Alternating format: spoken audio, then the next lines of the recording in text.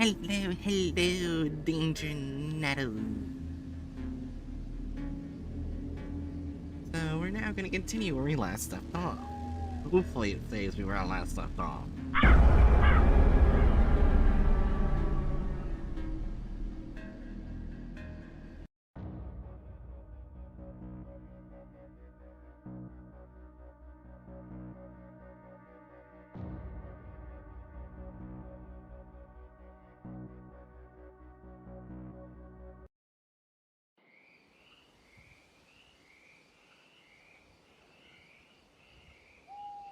Or AM.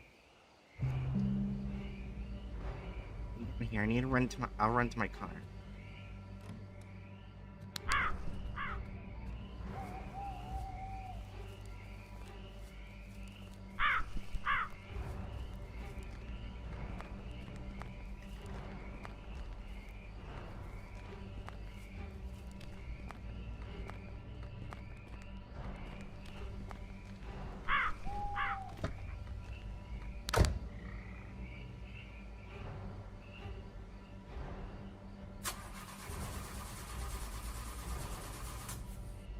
On your old piece of junk work.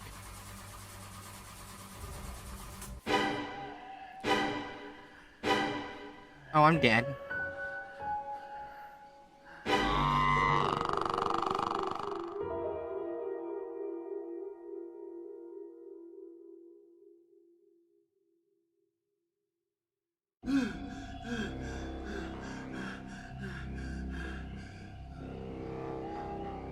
Marky? Don't make any noise. They're still out there. Did you know I was in danger? You didn't respond on the radio anymore. That is false protocol. Who are these lunatics? What do they want? I don't know. Lunatics, satanists, I have no idea. There's an older man with them. He must be their leader. I saw them calling him Charo. Yes, I saw him giving a speech to them. He was talking about a new world order and murders. Listen, you need to get out of here. Oh, you're hurt. My head hurts a lot, but I'm fine. Okay, then let's go. Why can't I move?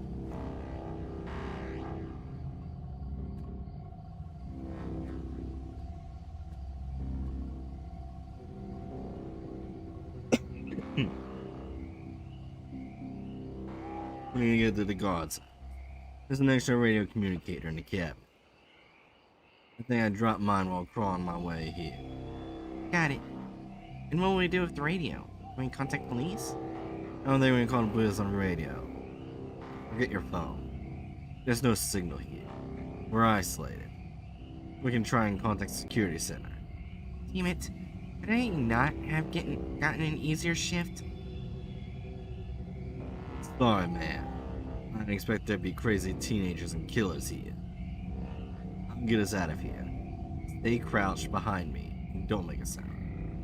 See any other options? Let's go.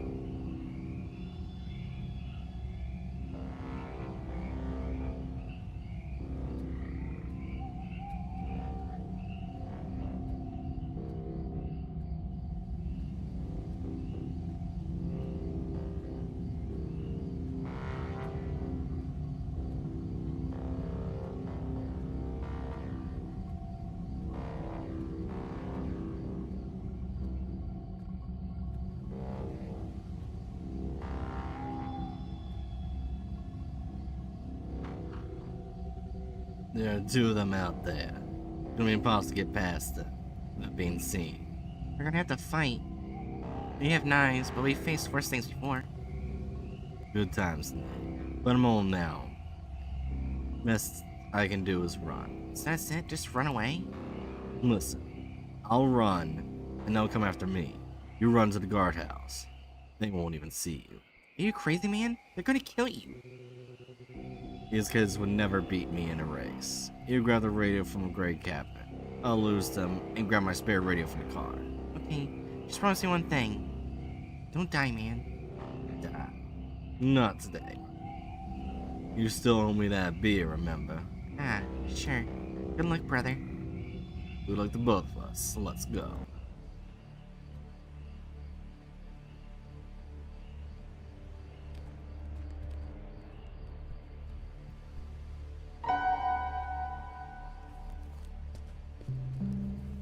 I heard the guardhouse.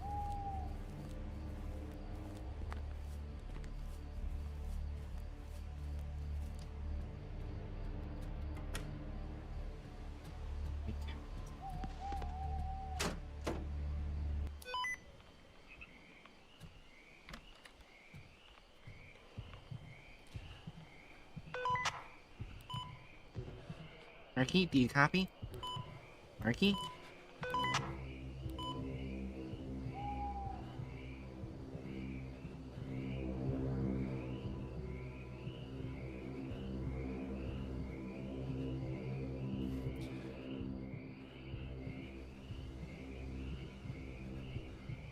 Hi, Rainbow.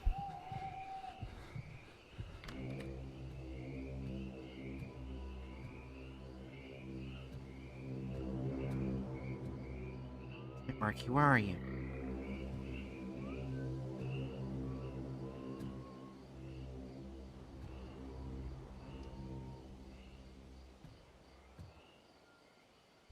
Yeah, that's right. I can use the cameras.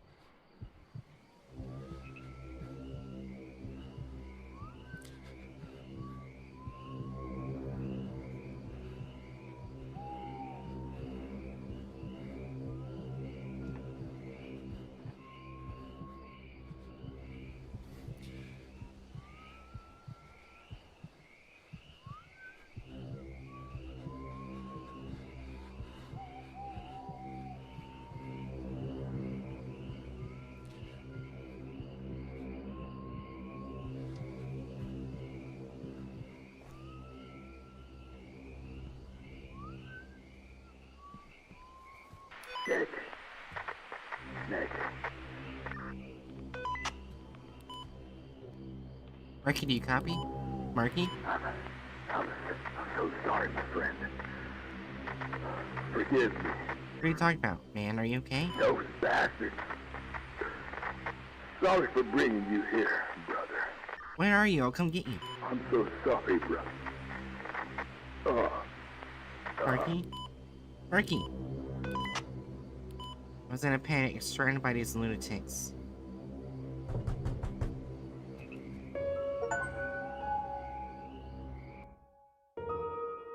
Who is it?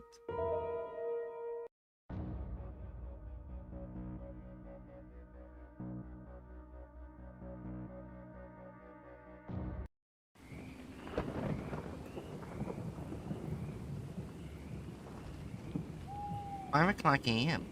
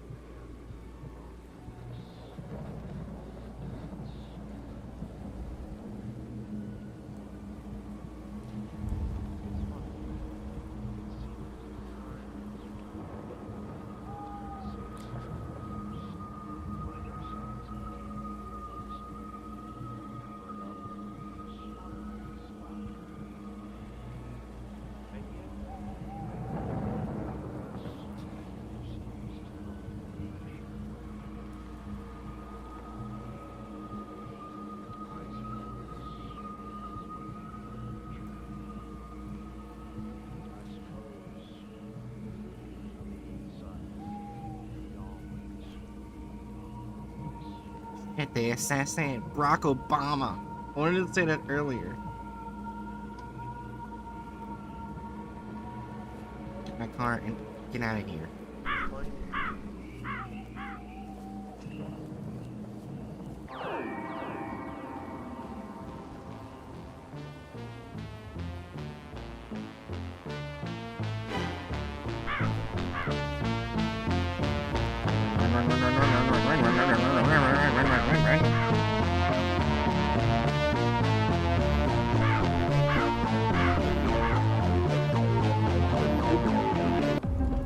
Okay.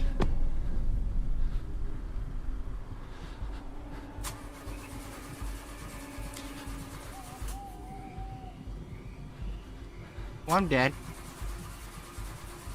Did you just say Barack Obama? Yes. I'm on Twitch too, Jerry, if you want to be...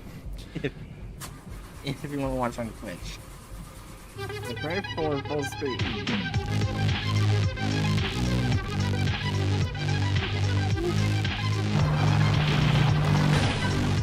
I know there'll be timed events. Jay?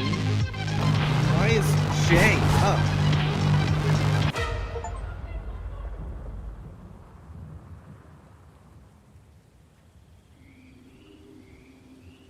Well, I killed the woman.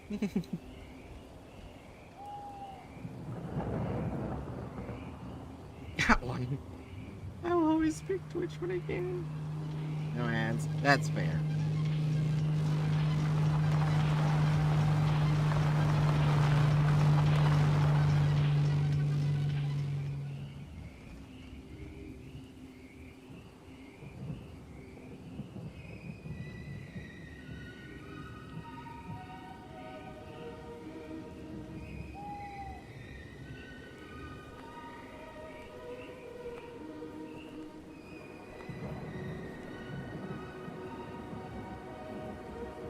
Wait, she's alive? Or did I hit another woman?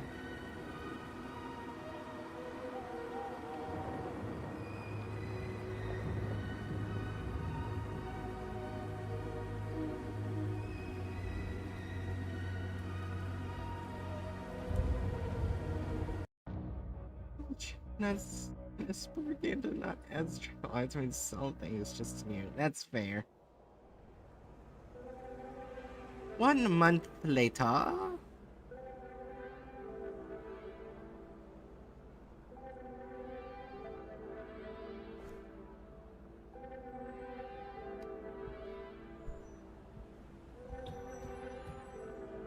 going to watch TV.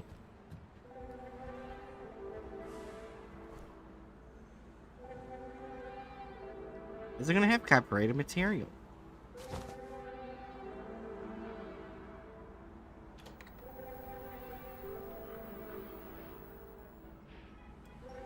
Yes.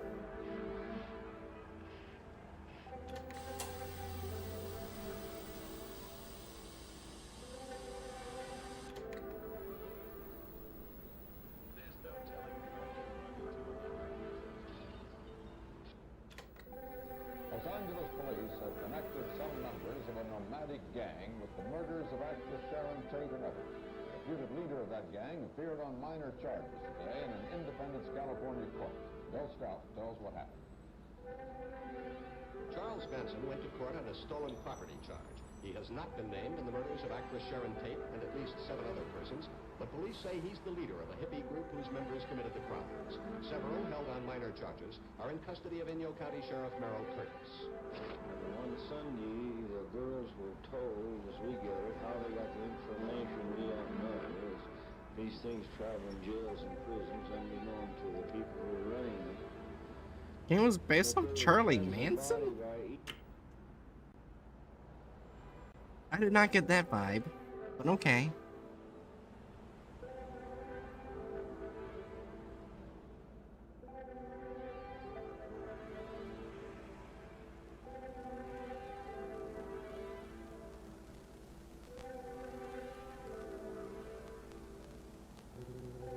Manson family was a commune gang and cult led by the criminal Charles Manson. They operated in California in late 1960s and early 1970s. Pearson's Peace consists of about 100 followers. They lived in an unconventional lifestyle. People use psychoactive drugs such as amphetamines and hallucinogens, including LSD. The group committed all kinds of crimes, including violent and bloody murders. Most of the members were young people from upper middle class backgrounds. A total of 9 people are known to have been killed by the Manson family, and 2 other murders are suspected. Charles Manson was arrested December 3rd, 1969, and sentenced to life in prison in 1971. Charles Manson died of cardiac arrest resulting from respiratory failure on November 19th, 2017, 1 week after his 83rd birthday. Oh, I didn't know he died. Okay.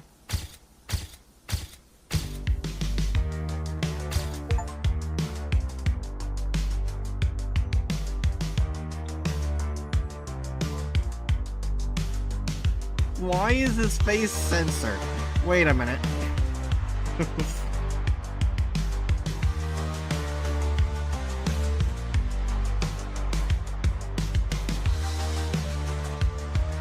Privacy.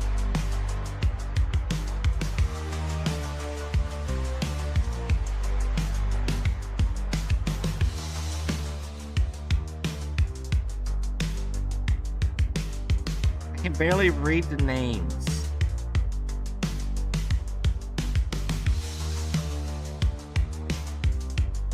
There I am. My old name.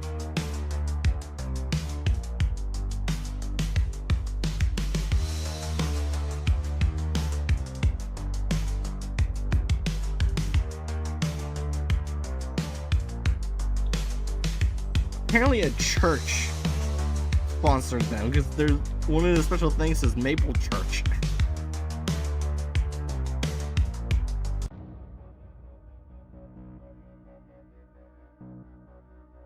Honestly, I did not get Charlie Manson vibes out of this game. Is that just me? It's just a group of people that just wanted to kill me in a cemetery.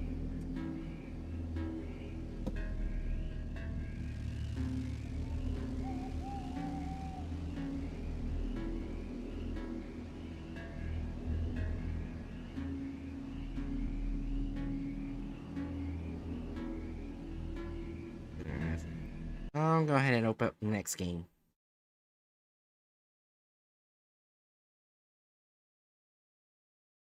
Wait.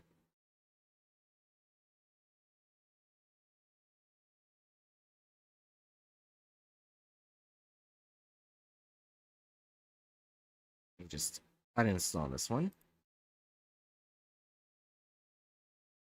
And play the final episode. Technically, the end game one would be the final episode one, but I actually played that before episode 2. So technically this is the final episode.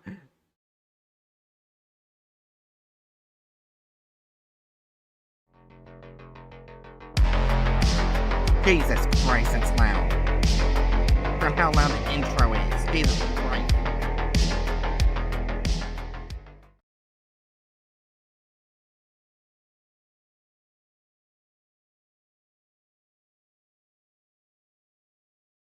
Don't crash. Don't fucking crash.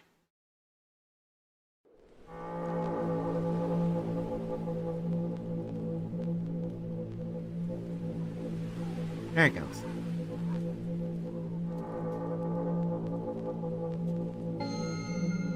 It is at 0.6.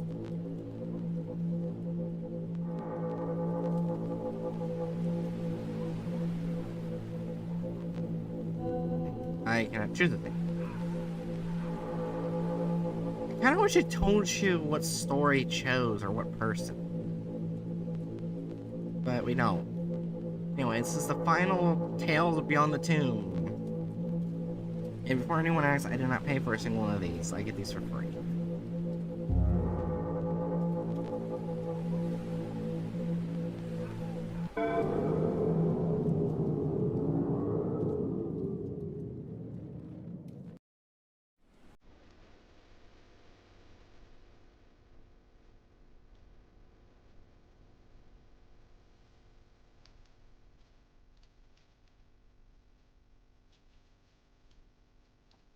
Well, at least there's something in the loading screen this time.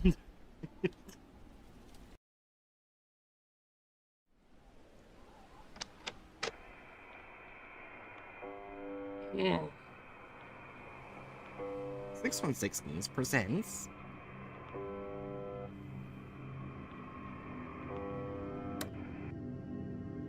Here's where fiction is inspired on a real case. Can you at least tell me what case? No? Okay. In this place, people have been changed to protect the identity of the victims.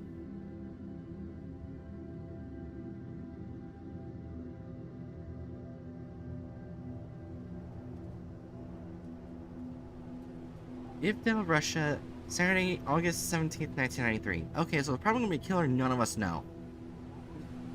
Among the frozen mountains lie ancient secrets. Tales so dark they were never meant to be uncovered. Those who dared to seek the truth never returned.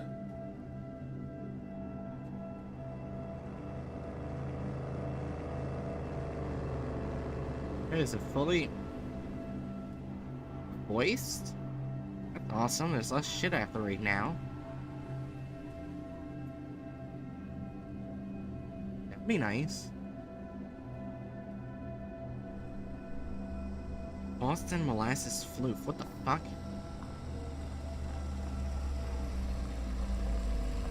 I can't tell you're fucking with me if that's an actual serial killer name. There's apparently 4 active serial killers in Russia at this time. Oh, so it can be any. It can be literally fucking any. I really need a hot coffee. Well, I could get it if I get out the car. Oh, I just had a space button. That's my fault.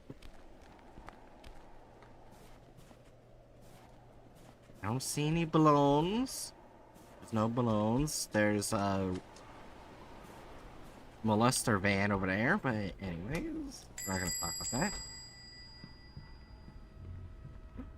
Video game. They made an arcade game of the Tremors creature? Wait, I can't play. Oh, you bastard. I would love to play the little arcade version of Tremors. That's awesome. That's awesome. That's some bullshit. No? Sir? Okay, so I still have to read. Wake your ass up! I'm sorry. You have to.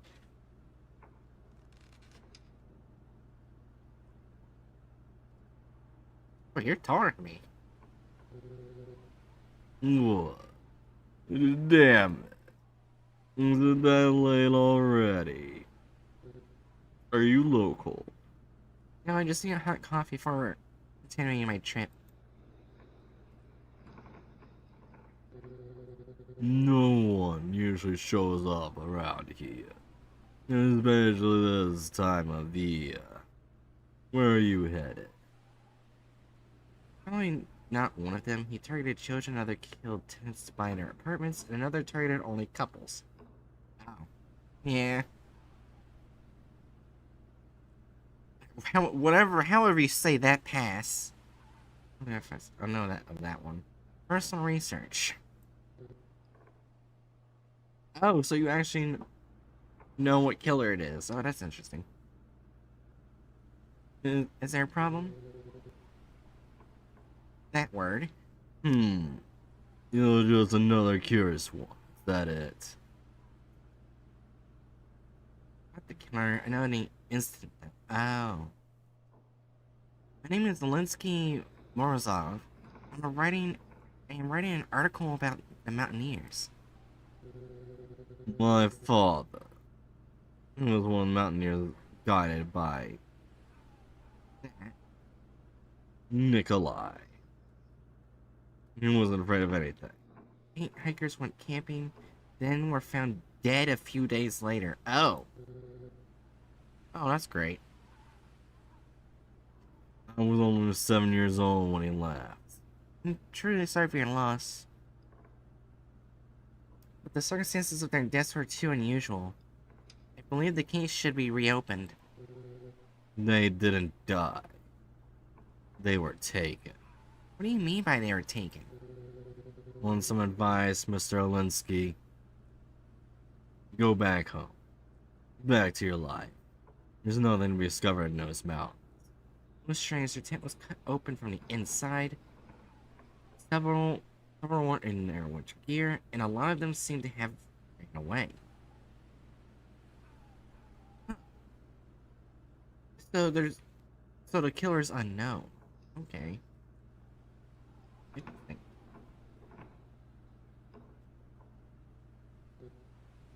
I think I'm all this way to give up. I prepared a long time for this. They all died of hypothermia. No killer. Then what the fuck happened?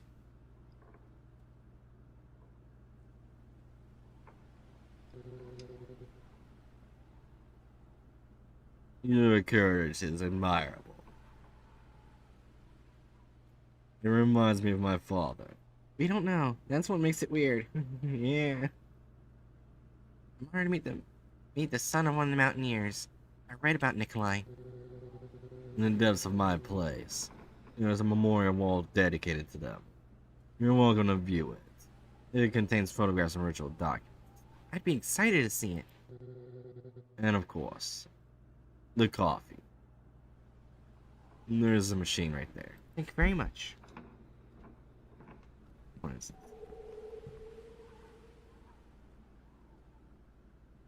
Oh my gosh, is this just queso right here? I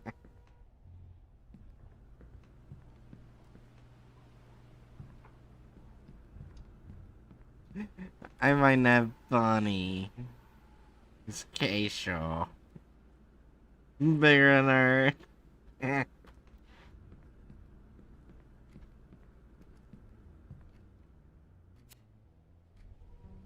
Well, that's... Oh, there's a note. Before we set off toward the mountains, we made a brief stop in Vizhay, the last inhabited village before the vastness of the Northern Earls. Gathering supplies, registered our route, and spent one last night under a warm roof. From here on, it will be nothing but snow, wind, and silence. Nikolai.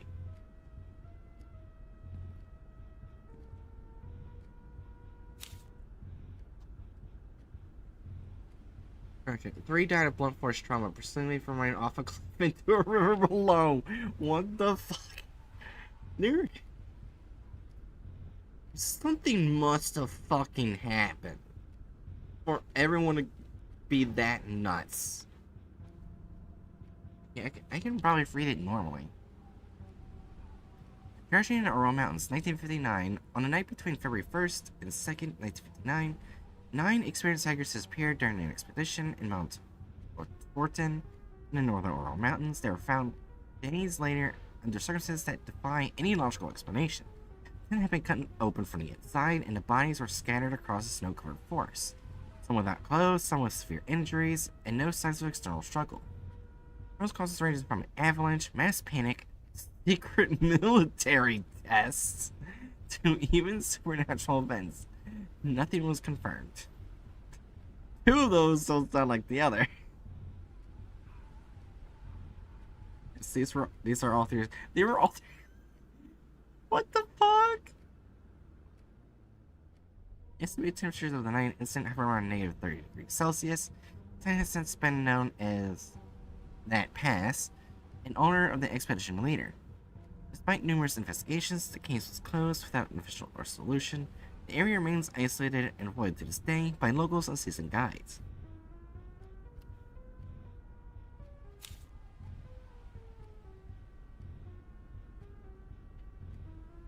After weeks without news, we began aerial searches over the pass region. Today, under the pale winter light, we found the first signs remains of a campsite partially covered by snow. Being transported by helicopter, carefully ascended the treacherous slopes. We found the first bodies a few hundred meters from the tent. Cold here is cruel, as if time itself froze along with them. Nothing doesn't feel right. We will keep searching. You know what? I would actually not be surprised if there was an SCP based off of this, because this sounds like an SCP itself. Jesus!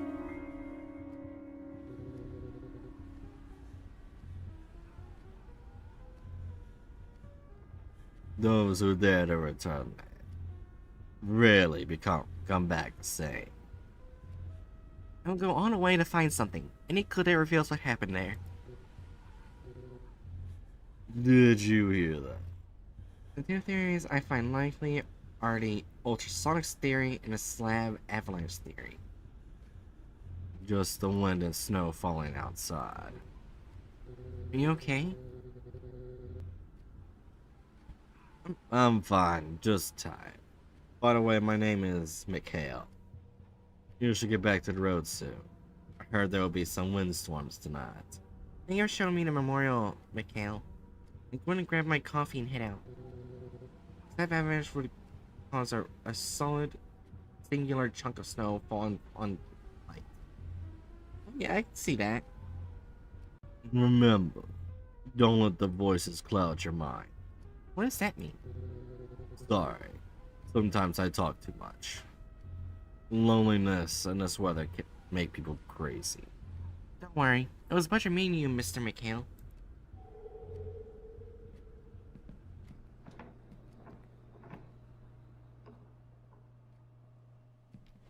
Grab my camera from Potter? Older songs are basic sounds that cause you to feel extreme paranoia. Basically, imagine harsh winds and uncomfortable feeling that can come with them. I didn't know that.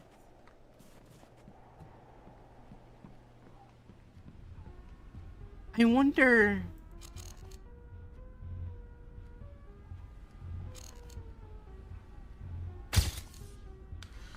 I wonder if that's why the... No, it's not ultrasonic rays or whatnot. But, like... Well, that's a terrible photo. Right, now I need a coffee. I wonder if that's why... I know it's not ultrasonic. Ultrasonic sound. But that forest in Japan where I think it's like the magnetism is so high and its sound isn't present, that it messes with people in a way.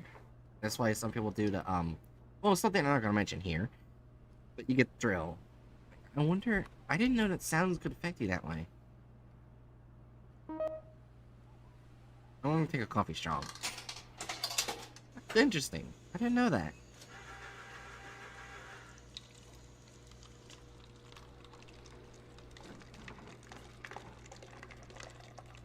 It's pretty neat. Seems sci-fi, but it's real. Yeah.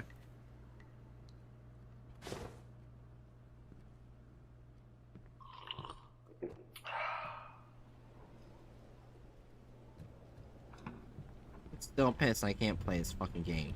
Wait, what? I can play it! Yes!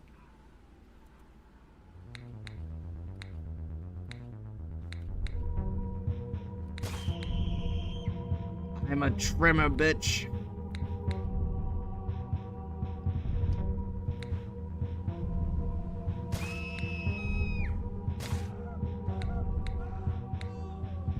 Not the extent of, like, mind control. Okay. I was supposed to say reading, but that's fine. I'm not gonna spend my entire time playing that game. Not the extent of, like, mind control or controlling exactly how someone feels, but it does have some impact. It's really interesting.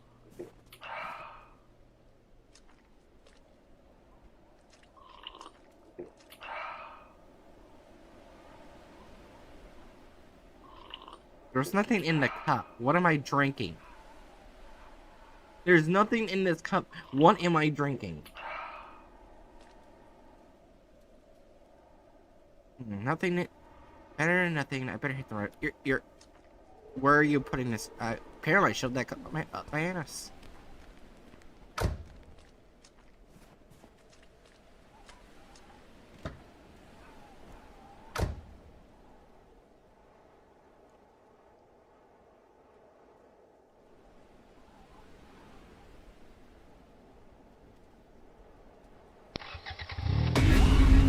Jesus! Can I help you?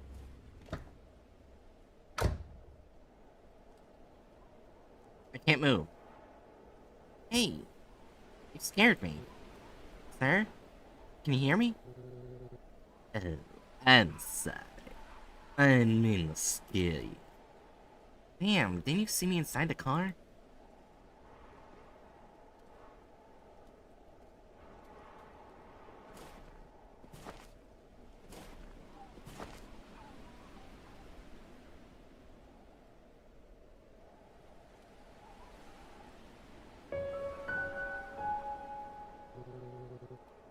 I'm sorry. I'm sorry. I haven't seen anything in a long time. Jesus. Okay. I'm sorry. I didn't know. Don't worry. And to be honest, I think it was the best thing that ever happened to me. I can hear her. She watches over the mountains, just like Mother Nature. What are you talking about? The witch. She gets into people's minds. She wanders through those mountains. I'm sorry, sir, but I have to go. Okay, I think they're going with the mild correction. It's apparently infrasounds rather than ultrasonics. Okay, infrasounds. Okay. So it might be they might be going off the infrasounds theory. That's what I'm guessing. Sorry, sir, but I gotta go.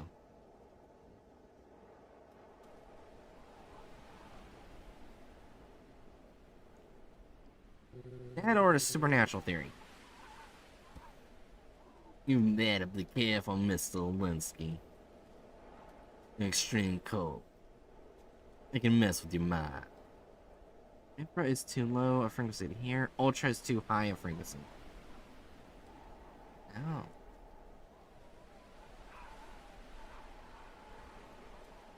You know my name. Think infrared and ultraviolet. Ah. Sheepdog. The sheepdog. So, wait.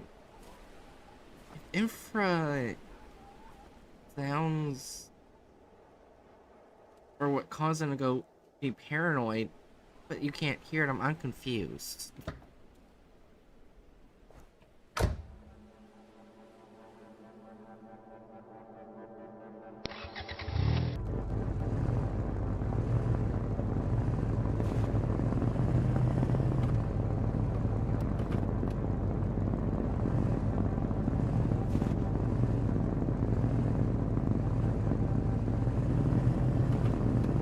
Anything in the present, them being present is enough, even if someone can't hear them. Okay, that's terrifying. What makes it so cool? Yeah, it is very terrifying. Maybe that's what makes that force in Japan so interesting. Maybe it's that no sound is present, it's actually just infrasound, and that's why it messes with people. I mean, there's still high magnetism there, but like maybe that's why.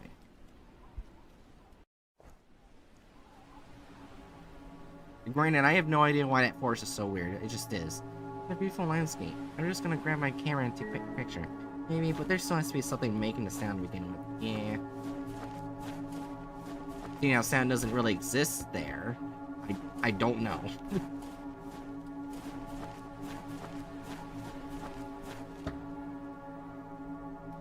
God damn, it's on the other side of the fucking car.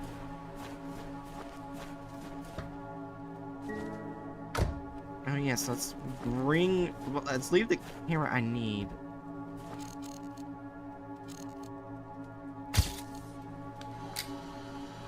Shake the screen wildly for when I get the picture, apparently. That's how you do photos. There we go.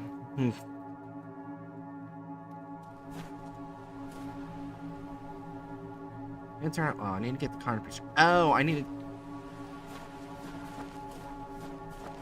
I didn't read the description.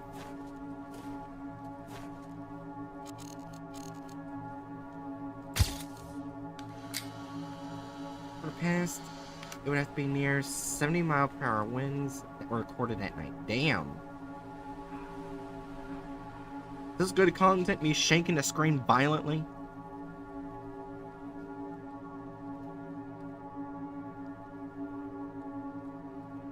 I like the photo. We're gonna get going.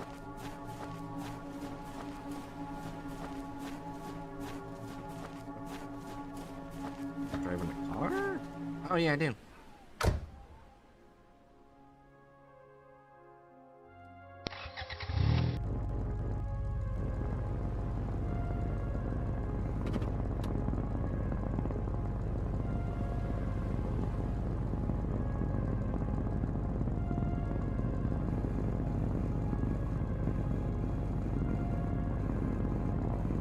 That's it. Slow and steady. I am holding down the W key. I am not going slow. I'm doing the exact opposite. Drift. Another drift. Oh, building.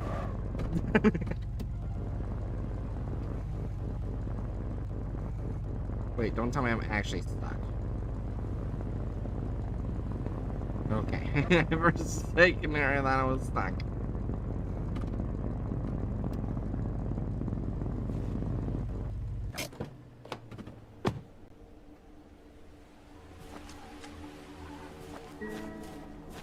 I'm Victor. I hope I'm in the right place.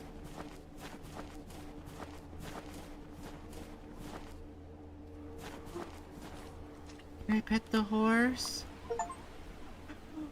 I can pet the horse. Hey, big guy. You alright in this cold?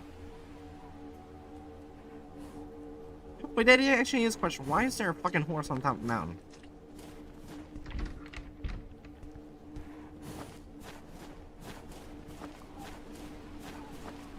If I feel like if there was an animal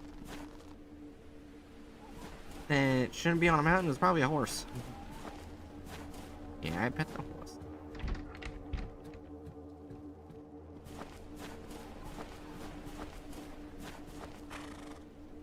Where the fuck you come from? Hello? Could you help me? I'm looking for Victor. You just found it. Oh, and that's the wrong person.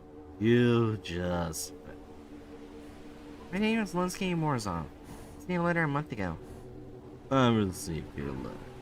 Many curious people take risks in these mountains, but you must be careful. The icy wind can mess with your head, make you hallucinate. I need you to be my guide, Mr. Victor.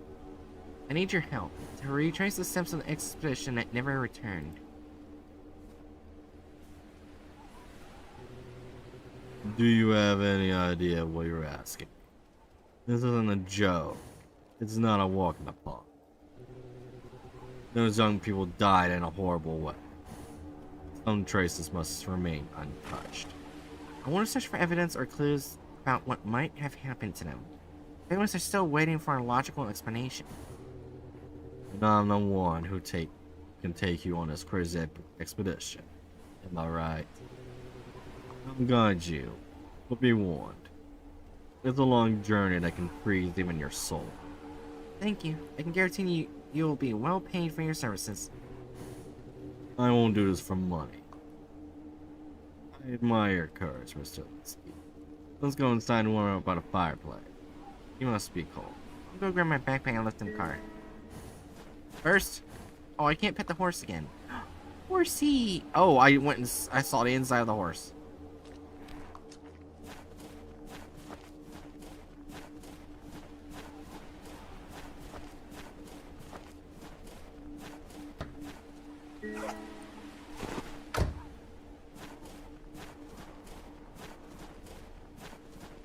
Victor, I don't hate to call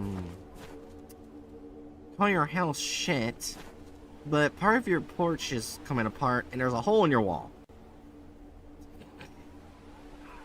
I'll let you know. Victor?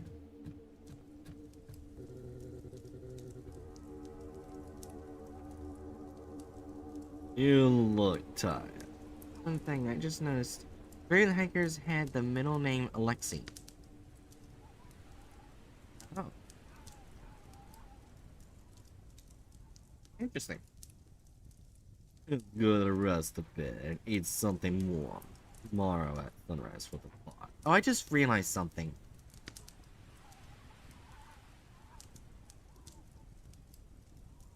Sorry. I forgot to have you on screen. Yeah, it's quite difficult to get here. Thank you for welcoming me. I'm not Lexi, but the word that can be shortened to Alexi.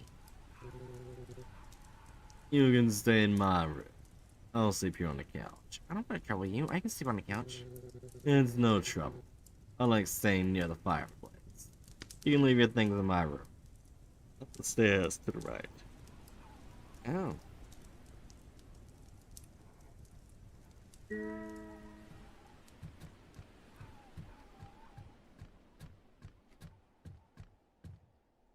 It's a bathroom.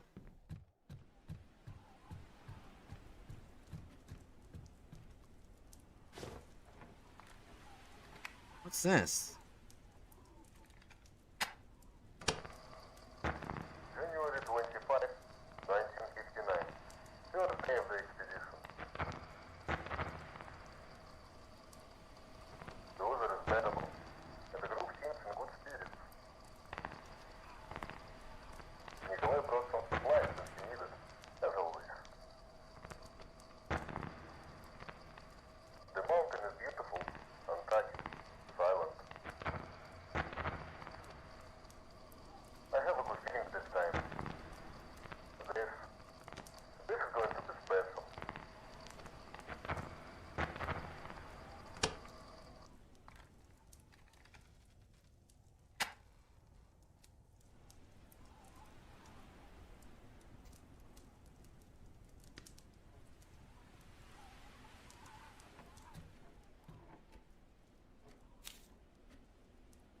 I can't read X, I can't read cursive. Mountains are calling to me as if they were expecting something from me. These are nights I don't sleep. I just listen. Not to the wind, but to whispers among the trees, voices that aren't mine, yet aren't unfamiliar either. I start dreaming of places I've never been, of faces I don't recognize, until I began to remember them, as if I lived it before, as if it's a cycle repeating itself, and I'm just the same instrument with a different name, in another time. The cold doesn't bother me anymore, nor the solitude, only the silence. When it fades and the voices return, that's when I feel most at home. Victor.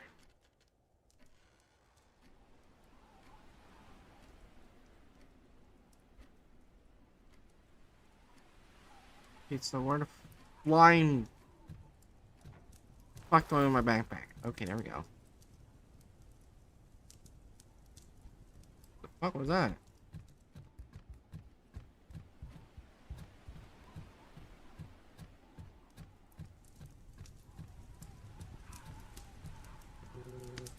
Did you put everything back? Yes, it's warmer down here. The fireplace is old, but it's never let me down. Have a seat if you like.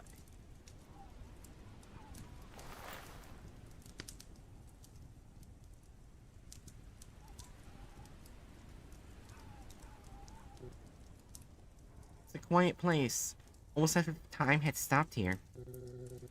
The silence of the mountains is not empty. It watches, it listens, it waits. Sometimes more than we'd like. Nothing strange in here. Ever since I got here, it felt like I've been watched.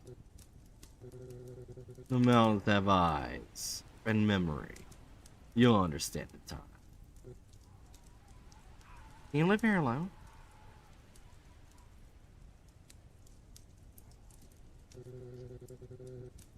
I've lost a lot, but sometimes everything that goes away finds a way to come back.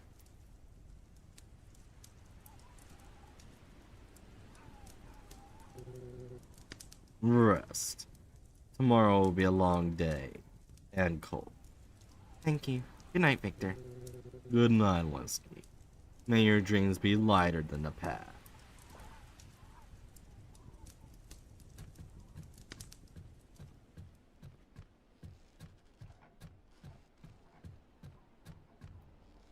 Again, this is the bathroom.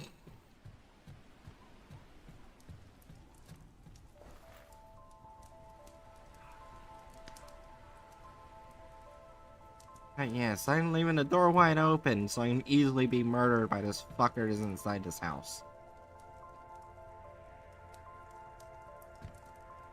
I'm too trusting. That's why I get murdered so many times.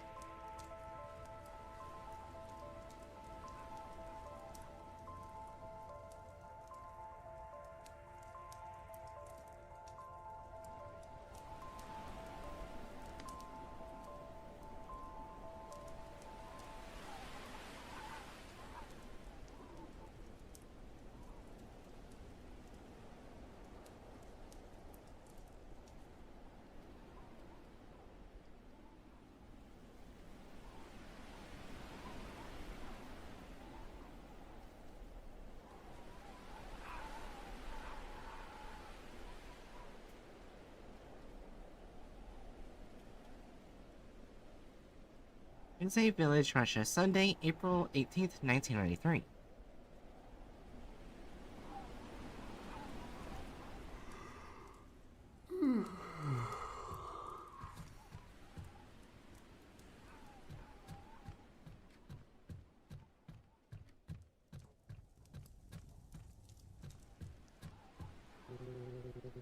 We need to leave. Night falls very early, and it brings the freezing cold with it. I'm ready. I've set aside some supplies for you. We'll need them. Get your backpack ready so we can go.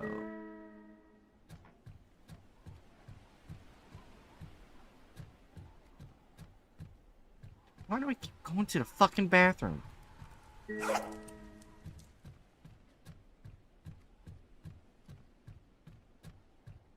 Yeah, Random, if you're still here, we're doing analog horror after I beat this game. So you already know what that's gonna mean.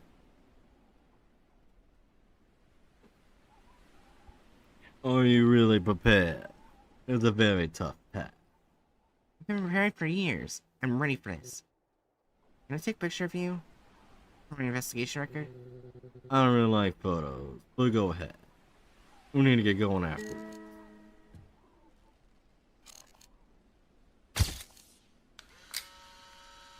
Take violently!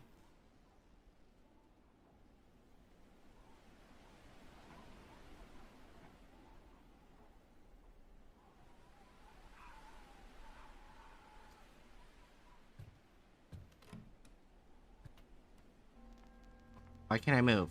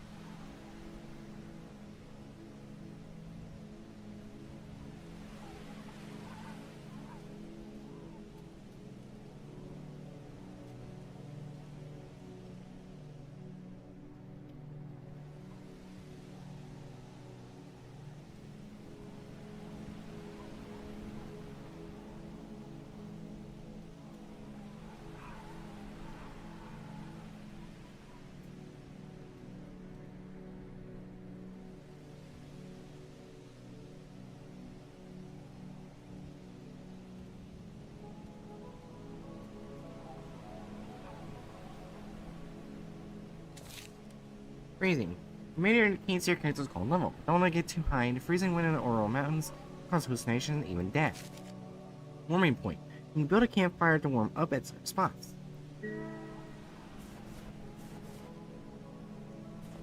Anywhere? Build a campfire to warm up. Oh.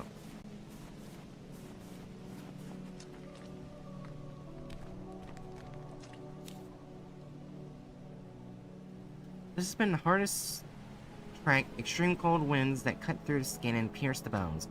I know we're going to make it. We have all experience in climbing and survival. Second day of our expedition. Yuri had to turn back due to severe joint pain. We're so sorry, excited to continue. I know we're going to make it.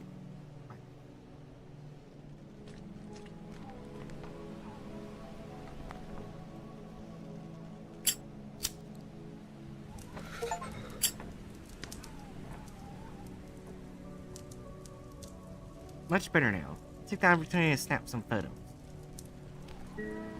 Hurry. The neat thing with the incident, one of the hikers survived by leaving the group the night before the incident. Yuri, as the note said.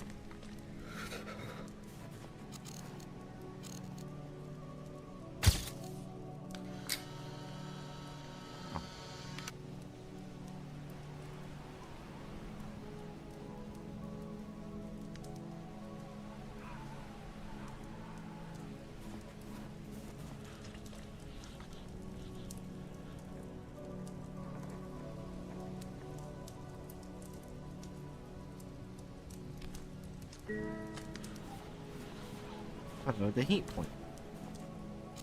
All I know is that he lived and complained about how things were better under Stalin. Wow.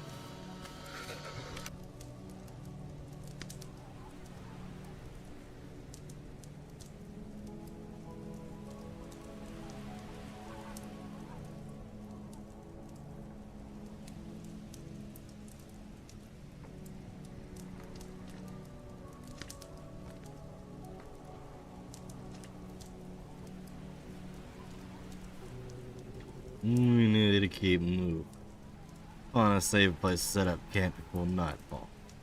So this is the same path the group took? Feels strange to be standing here. Yes. You'll see some of the old trail markers, stakes, and rope. They left them behind. What do you think really happened to them? There has to be an explanation. There's no clear answer. Let's go. We got a long walk ahead of us. Alright, let's go.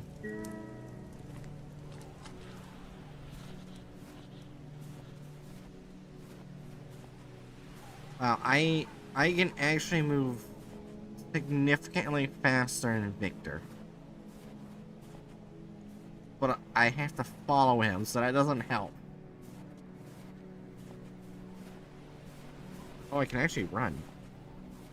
Well, I know you shouldn't run in the cold. Because your sweat can freeze. And you die.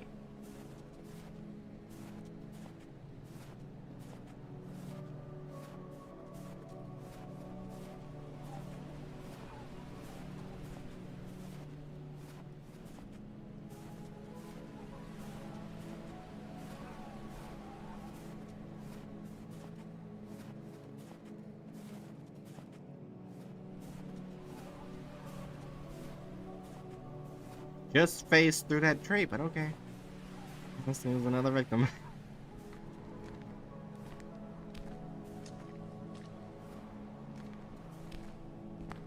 Feels heavily unsafe.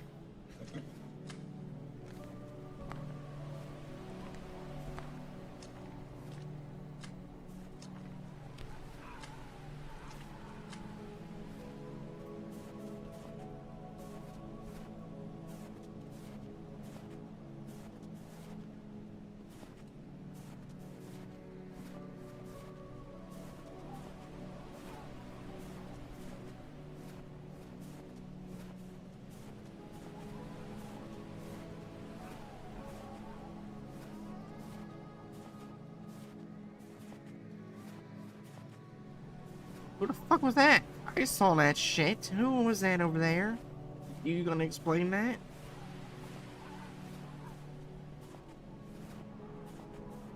I'm not gonna explain a person walking over there. Okay. So either Victor or me is gonna get murdered. More likely Victor. How can I be murdered if I'm the one telling the story?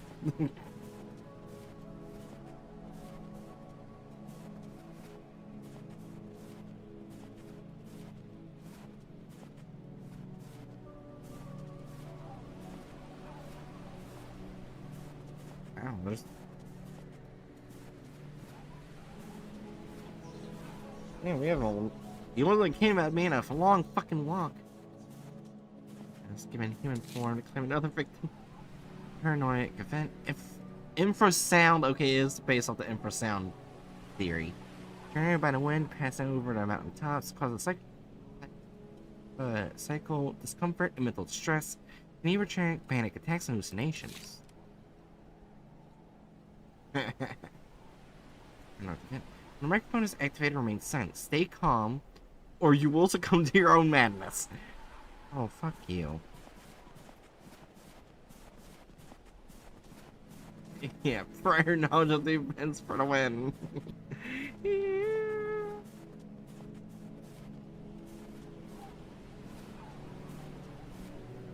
This is where they found the first bodies. Just beneath that tree. Next to the remnants of a fire.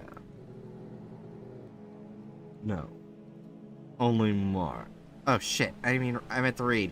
Oh well. No, only marked. They were found half naked, barefoot. As if they fled in a panic. In this cold? Why would anyone strip down in the snow? Some things it was hypothermia. A paradoxical undressing. Others, they don't believe it was just cold. These cabins? Hunters? Yes, used to be. No one comes here anymore. Not for years. The place is avoided. Feels like it hasn't seen life in decades. It's unsettling. They say this place changed after that night. Humbly, the mountains are cursed. I don't know what to believe anymore. Anyway, we better keep moving. I just need to take a photo, then we'll move on.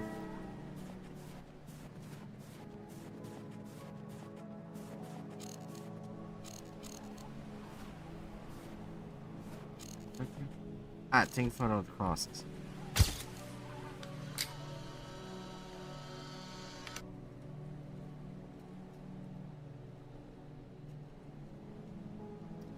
So, I'm slowly dying of hypothermia. Can we, like, do a fire? I like the photo.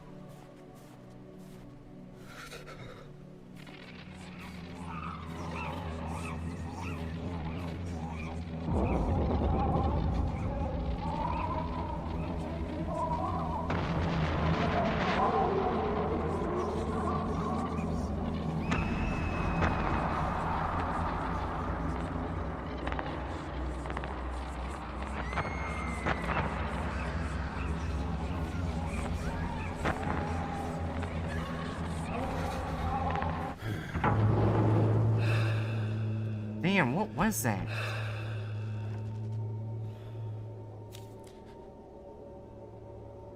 Minor detail, the location is actually a semi-popular tourist treat nowadays, so it is far from abandoned.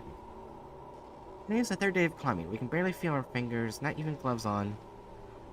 He's saying he knows the way, but he doesn't seem so sure anymore. He doesn't talk much, doesn't react to our comments, and wandered off from the group for hours just the afternoon.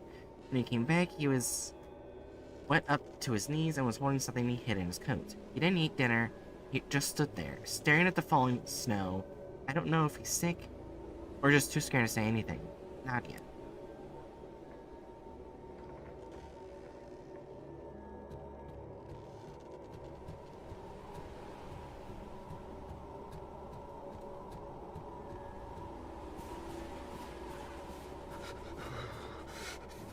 Okay, good. Now I can set a fucking fire.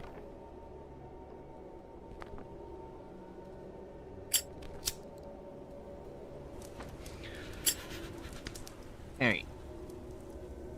Random person. somehow entertain the fire. I'm gonna go get Busta.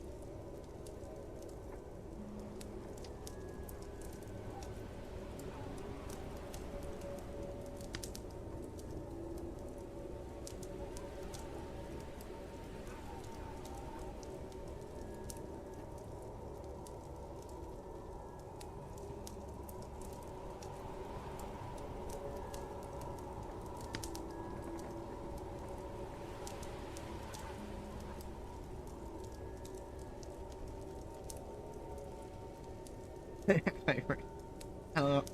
Oh, fire has an invasion of my life. This fire is fucking hot. Oh, the fire base working directly to this pixelated fire. Why is the fire in such high definition anyway? It's relative to everything else.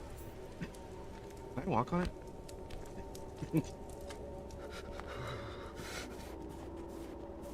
Hello. Hey. Are you okay?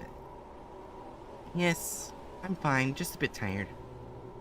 Take your time. Just let me know when you're ready to continue.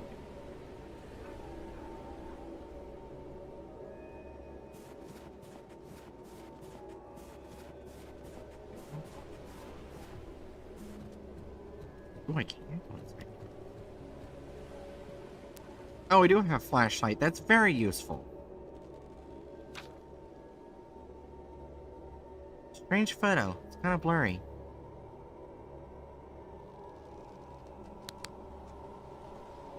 Looks like a man.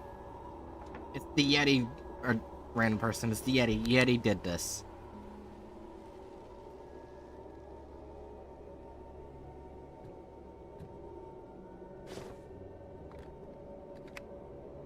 That wasn't our theory, yes. Wait, that actually wasn't theory? I was just joking around. 27, 1959. The temperature has dropped more than expected. The compass failed for a few minutes yesterday. Ivan says he took steps around the tent, but there were no footprints. Maybe the wind, or maybe not.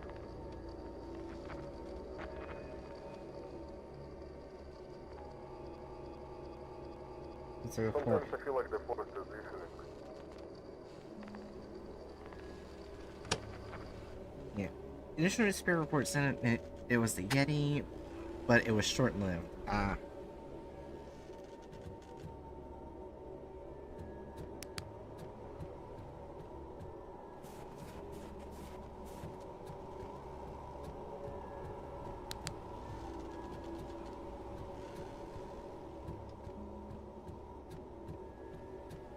So that was the only note here. Anywhere else in this building.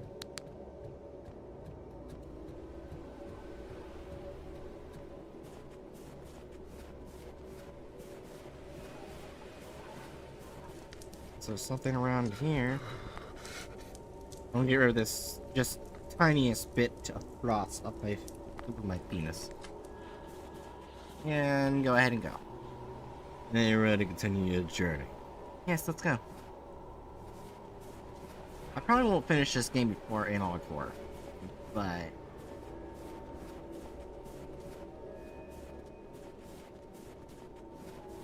we'll finish it tomorrow. Hopefully I'll actually start on time, because then I had OBS issues.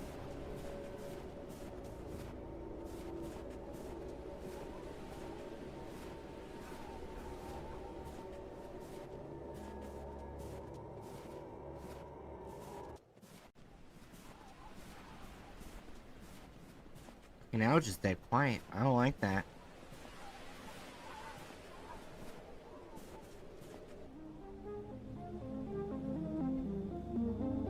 I don't know what's happening in this place. What Was the that a fuck is vision? that? Floating there? Is that a glitch?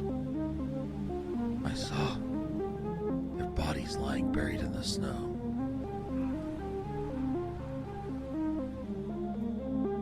I will go all the way to uncover the truth.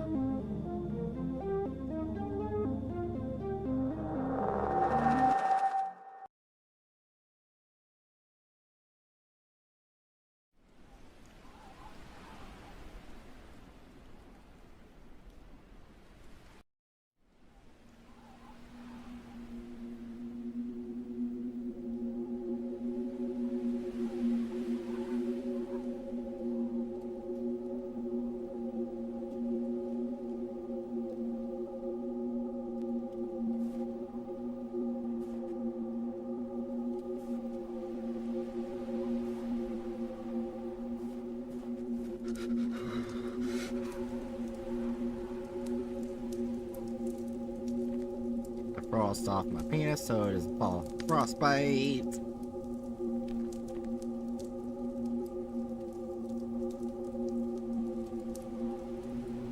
The fire won't last the night. We'll need more wood.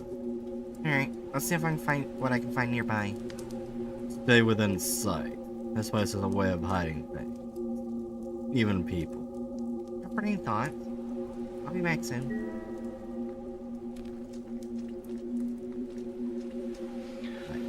Yoink. Yoink. That's another cross. That's concerning. Oh, I see more wood over there.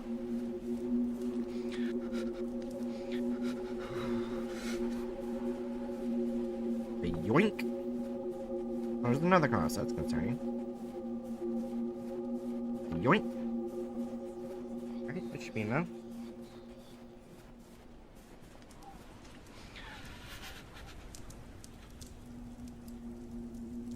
Place them here.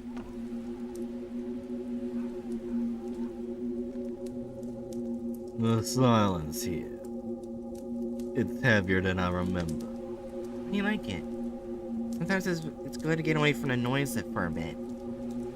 Some say that silence is the path through. So I think we're on the right track. Right. I'm gonna step away for a moment. Nature calls.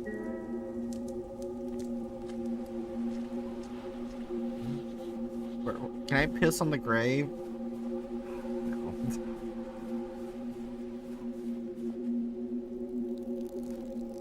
Oh wait, I actually can. I did not mean. Piss on the grave.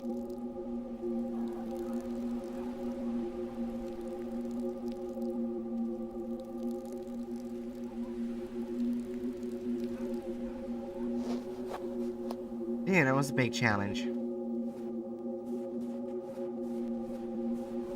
I feel I'm gonna be judged for that. Hey, right here, this is gonna great fun.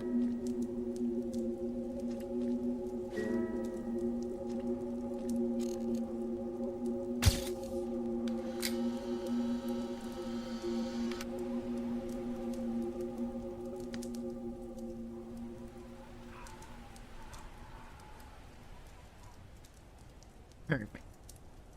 Blurry, but perfect.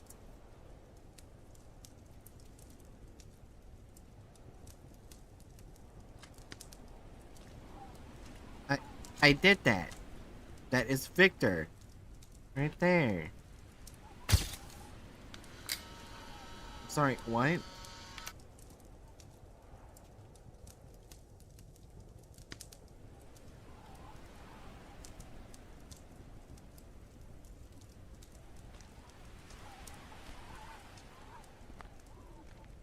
Do I just have to do it on this side? Okay, thank you.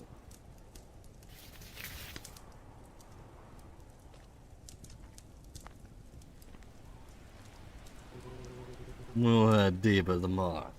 The last stretch will be the hard. Great. I'm trying to get some sleep then.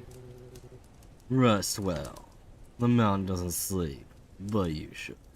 Good night, Victor.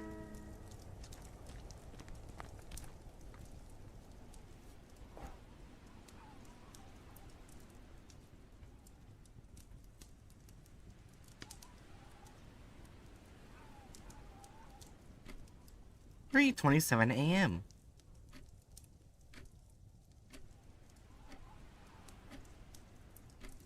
27 minutes past the witching hour.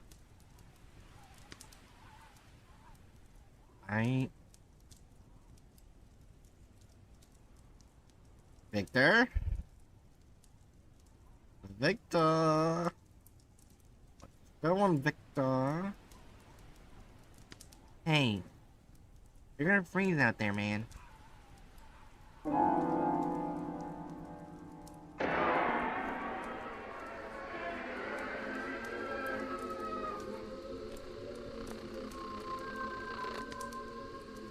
They're right there.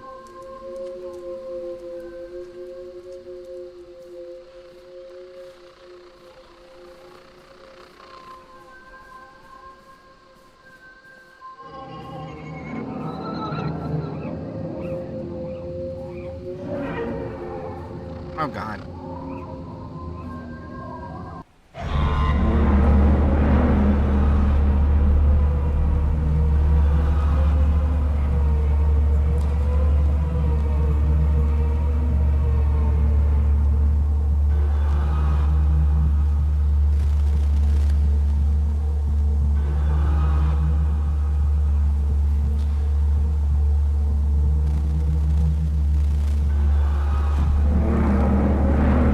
What the fuck?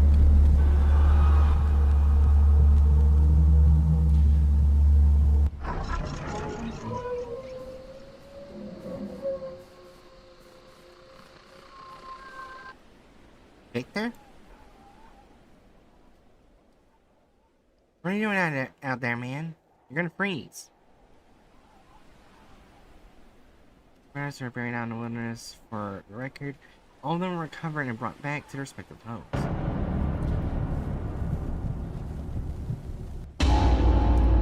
Oh, he killed me. Oh, never mind. Damn. It was just a dream. I literally ran into death.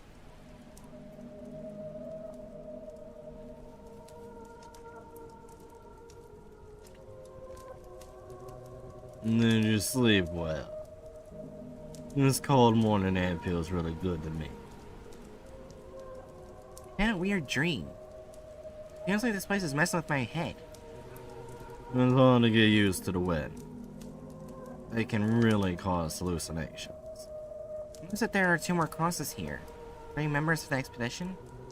Yes. 2 other bodies were found here. Unlike the first 2, they were wearing warmer clothes. But it still wasn't enough for the cold up in these mountains. Why haven't you said their names until now? Saying the names of the dead here is a bad omen, Mr. Linsky. We don't want to disturb those who have already passed. I made some coffee. It'll help warm you up. Thank you.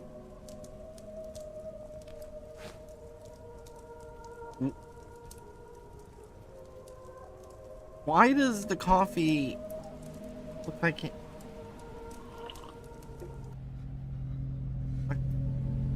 Like the top part of the coffee looks like a black onion.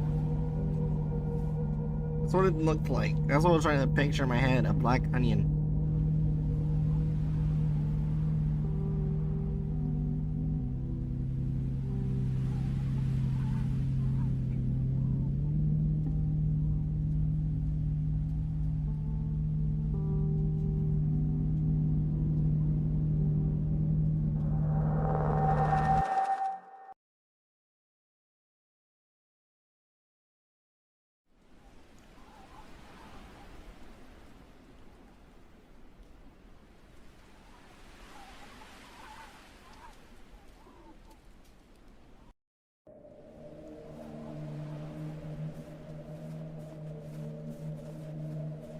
Oh, there's a tent. Anything inside the tent? Ooh. Fuck you! This is my last entry. The food ran out 2 days ago. The water too. The cold, it no longer burns. It simply numbs me. I feel as if my body is no longer here. As if it only my mind is suspended in this void. There's something here with me, something quiet, so silent that sometimes I think I am not one making the sounds. I hear the voices of my mother, my father, of the colleagues who died, but when I look around, all I see is ice and stone. If anyone finds this, run. Not through the trail, not through the wind, run from the silence. I'm doing the exact opposite. I'm going to die. And somehow tell the story. This is what they found. Lying still, as if the mountain had claimed his breath. Who was he?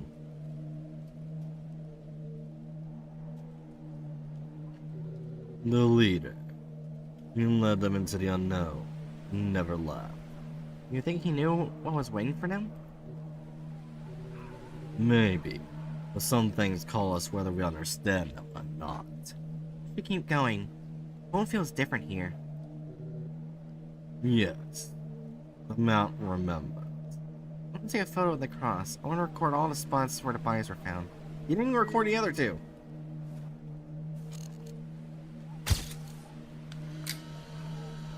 Oh, so was it just me, or is that thing in the tent kind of remind me of Mortuary Assistant? Is that just me?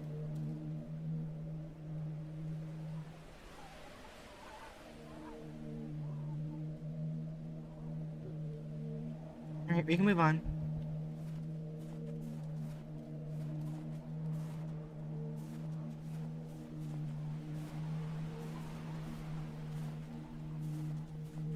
I am currently humping his ass because he moves so fucking slow. I'm not even holding the run shift key for run. I literally walk faster than him.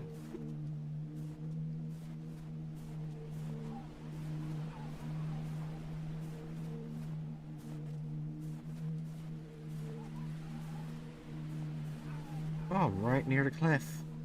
Ooh, I'm going to die. And now, and go back up.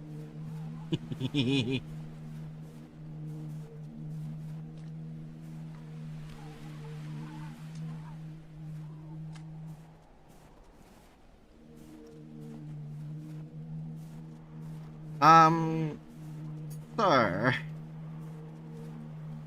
There's no path. How are we gonna get through here? We need to climb. I'll tie the rope to your way. If I fall,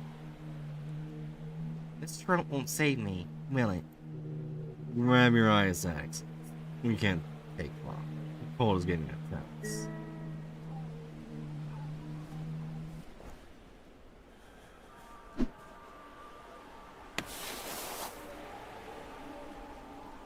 Good.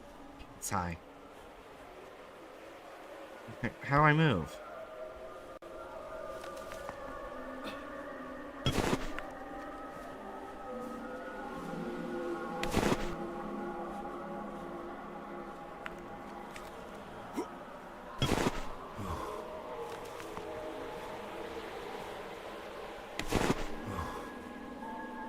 This ice is weak as shit. I'm barely hitting it and it axe is going in.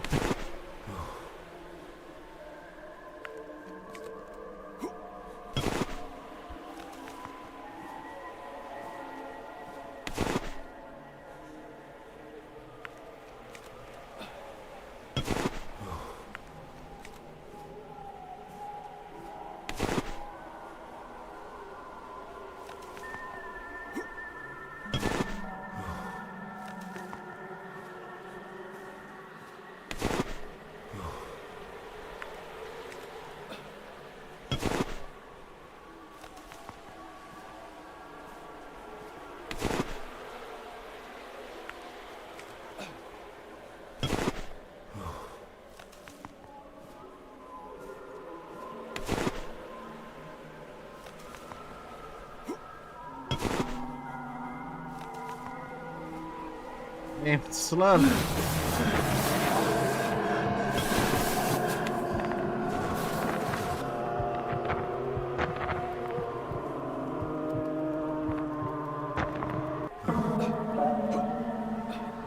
I'm not sure if you heard me spamming my space bar. That's what I was doing.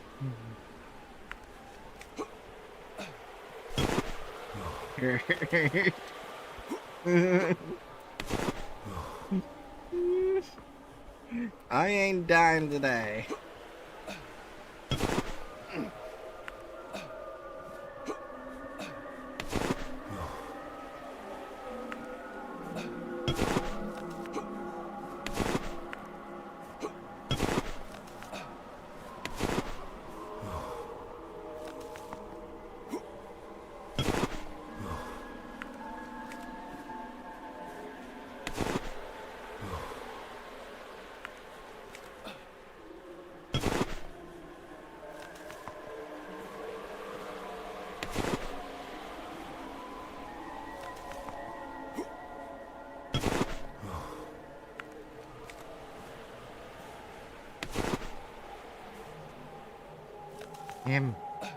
So, very close.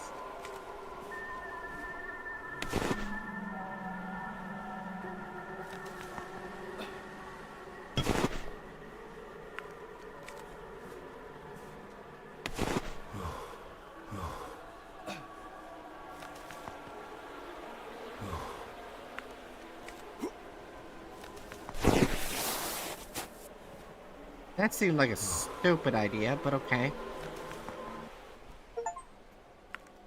Cold blood. You are a nice man. I gotta speak to Victor. My God. Are you okay? Yes, I slipped. But you were holding me, weren't you? Yes, of course. I will never let you fall. You'll be a terrible death. Let's go. We need someone to warm up.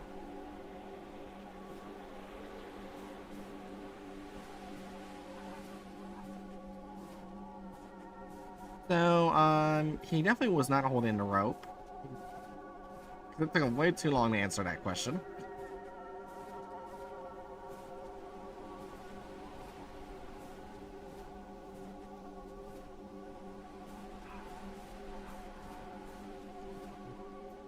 Strange. This cave wasn't marked on any of the maps I saw. You need to get used to it, Mr. Alinsky. Things change in this place. Maybe want to take a photo of the entrance. You won't want to go in there. What's wrong with this cave? There's nothing wrong with the cave, but inside there's only darkness. I'm going in. I'm gonna find out what happened to those mountaineers. Be careful. I'll be out here. First things first, I'm going to warm up.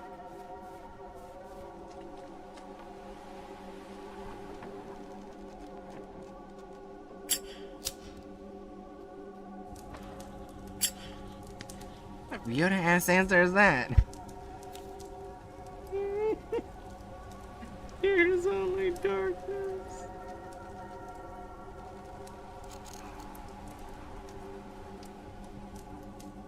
Today he started talking to himself. He says he hears things at night. Like whispers in the wind. We thought he was joking until Mikhail heard it too. There's a strange feeling in the air, like we're being watched, even though no one is around. The maps don't show this cave, but it's here. Huge, pitch black. Something isn't right. Tonight we'll camp outside and discuss whether we should even enter tomorrow. I don't want to, but I'm outvoted. Why not?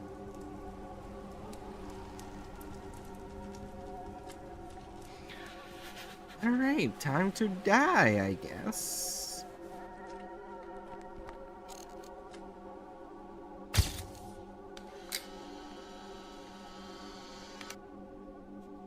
Shake violently.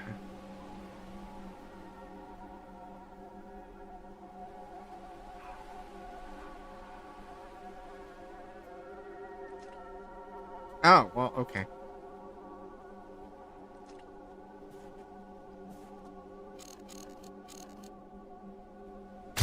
What? I was too close or something? Shake violently once more.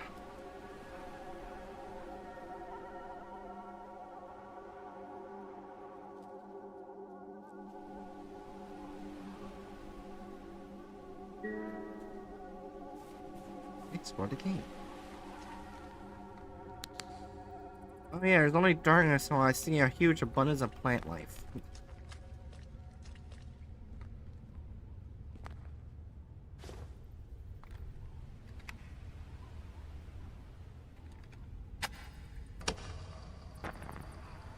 I can't sleep. When I close my eyes, I see things. Shadows between the trees. This is just a cold messing with my head. But I know what I saw. At night, I hear someone calling me. It's not a human voice. It sounds ancient.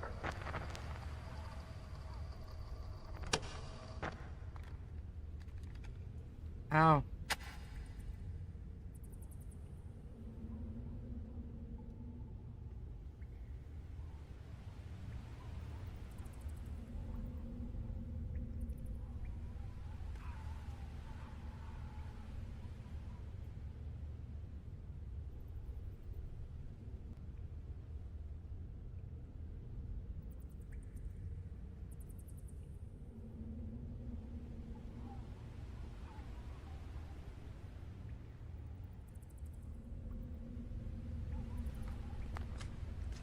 Okay.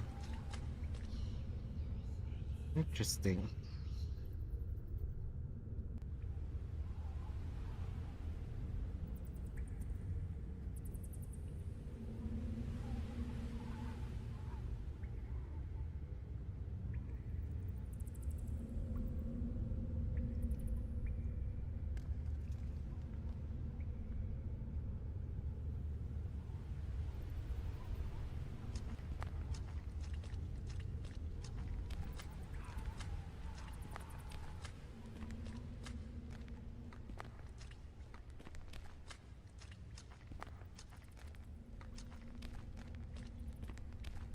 Okay, now it's getting to be just darkness.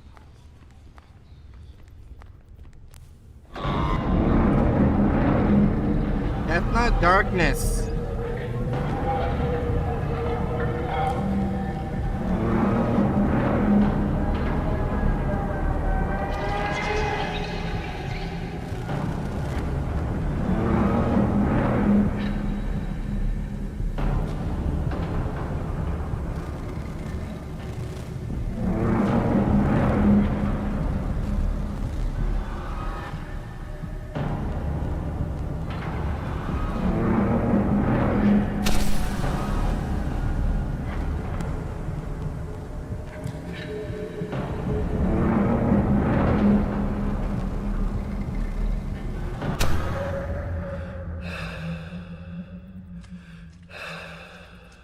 Strange drawings on the wall.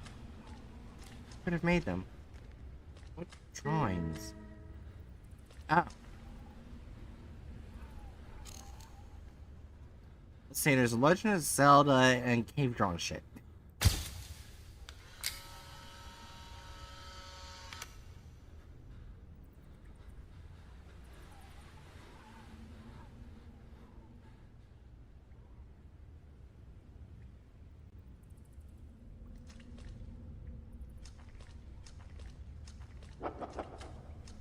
They're back now. I have a feeling something's watching me.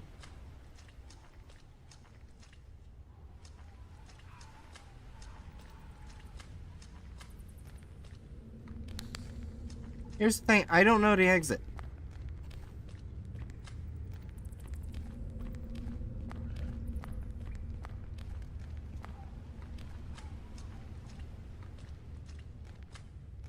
Victor? What happened?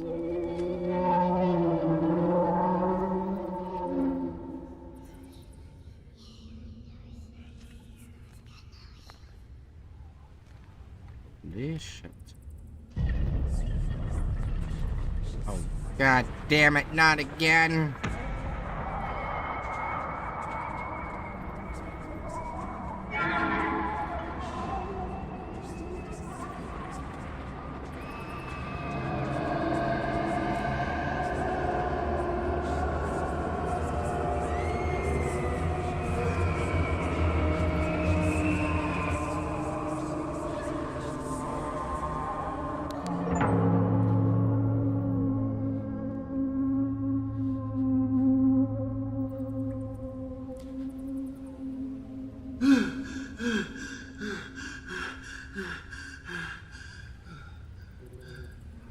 Damn.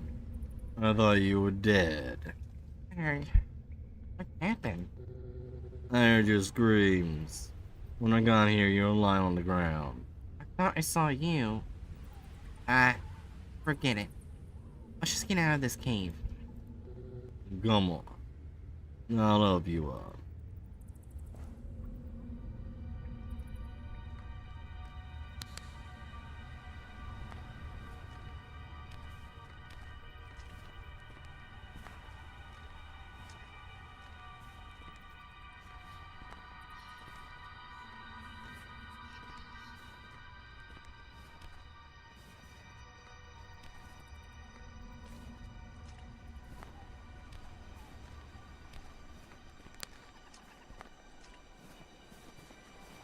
Let me heat the tips of my penis so it no longer has frostbite.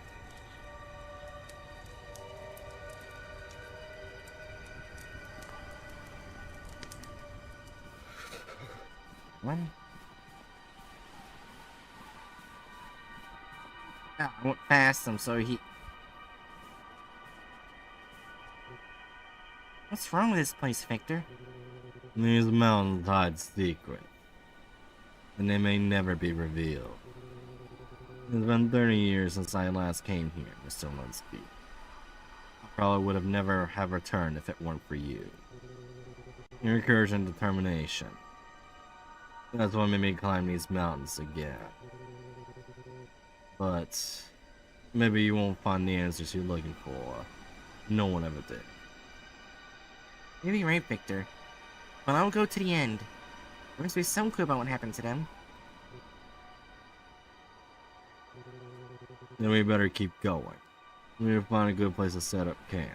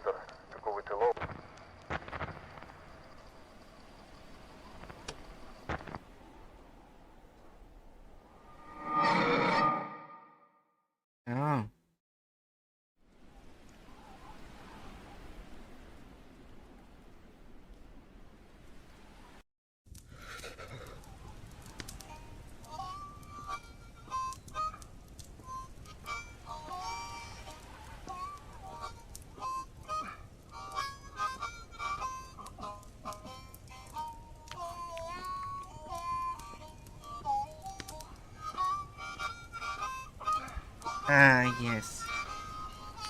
Eating like a hillbilly. Where's the train? What's the most dangerous musical instrument? The harmo. Oh my god.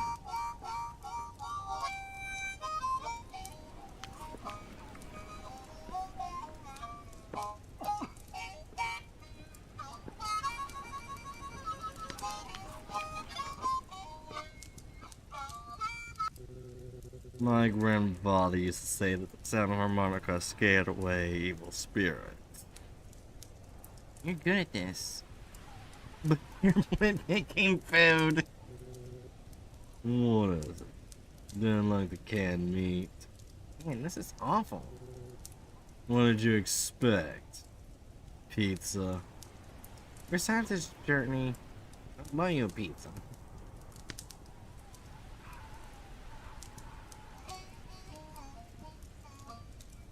The last time I promised someone like a food or beverage, I ended up dead.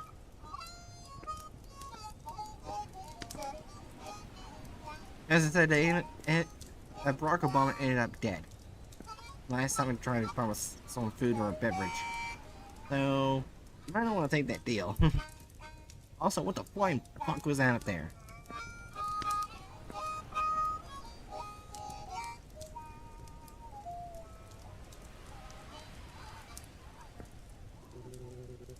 I'm tired. I'm going to lie down. You better get some rest too. I think I'll look around camp. Maybe I'll find more clues with my diggers. Or are you gonna finish the canned meat?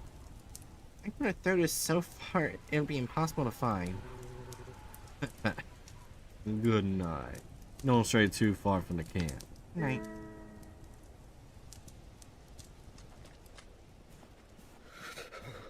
I'll grab my camera. Forest signs at the camp.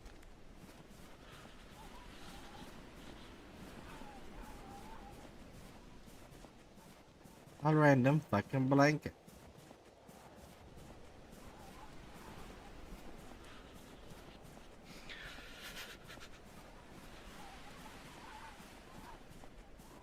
Weird piece of shit in the road. Oh.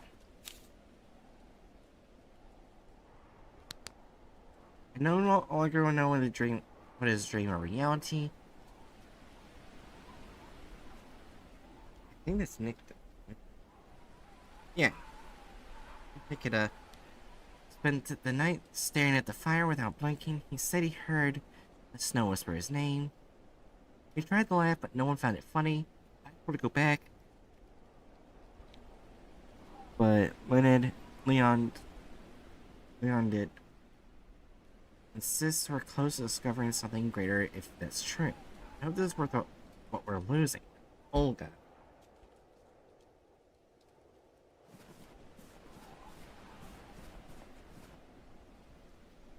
The only worst thing I ever eat. Oh my gosh, she actually did toss the fucking can. I am climbing the mountain. Fuck you.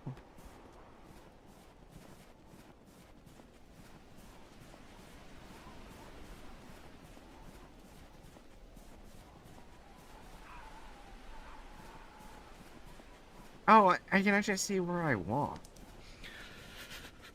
That's cool. I'll warm myself a bit. And I guess I'll have to go down that way.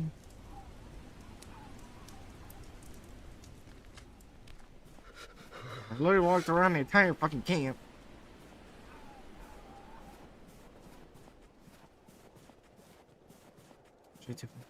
What the fuck am I supposed to look for? I literally walked around the entire camp.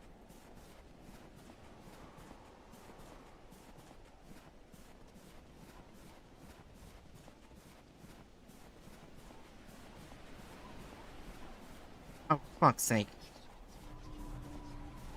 Abandoned camp looks old.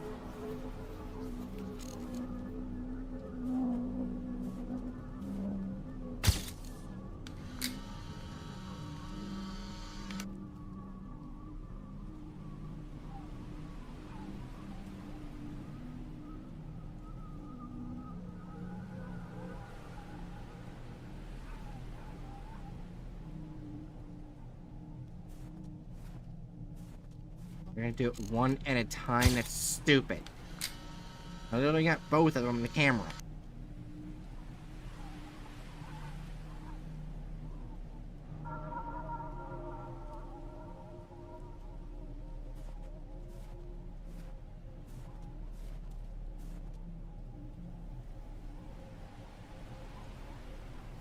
That is just fucking stupid.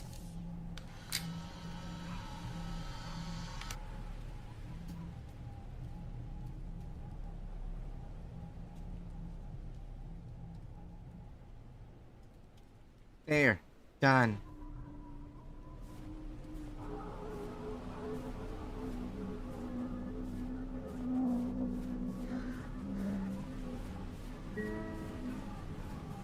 A frozen campfire. Why am I taking a photo of a fucking campfire?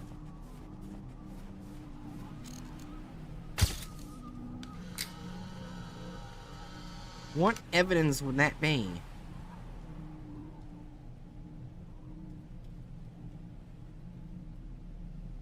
Oh look, it's a bunch of frozen fucking wood.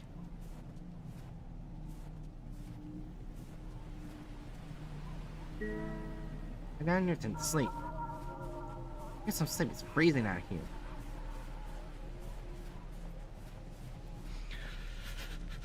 First warm up first.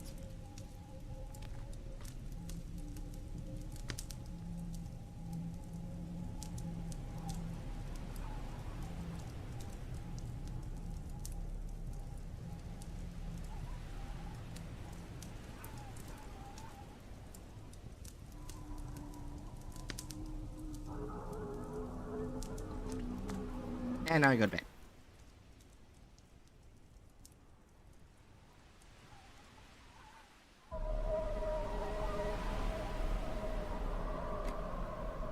(1:55 a.m.)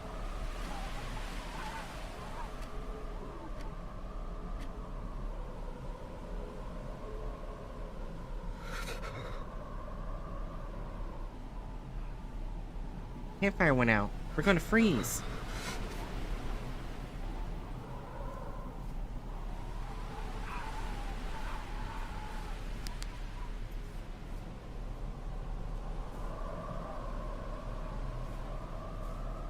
Can I not use my light?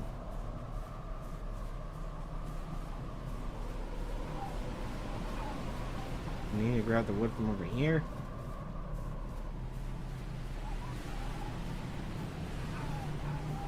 Oh.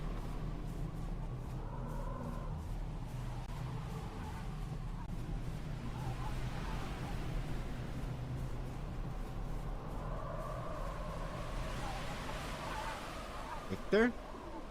Oh, I had to find it. Victor's missing.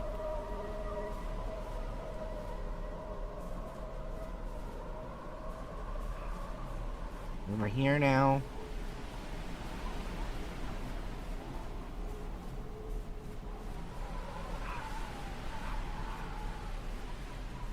Nope.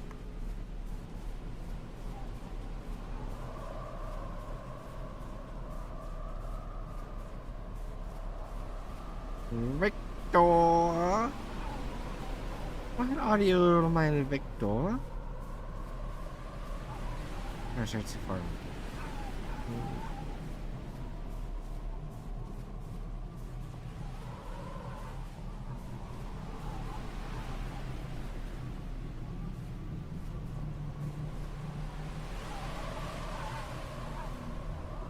Yeah, honestly, I don't know what the fuck I'm supposed to do.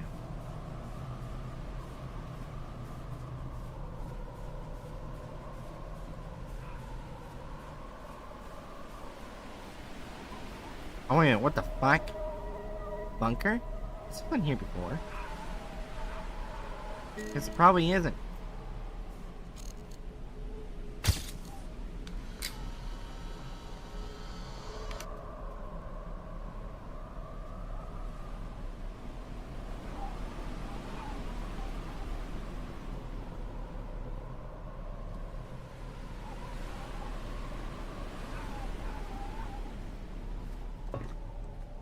Find Victor.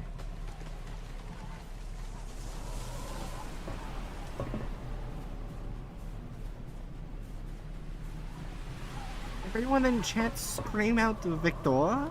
Because we need to find Victor.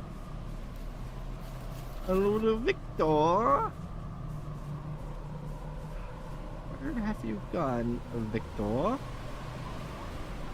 Look, get back here. I have found Victor. Okay. Victor?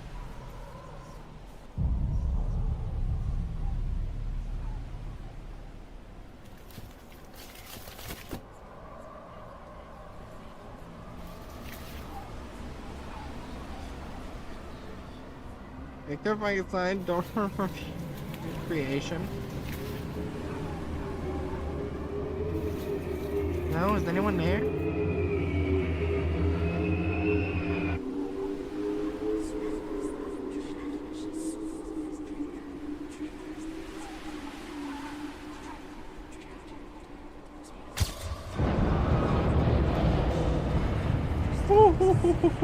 No, fuck that, fuck that, fuck that, fuck that. I didn't know I actually had to run from something.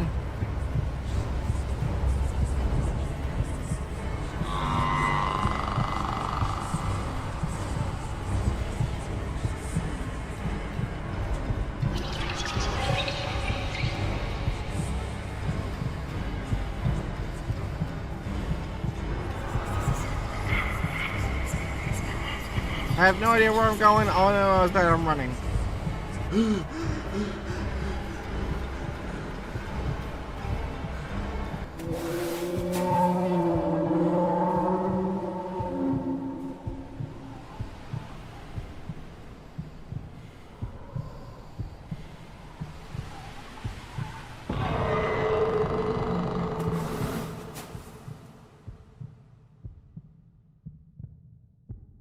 I no longer know what's real, or if I even did.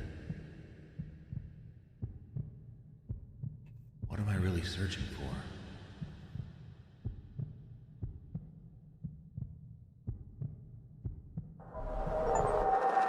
End or just Is this beginning? my end? Or merely the beginning?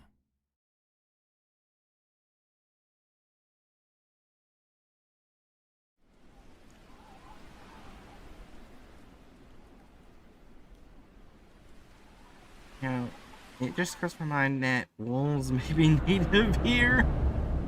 Oh.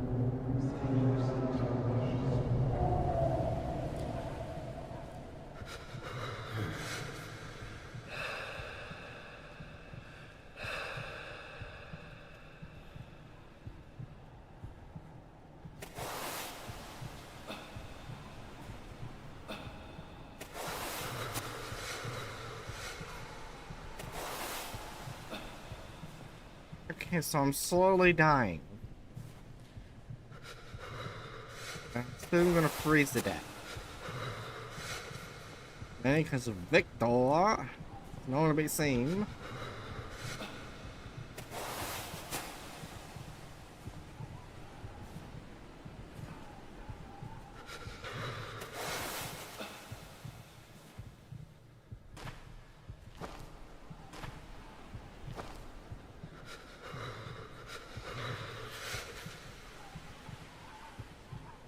Yeah, I'm only gonna die.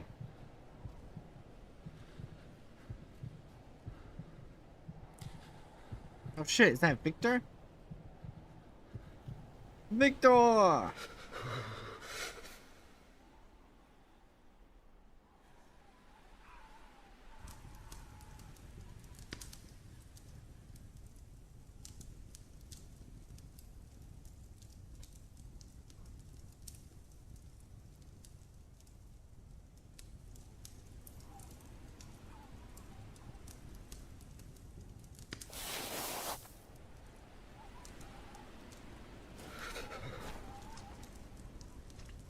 I'll warm myself fully up first. Oh no. He definitely doesn't sleep. I don't think he ever has last night. When I went to get water, I saw him talking to someone. But we were alone. He was whispering in a language I don't recognize. When he saw me, he just smiled. Smiled it doesn't belong to this world. Lila.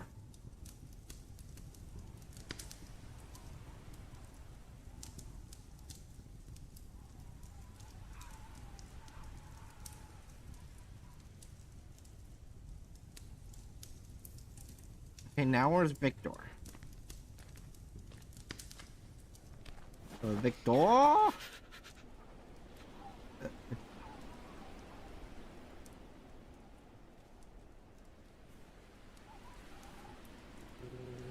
Are you okay? Damn. You fell from all the way up there. Where were you? Something was chasing me. Something's wrong here. I needed a moment alone. Nature was calling. If you know what I mean. When I came back, the fire was out and you were gone. Where? Something was behind me. I told you, Mr. Linsky. These mountainside secrets. Perhaps we'll never know what really happened to those mountaineers. We better leave. I don't want to be responsible for your death. Can't leave yet. Oh, you stupid ass motherfucker. I want to keep going. I want to reach the last campsite of the Mountaineers. I want to find out what made them try to go back. The world needs more people like you. Brave and determined. And apparently stupid. So, are you going to keep guiding me?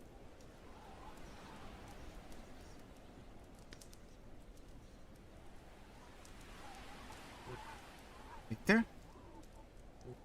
Are you okay? Grab your backpack. We're not far from the last campsite of the Mountaineers. The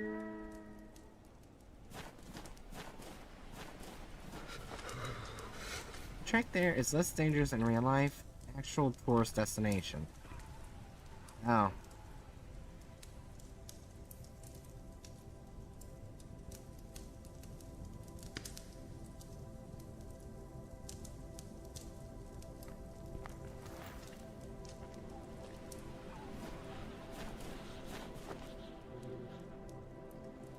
Are you ready to continue? Yeah. I think the one thing, I mean, that's kind of interesting. I'm not going to go there, obviously. I don't want to risk anything. And plus, I don't want to go to Russia. Not one of the places I ain't planning to go. Nothing wrong with Russia. It's just that it's not a place I want to go. But, one thing that I know is a tourist location that I just don't understand is Ed Gein's house. Yes, you can go there. I should have died out there, but something kept me alive. Maybe it wasn't mercy. Maybe it still needs me. The cold was never the real threat. Something deeper is waiting for me at the top.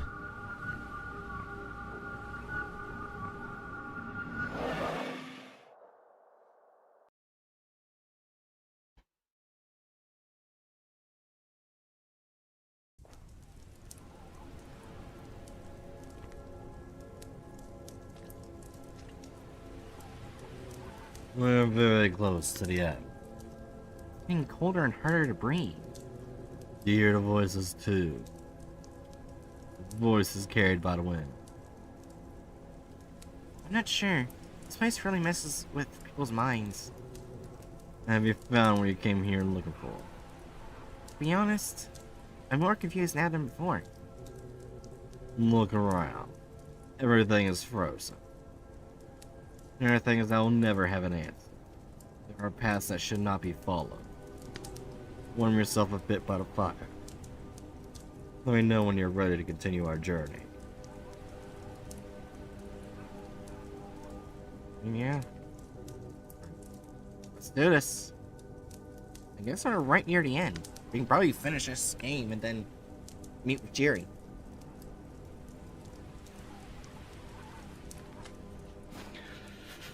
I didn't realize we would actually get to the end.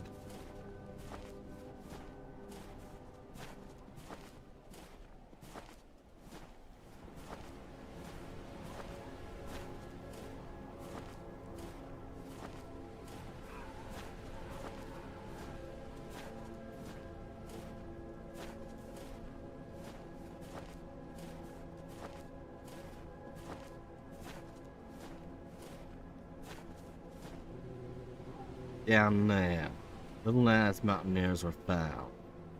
Snow covered the bodies, making rescue very difficult. Broken ribs, skull fractures. It was as if they had fought with a bear. Are there bears in this region? No. There is nothing here. No animal walks between these mountains. Let's go. We're almost there. Take my share of the spot and then we can go.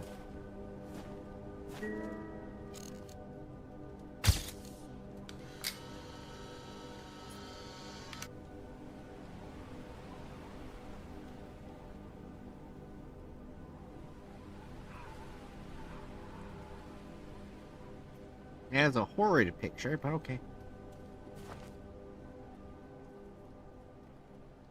Alright, let's go.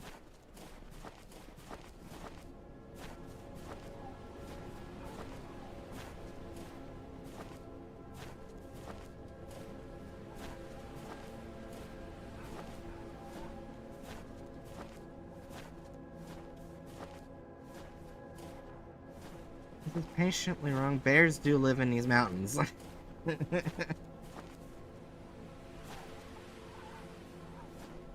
Specifically, the Eurasian brown bear.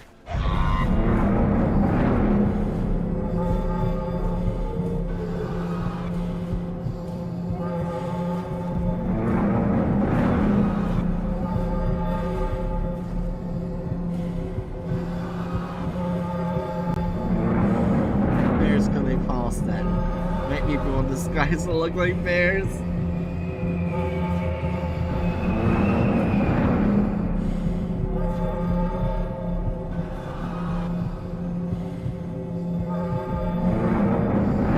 Oh, hello there.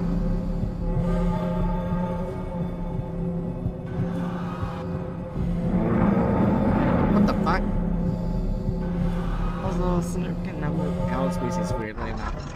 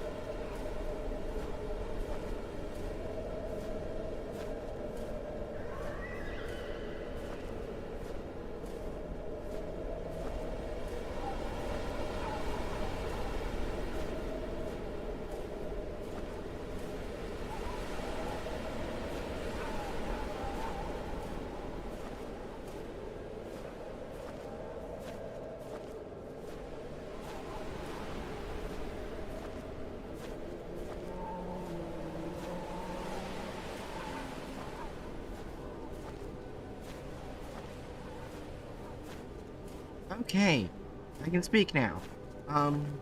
Just out of curiosity, do insects live in Russia? Because I know, like, insects aren't good with cold.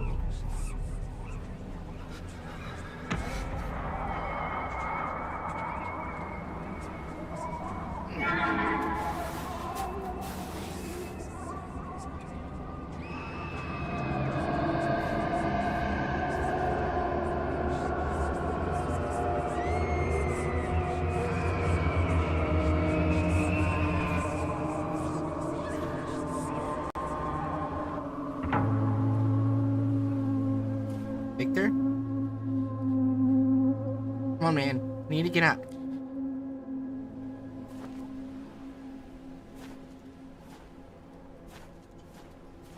Well, Victor's dead.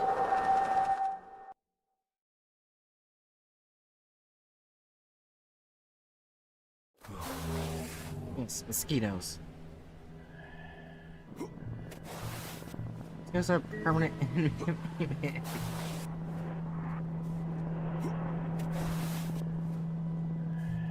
How the fuck do mosquitoes survive such harsh temperatures?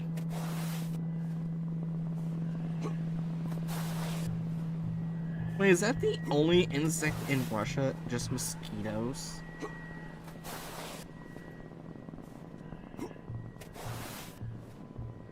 If that is true, that's kind of fucked up, but funny.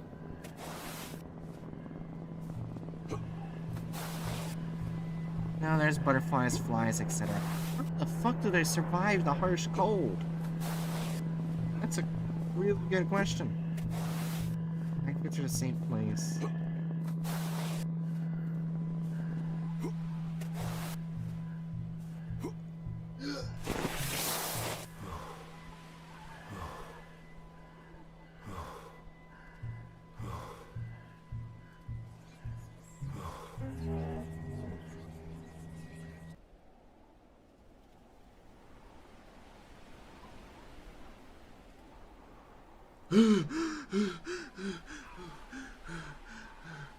Victor, where are you?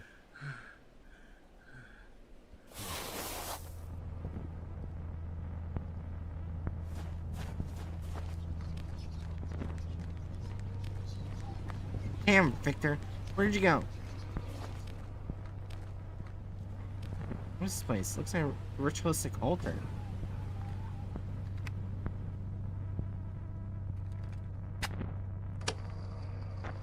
There is no more time.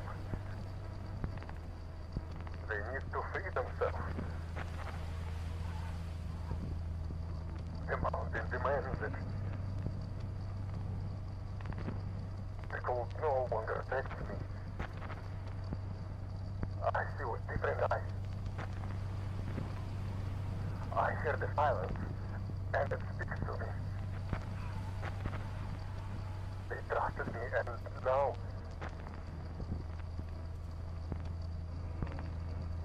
I must do what must be done.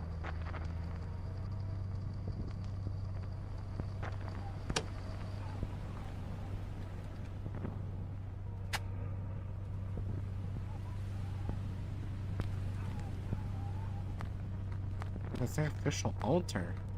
I can't leave.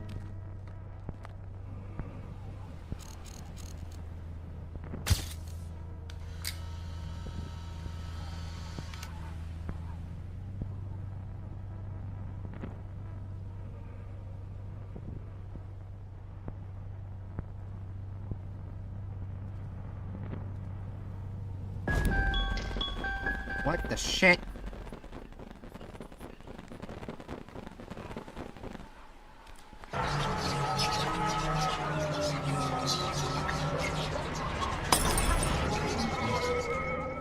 Oh, I'm dead.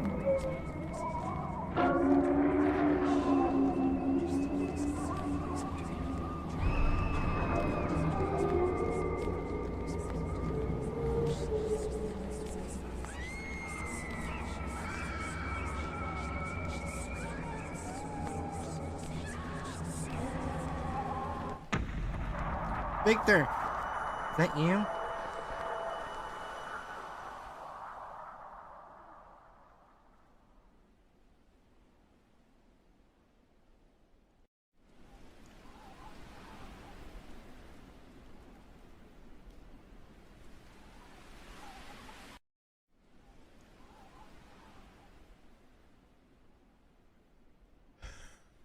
Where's Where is Victor? Victor? Oh. What did I see up there? Was it real? Why am I still here? Why didn't it take me too?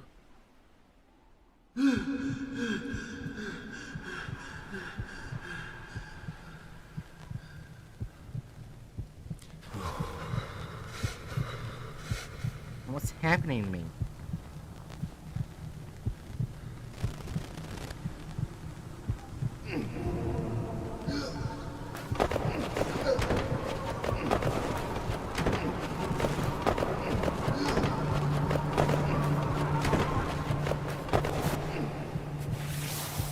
Victor. Victor! Help me, Victor! I don't know if Victor's gone.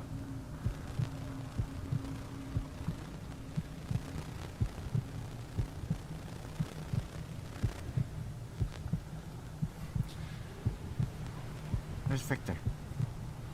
Victor!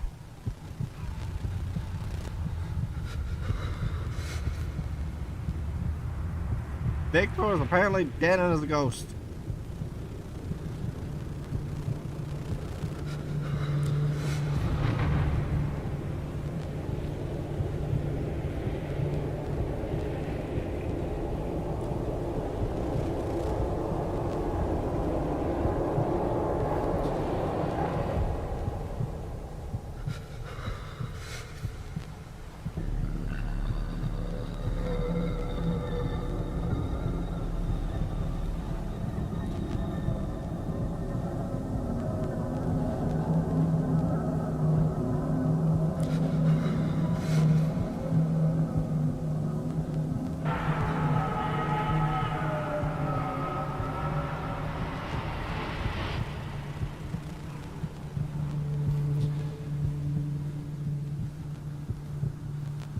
Fire. Getting warm up. Oh, you bitch. Facing a fake fucking fire.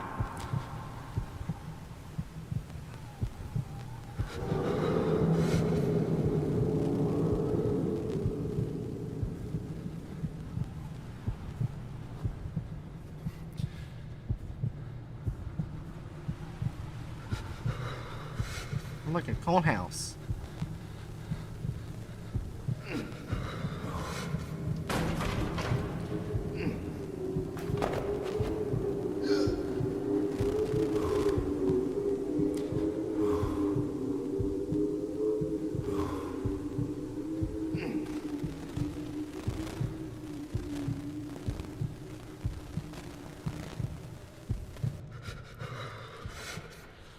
Crazy, you stay close to the fire.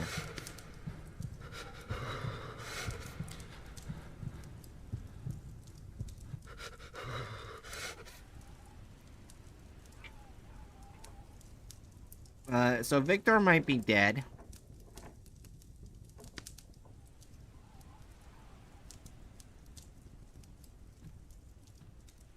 I can't look at those.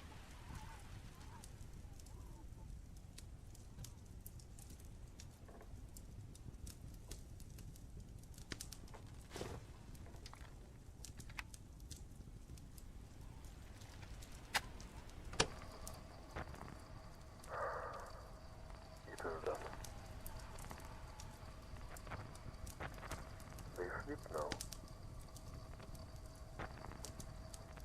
All of them.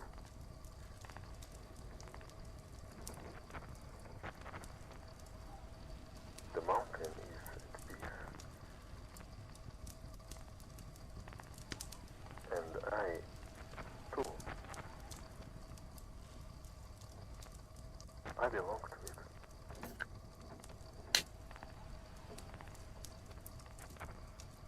They are free.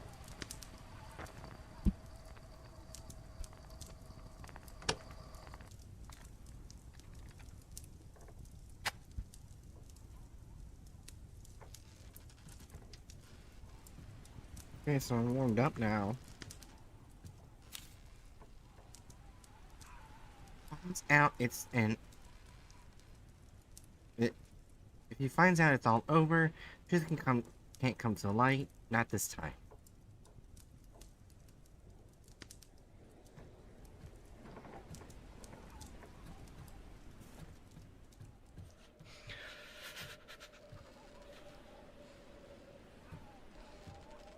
Can't go outside, so what the hell am I supposed to be doing in here? I'm fully warmed up. Now what? Oh.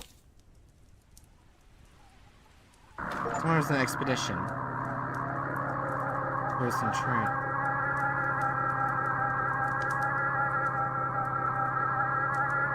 Victor? What happened?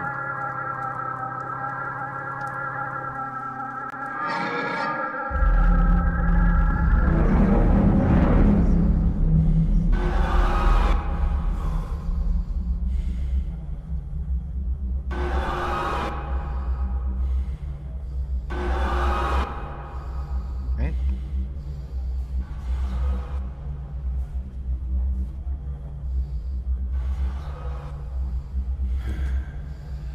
Oh, I've gone mentally insane.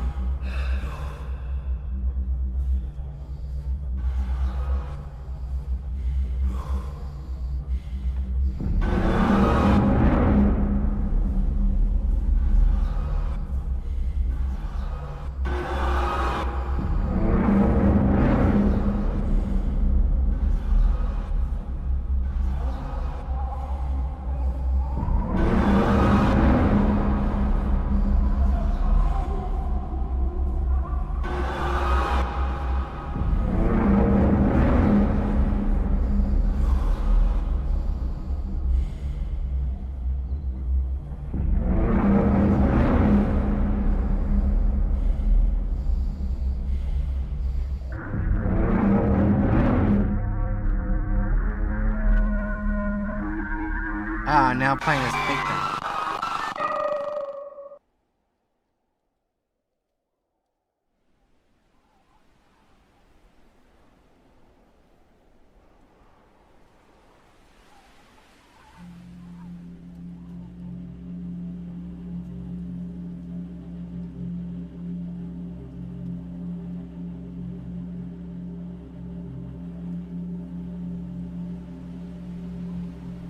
Assuming that's the end.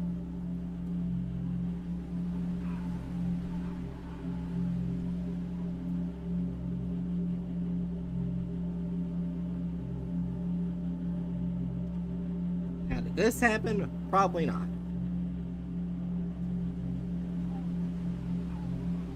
Wait, what?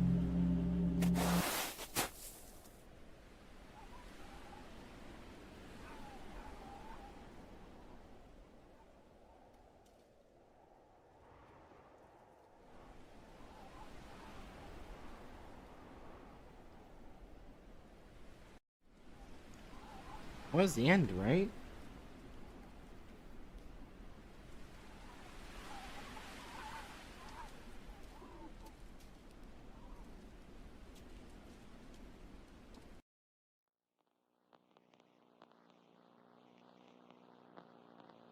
I thought I could find the truth.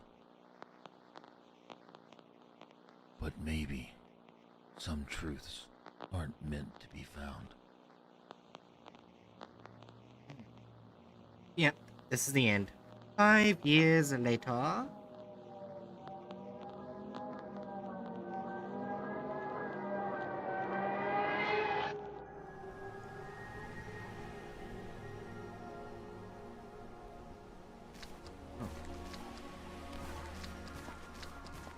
did she come in this abandoned village, my friend?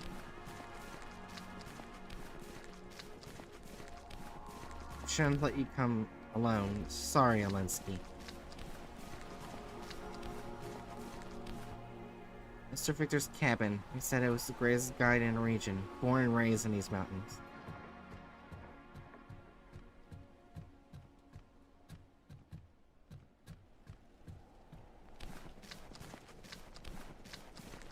Now I'm confused.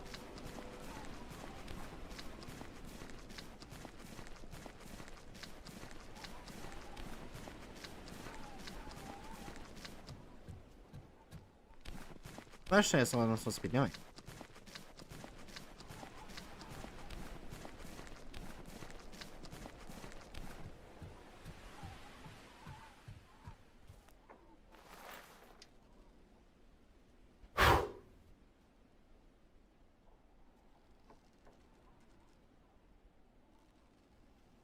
In honor of the Night Mountaineers who dedicated their lives to fulfilling a dream.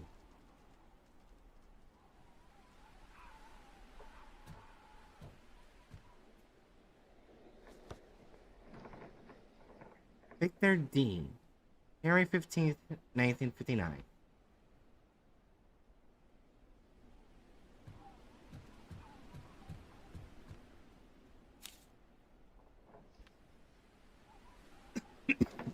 That which lives in the mountains is not human nor spirit.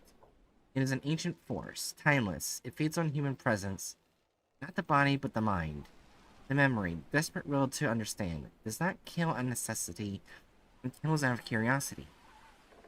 As if we were just whispers for something that never wished to be understood. The source times, reason, reality. It is the mountain itself, or the mountain keeps hidden, a conscious void. Where the laws of life and death no longer make sense. There, the cold does not kill. It transforms. I will guide them. I will lead them to their fate. Victor D.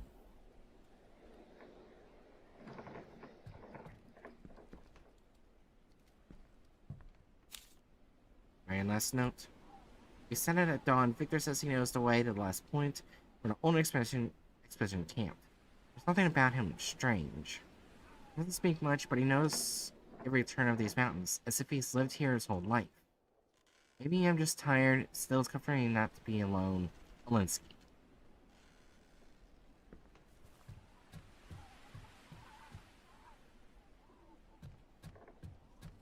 All the notes, right? Oh.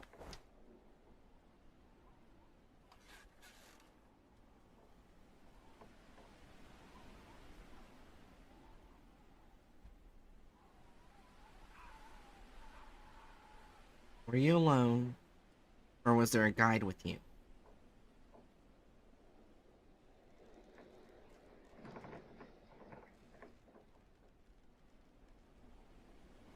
Victor? Victor? Oh. This is impossible.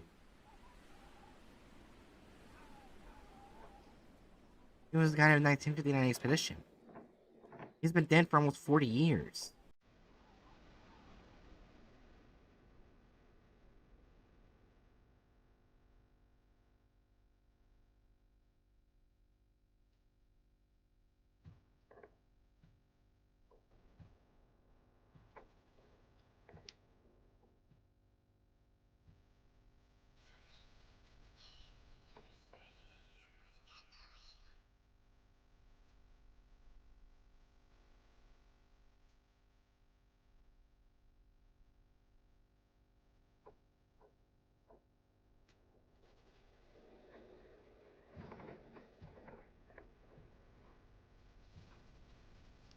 And up we go, apparently.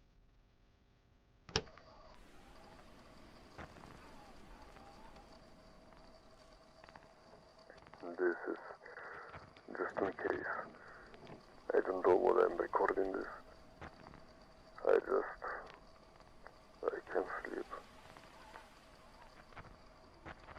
Tomorrow we leave, and I'm their guide. But something doesn't feel right. I've walked this road before. I know these trails. I know the weather. But this time, it's different. The cold feels heavy, not just freezing, it feels watching. There's something out there. I've heard things, stories from the elders, about the mountain not wanting to be climbed. They laugh at it. Superstition, they say. Maybe it is. But there's a silence on those peaks that doesn't sleep.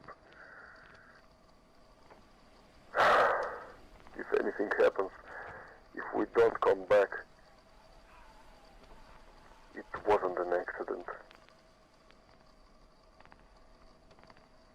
Some places are just meant to be left alone.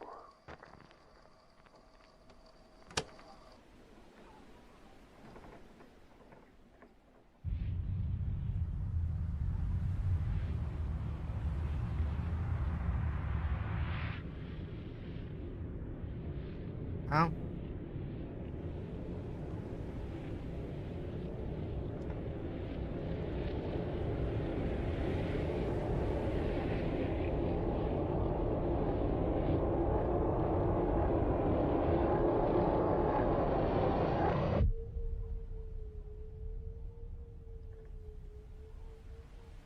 And that's it. The last tales beyond the tomb.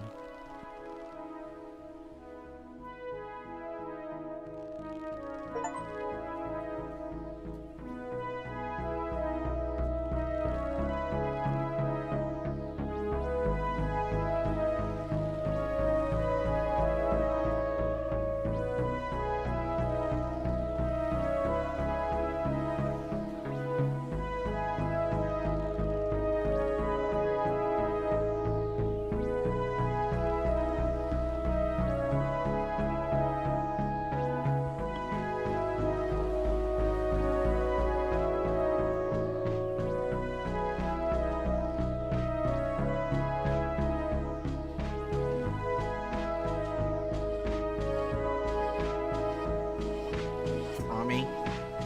And now we just wait till the credits end so we can end the game and start Analog Horror.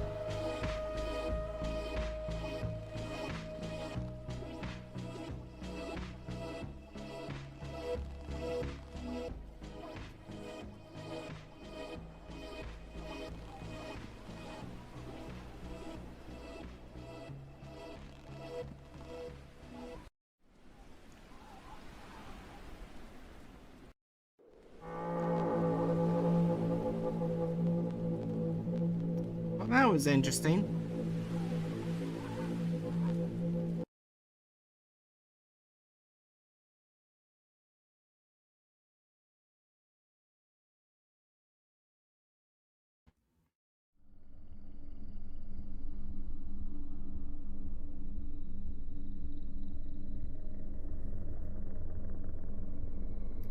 Hello.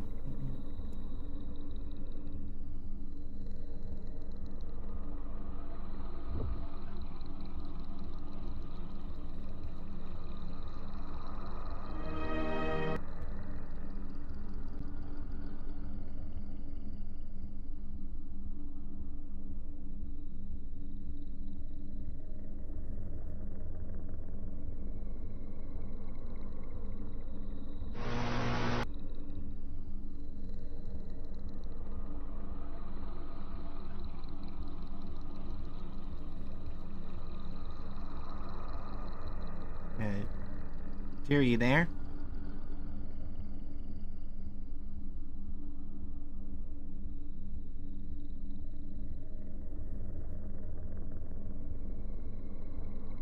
Hey, Jerry?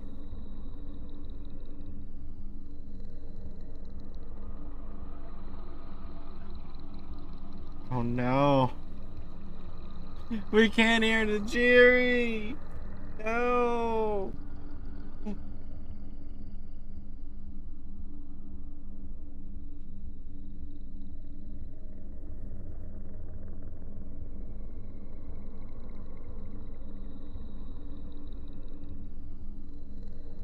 Jerry?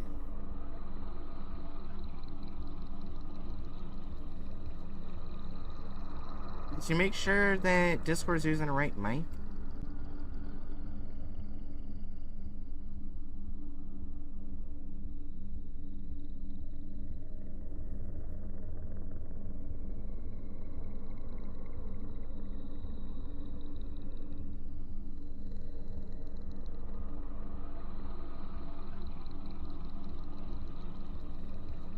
I have one microphone.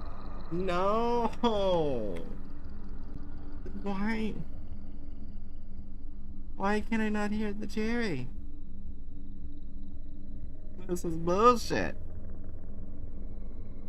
Oh, I need to fix that microphone issue. I want to go grab something for the screen.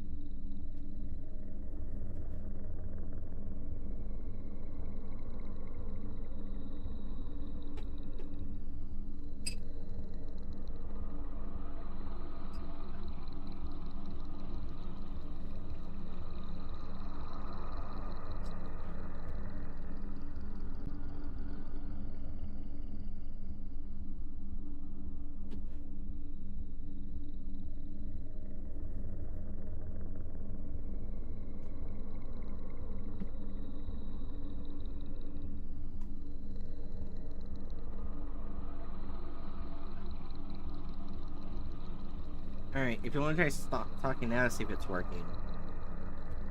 Back.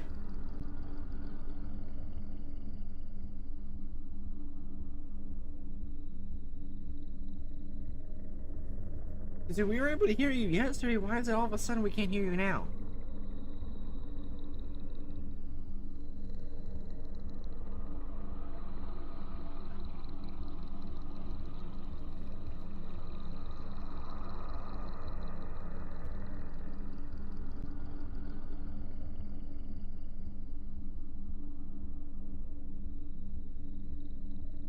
Yeah.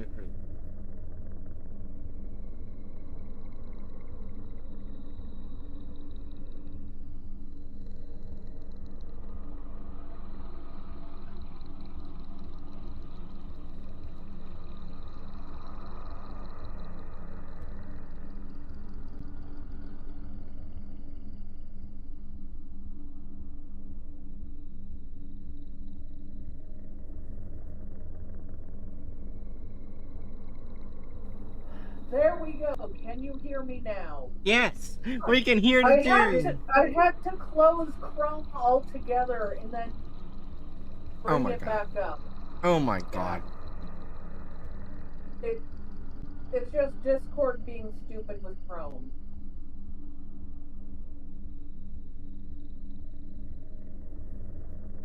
And just so you know, before finding that out, I got so paranoid that I unplugged and replugged my microphone. Oh my God.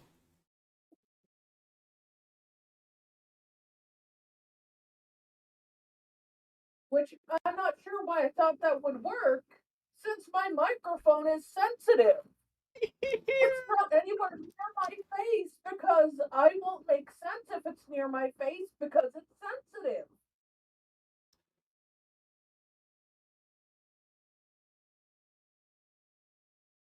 Yeah. Be ready?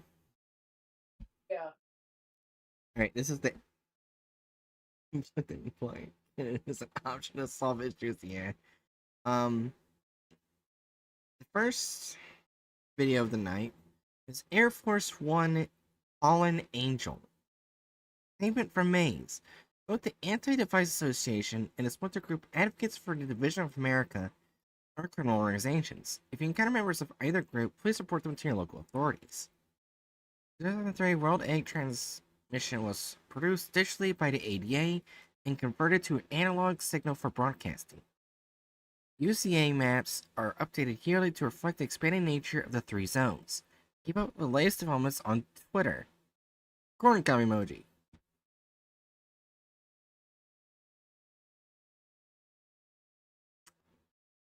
Alright. We ready for the first of the analog horrors?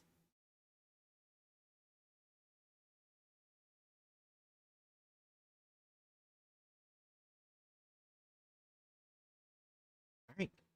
3, 2, 1.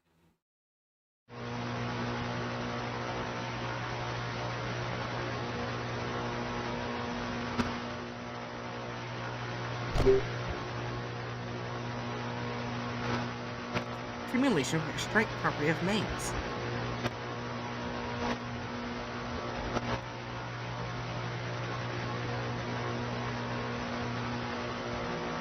August 2003, after making various stops across the United States, Air Force One flew into the restricted airspace of Washington, D.C. After extensive evaluation, the United States Air Force took action.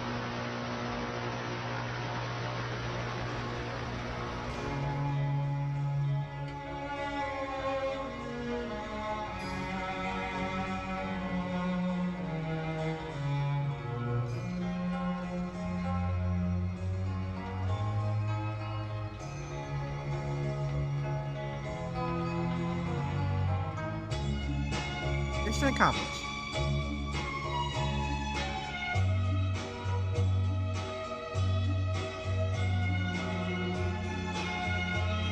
United States of America, legally known as the United States of America.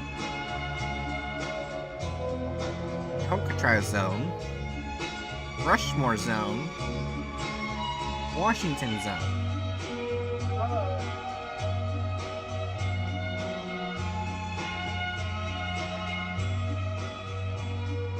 3-zone capitalists. We don't talk about Maine. Yeah.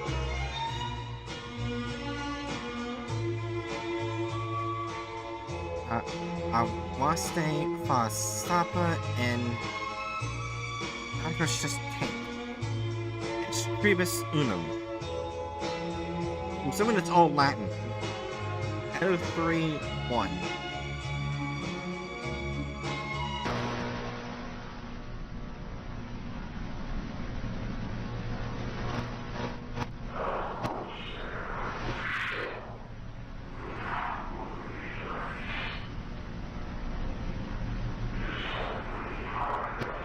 Ongoing America is held, the truth's ruler beneath our feet. It's time for an underground god to leave. He does not belong here. The world egg cannot hatch without force. We must fracture the zones ourselves. We must split the earth open. Once it leaves, there will be peace. An estate for each and every person. No more zones. For the cracks will be the true borders. Thousand states of America are 1,000 states of peace. We're no longer the Anti-Device Association. We are the advocates of the division of America. Will we divide the land? With our fallen angel, of course. Who would have thought that he would land on the tomb of the unknown soldier? We found him before anyone else. Burnt and broken from the blast. After we fix him, he'll be a walking atom bomb. He will evict the horned serpent, the same way he evicted the traitor, President Rockefeller, from reality.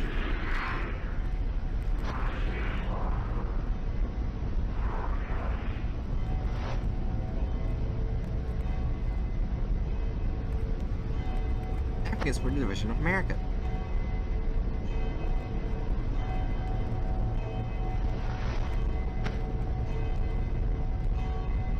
Yep, so back in the sound right away, we're hatching the snake god from the world egg, yeah. The unification of 1980 was short-lived, and state borders were restored by the end of the decade. However, due to the extensive unification of 2003, state borders are not expected to be restored within this century. The ADA refuses to recognize 3 zones in our capitals.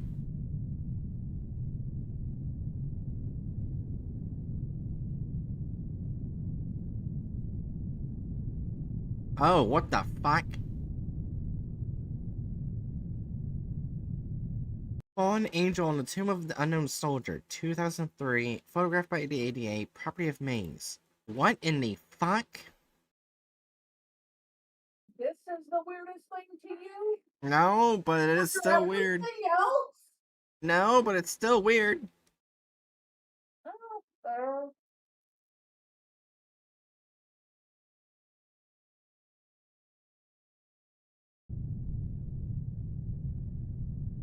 I still think the bug crab's weirder.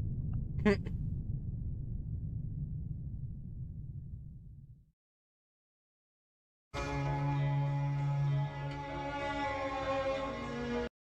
that's Air Force One Fallen Angel.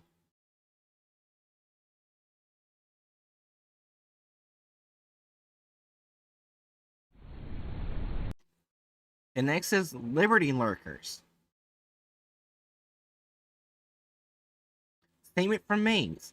Archaic exponents and other minor deviations in the French transcriptions can be attributed to American publicists, often Liberty liars, at the turn of the 20th century. These deviations have been preserved to maintain the transcription's historical integrity. While American publicists rarely capitalize Etas Unis, United States, in the transcriptions of Liberty and Lurker interviews, British writers often left the century in lowercase to subtly hint at their own anti-American sentiments. Salnaut's designation derived from the Greek words of for underworld and sailor, asks a question to a real Salnaut on Twitter. Corn cow emoji. Yeah, plural. Yeah, more than one. We ready? Mhm. In 3, 2, 1.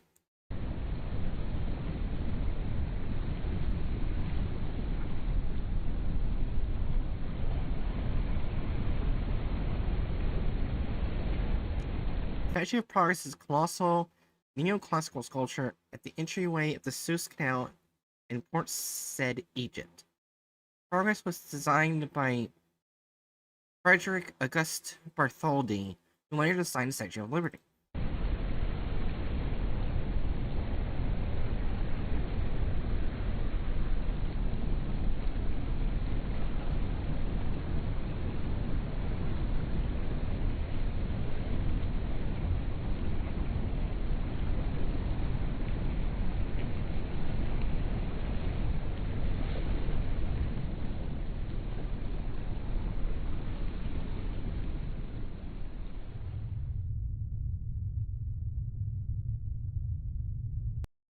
Following is an excerpt from an interview with the developer of the Suez Canal.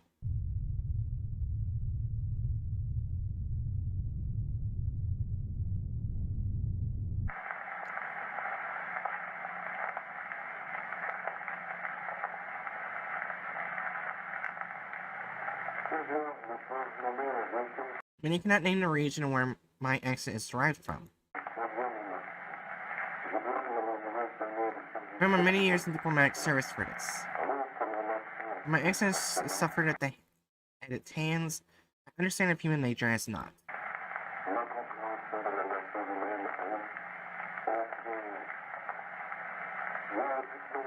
Diplomacy, not psychology, is a true study of the mind.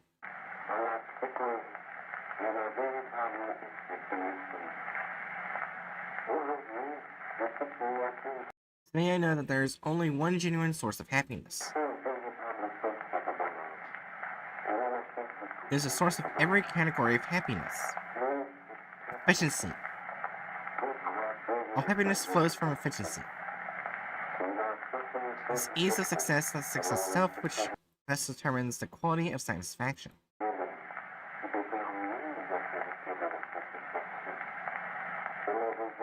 It's my desire for efficiency which drove me to establish the Suez Canal Company.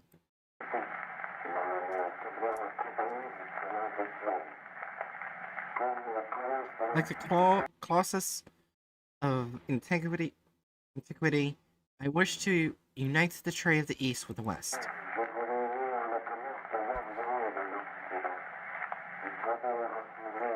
I wish to pull them together in the fraction of the time that it had taken for them to engage in the past.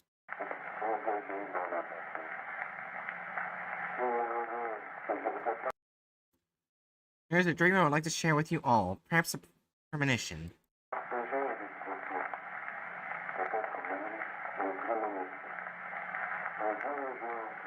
Urban distant feature stands on the entrance of Suez Canal and watches the ship drift past with rapture.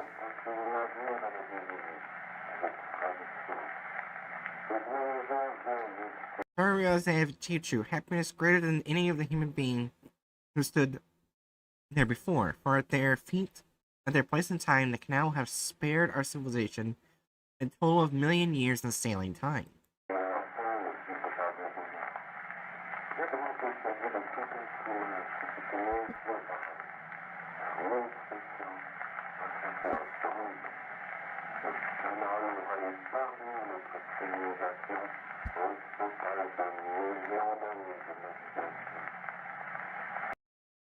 Of course, it would not be there to share their realization, and Trevor will only know us as characters in the midst of their time.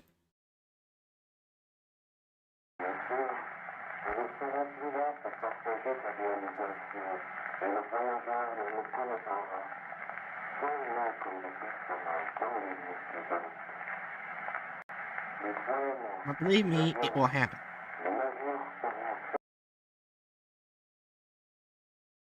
This will be in service for hundreds of years longer, and sailors will spend less time reaching their destinations and more time in their destinations.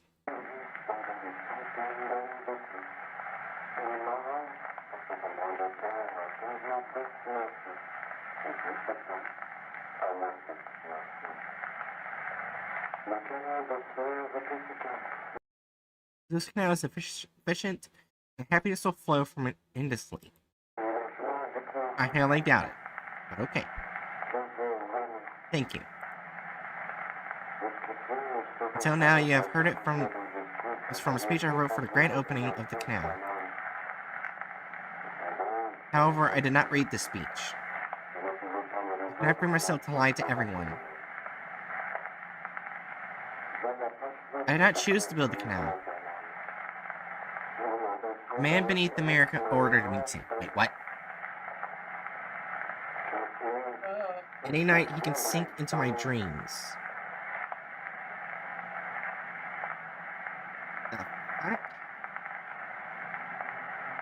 The man under the stage.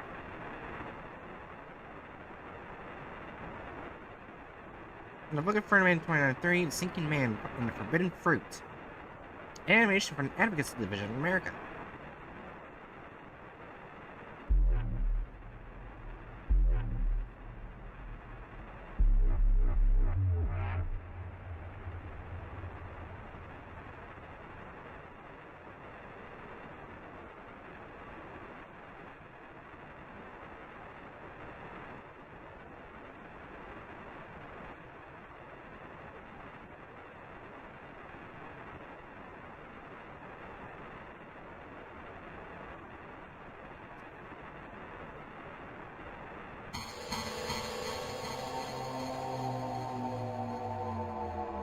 Oh.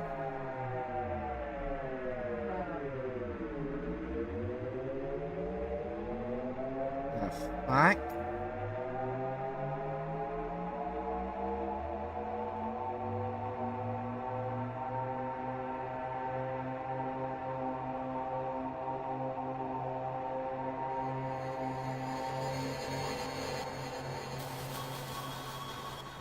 Oh, it's like those trees from Dimension. Oh. Oh, well, that's concerning.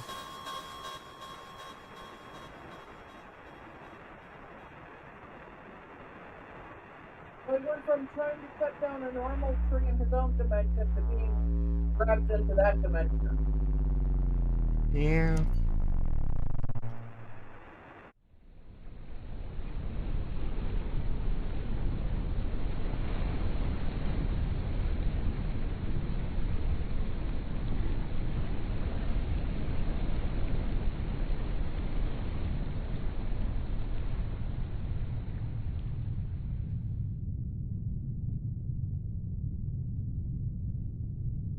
For years, it was believed that all surviving audio recordings of the infamous 1989 Liberty Lurker interview with Frederick Augustus Bartholdi were fakes produced by American publicists.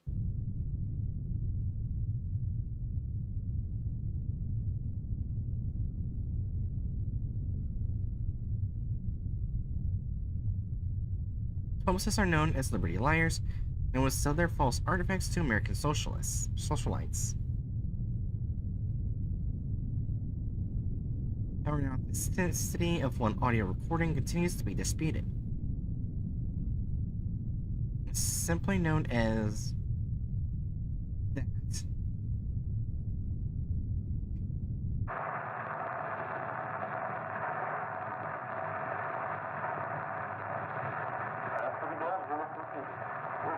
To a province, I confess, it is a heavy burden that I cannot share with the world, but I cannot keep carrying it on my shoulders all alone.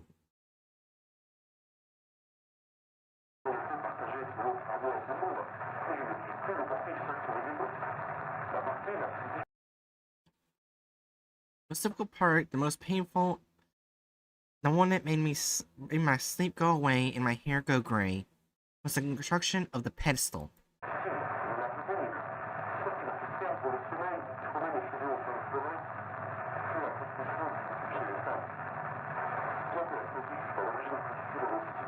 When this actually was intended to be a gift, the U.S. ambassador regularly encouraged us to follow President Grant's request.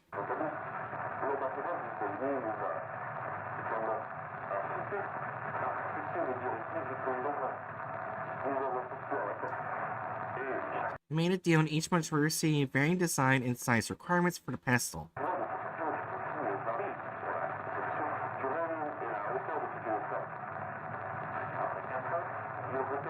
After 4 years, requests to change the size of the structure ceased.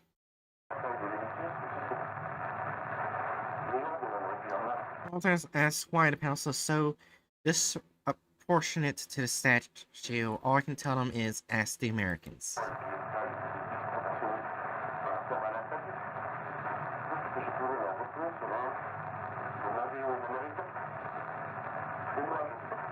I know why the pedestal is so massive, so tall.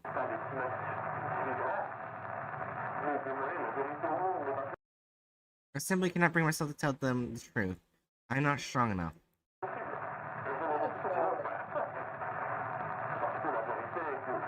Truth being that I designed an abattoir. Just for him. Grant told me that he used to be normal like us. He told him that the horned serpent were, Domineers, devourer of villages. It was the name given to George Washington by the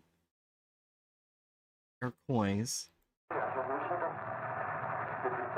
This was no coincidence. The damn founding father locked up in my foundation.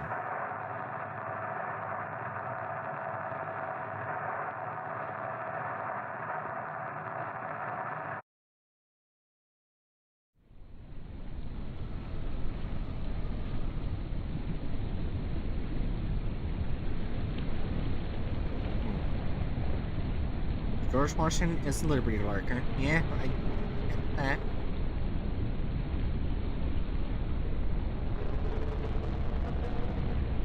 The very hairy thing I'm looking at.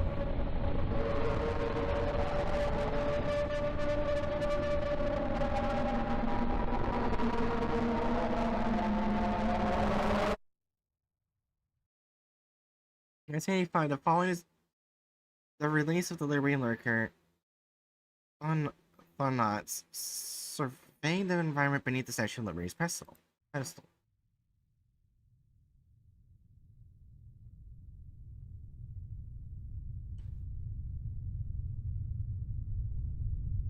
According to found video inside the horned serpent's metastructure, quickly known as the Wonderland.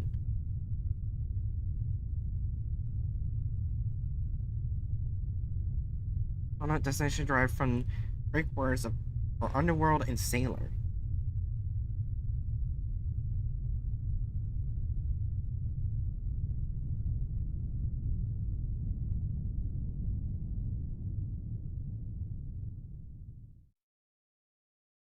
Warning, the following clip may disturb viewers who are sensitive to loud noises.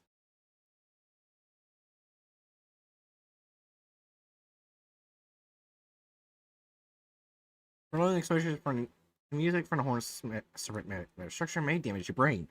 Oh yay, Jerry, we're fucked. It's not gonna damage our brain. Oh.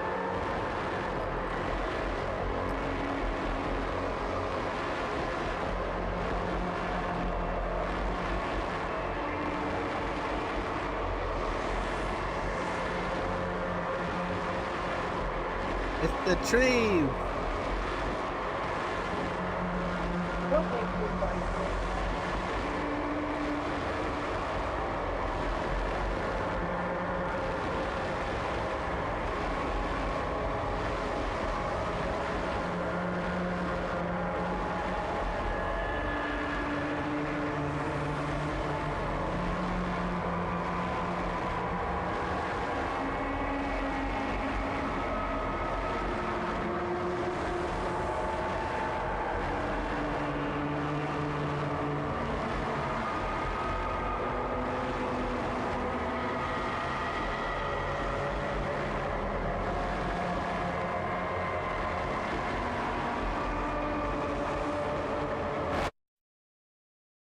And it just abruptly ends. And that's it.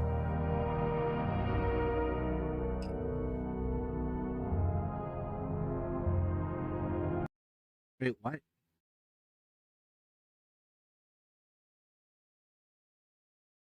TYRNUZ. What does that mean? that a code?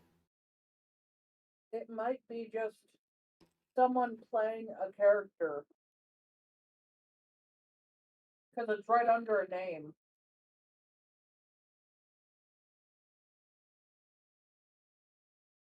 Yeah, see?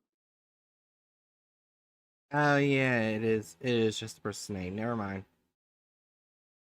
I thought it was clever, just like cool No. code. No, okay. Going for a random person's quick summary. George Washington is a secret snake god under the United States who is being fed immigrants that must be hatched from his world egg to bring about a new age.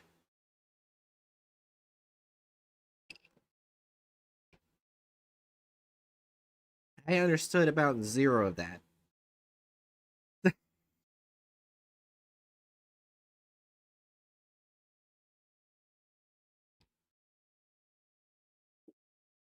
Remember there could be monsters in national monuments? Yeah. Yeah, that means the Statue of Liberty is being used to feed him, right? Yeah.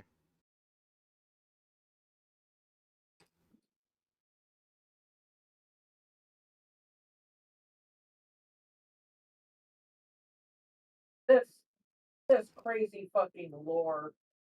Yeah.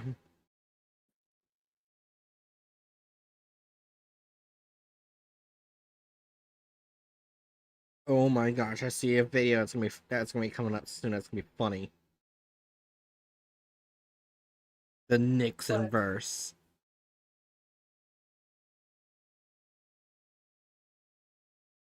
I don't know how funny that would be. I don't hate or like Nixon because he did bad shit, but he is also the reason my mom is able to read.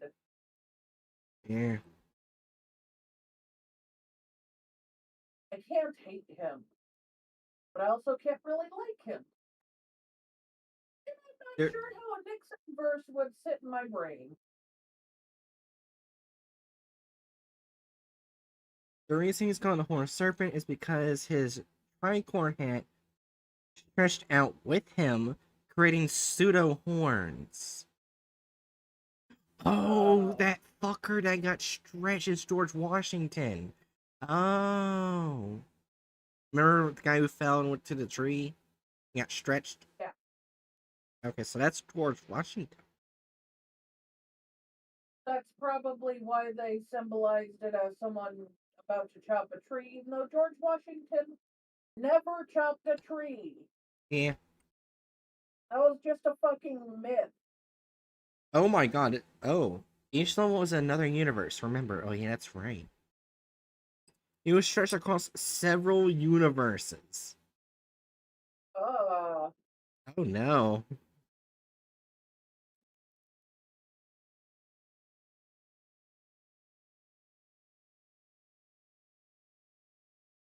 Oh yeah, I'm not sure if you and Random saw the video I sent you, but Midwest Angelica posted a new video.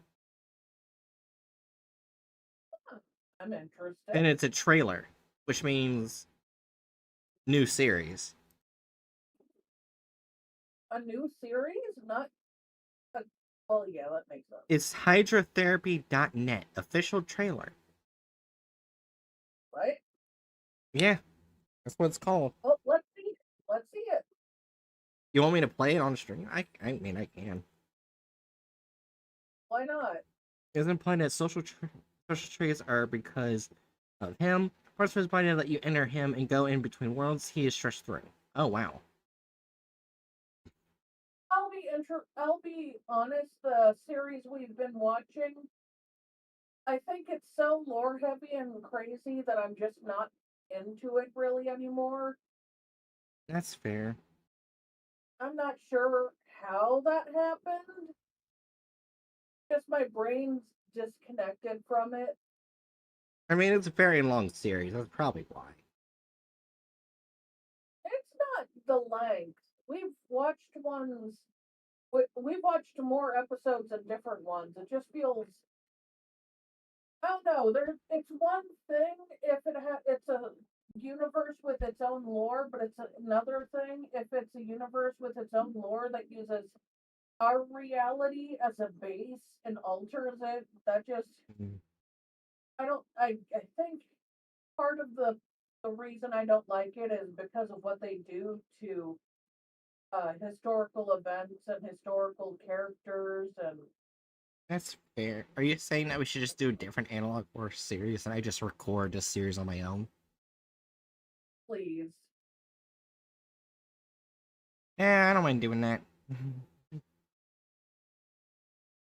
find this insanity funny rather than scary. That's fair. Alright. Well, in that case,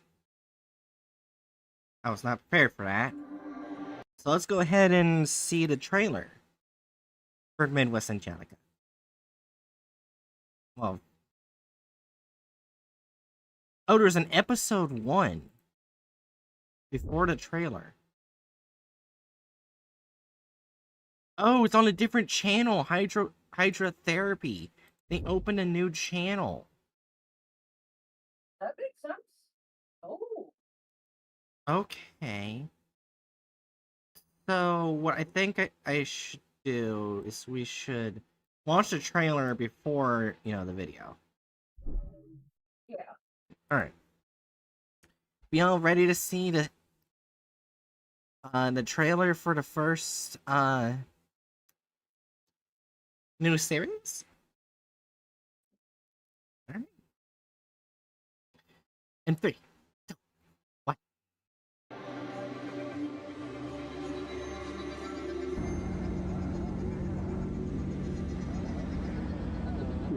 High-speed internet, unlike anything you've ever seen before. Could you keep up? So, web to run light. Experience high-speed internet, unlike anything you've ever seen before. Than light. Experience high-speed internet, unlike anything you've ever seen before. Like anything you've ever seen before. Keep up, faster than light. Web solutions you keep up. So, web solutions.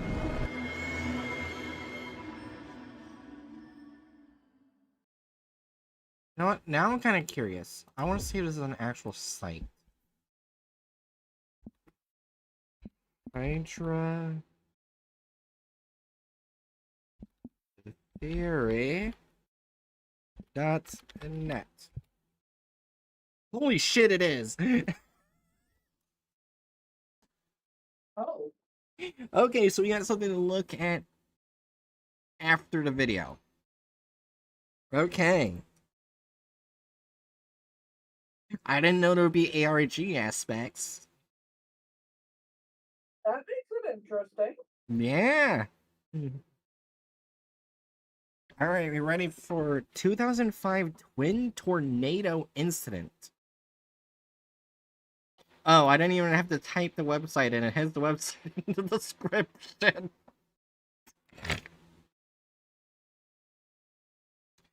Oh.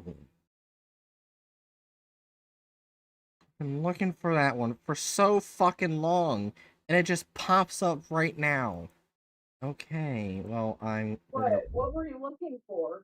we're gonna do something a bit I think, Shelter 54. I've been looking for so fucking long, and I couldn't fucking find it. Yeah. Anyways, we'll watch that, and then, I'm not sure Shelter 54 is a series. If it does, we'll watch it. And then we'll do Man in a Suit because of everything that happened. And I feel we should show love their way to that curator. Because people are bitches. What happened? The guy almost offed himself because people were being harsh to him on the internet for doing a Godzilla analog horror. That's it. Because they did an analog horror about Godzilla. That's stupid. Yeah. I don't care. Do it. Keep going with it. And it looks like they are going to keep going with it. I'm sorry. Godzilla is not a sacred goat. You can touch it. Nah. Alright. So we got some things to do first. So first video. 2005 Twin Tornado Incident. And it says right here, May 6, 2005, 5:33 p.m.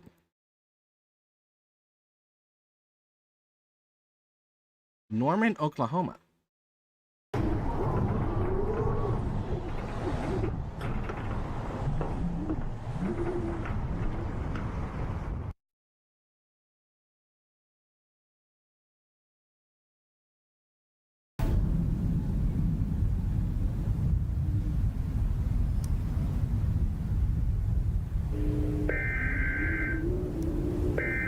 Oh, that sounds familiar.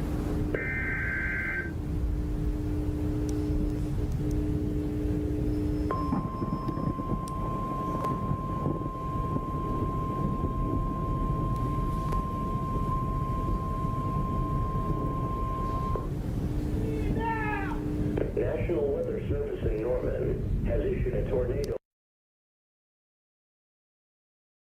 Western Oklahoma County in central Oklahoma, southeastern Canadian County in central Oklahoma, until 7.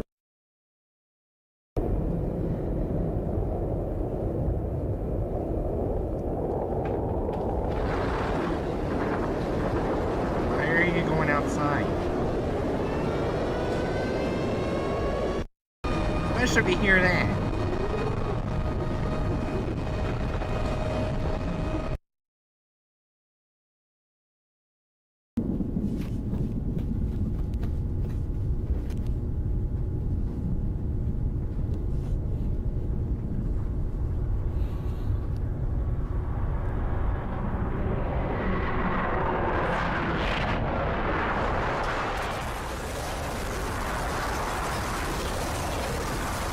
Look outside.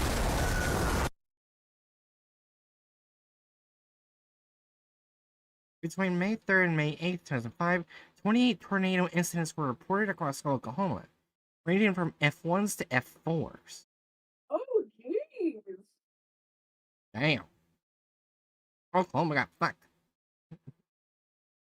In total, there are over 70 lives lost and injuries numbering in the hundreds.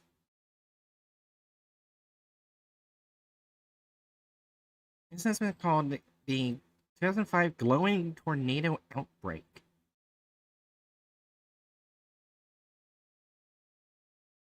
'05 Hunter Graves. WW. Oh, yeah.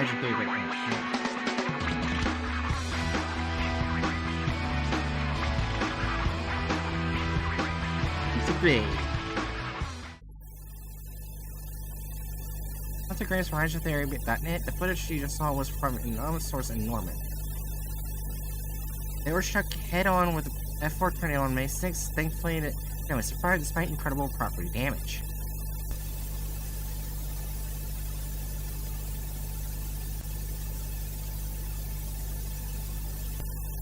The tornado was the worst of about 20 tornadoes that struck Oklahoma between May 3rd and May 6th.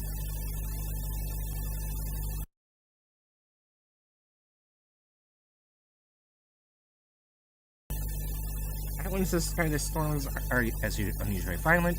Some reports seeing green glowing lights inside the tornadoes. Footage sent to me from Norman's storm. Green glow can be clearly seen in the footage.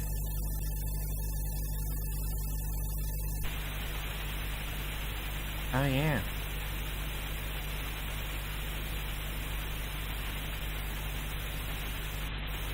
Binary? Spraying of the storm sounds combined with unusual glowing lights make me think something very weird is happening. Yeah, because I saw zeros. Tornadoes don't typically have binary in it. Yeah. Using some basic weather software at my university lab, I managed to create a rough simulation of the conditions during the outbreak.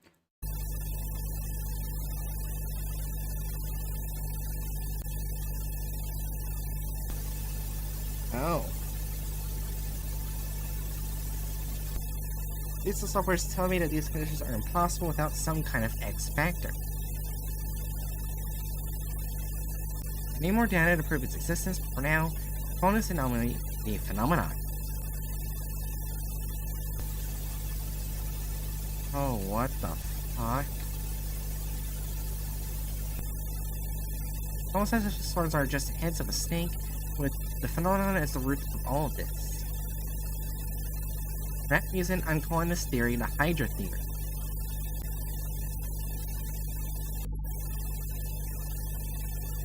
If we can't uncover what's behind this soon, I fear things are going to get a whole lot worse. This is analog horror, it's going to get a whole lot worse. Find Sterling or Oklahoma twin tornado incident.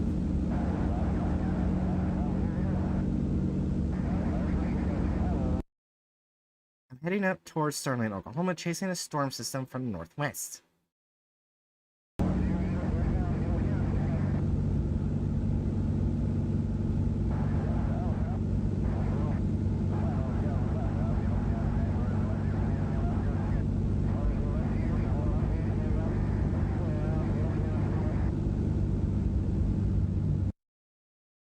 Cameras up to capture a video of the storm system. This data will help me get a better idea of what's going on. Parked on 2nd Avenue here to get a look at the conditions.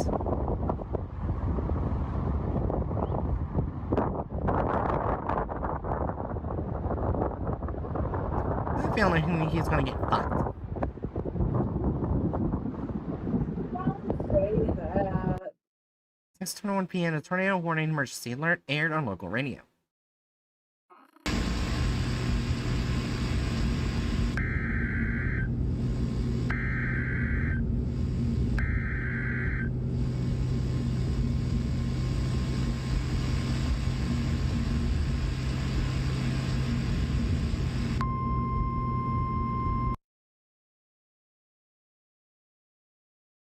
And around 6:30 p.m., reports of hail, supercell formation, and rotation spotted. Oh, shit. What in the fuck? It's not a normal tornado. Yeah, most tornadoes aren't blue and yellow. Start moving up northeast 19th Street, looking for a funnel formation, moving south over North Street.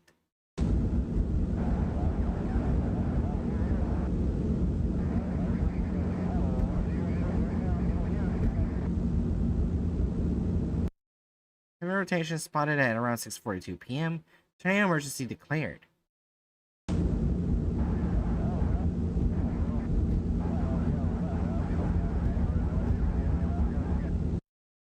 Second rotation hidden behind rain wall.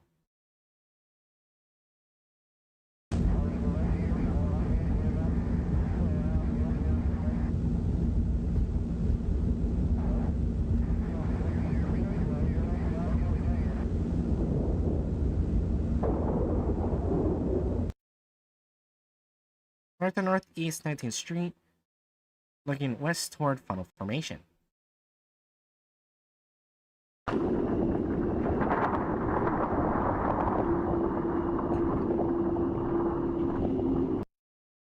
As of 1 p.m. tornado touchdown, honey photogenic tornado, not rain wrack.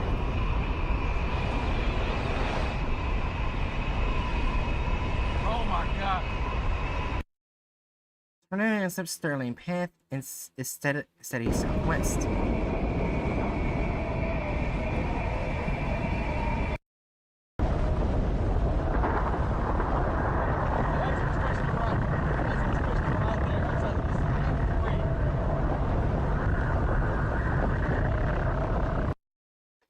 At the next moment, the second funnel touches down right behind me. We gotta go right now.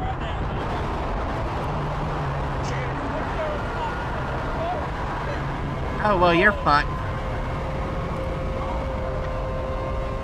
I would say run, but I know how. I think tornadoes are not craft than humans. They're nasty.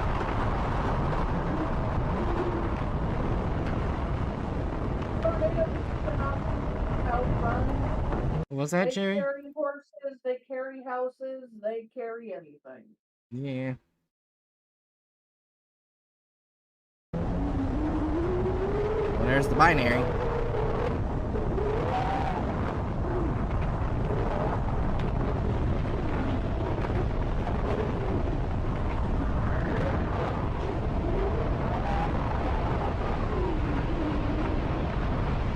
What?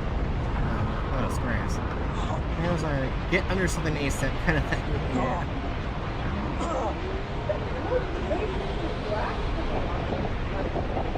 What was that, Jerry? It looks basically black to me on my screen. Well, I can see some grass.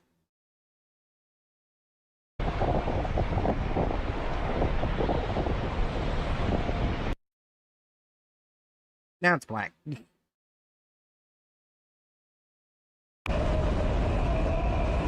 Oh, sweet Jesus. That is not a normal tornado.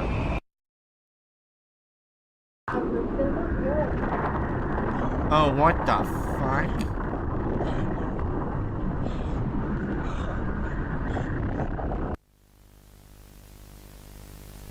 Do tornadoes have eyes? No, most don't. These do. Well, I was about to say that one's special.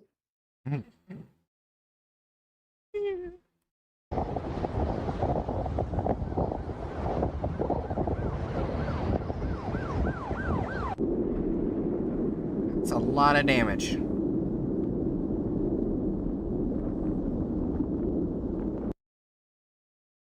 May 8th twin tornado incident left 30 people with major injuries and 76 people with minor injuries. Oh, so it didn't kill anyone.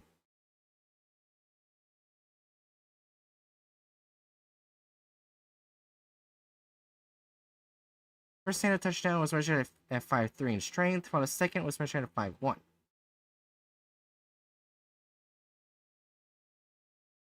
Not 5.1, F1. Why did I say 5.1? F1. Cause of green lights observed with the tornado funnels remains unknown. Fixed with the power of flex state, no. 2005 Hunter's Graves. And that's it. Now, we have hydrotherapy.net. Okay. Welcome to hydrotherapy.net.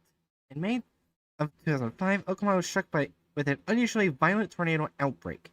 Eyewitnesses reported seeing glowing lights within the funnels of these tornadoes, sparking out online discussion. Hunter Graves, a meteorology student from University of Oklahoma, analyzed the storm systems and came to the conclusion that an underlying force had influenced the outbreak in some way. This underlying anomaly would be called the phenomenon.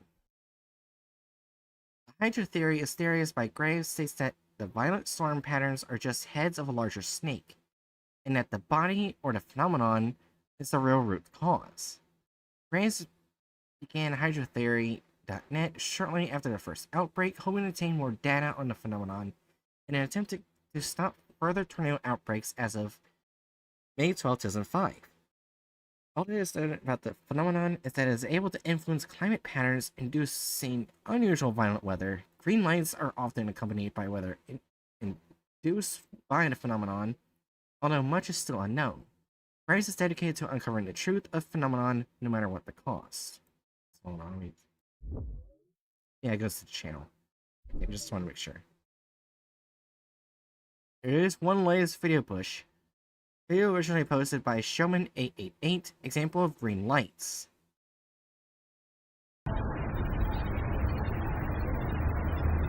Tornado sightings. Oklahoma 2005.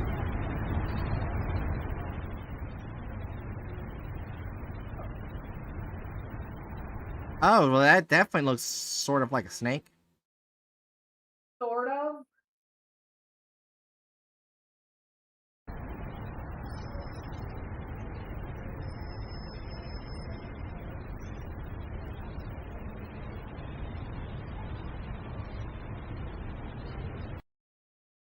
Video originally posted by Showman888, re-uploaded to Hydra.net. Okay, so that's it of hydrotheory.net as of right now. Oh, there's a shop. Oh, it goes to here. Oh my gosh, they have a field manual you can buy to deal with Midwest Angelica. Okay, that's kind of cool. Oh. I need to buy both of these.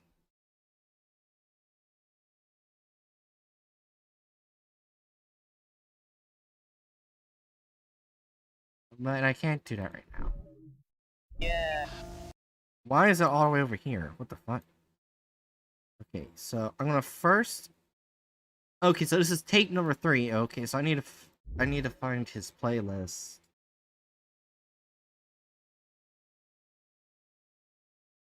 I'm assuming it's Project Monster. Pause! Thank you. Yes. Okay, yeah, it's Project Monster. So this is also a Godzilla analog horror. So let me just do this right now. Now, man in suit. Unknowingly. ALS. Suit. I'm not gonna watch this right now. Alright, ready to start the Godzilla found footage. Yeah. Alright, the Griffin. Tape number 1. The Griffin makes landfall in New York City. Godzilla detected. Related to the show, but it's record that is a real channel they reference. Completely unrelated to the show, but it's real. Oh, that's kind of cool.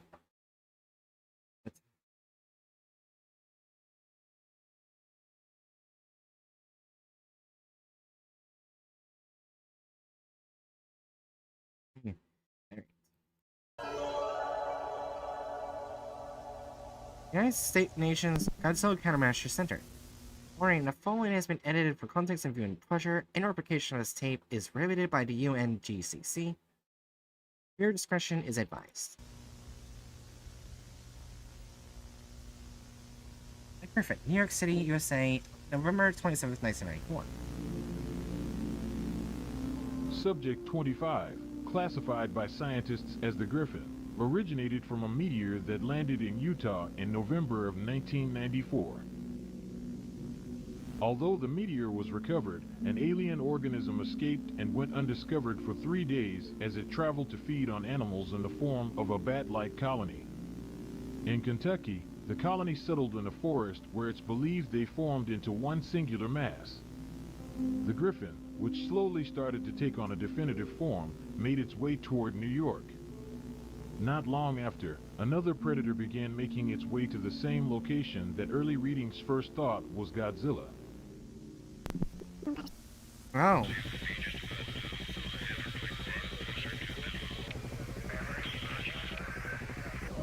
Okay, one gripe I'm gonna say about this. Toho in Japan, creators of Godzilla, have dubbed this creature as Zilla. They are not too fond of this Godzilla creation. So they took God out of its name. Something I just want to say. Because I'm a huge Godzilla fan. I'm not sure if either of you two knew that. That this version of Godzilla is called Zilla. Because Japan was not fond of it. Well, that's fair.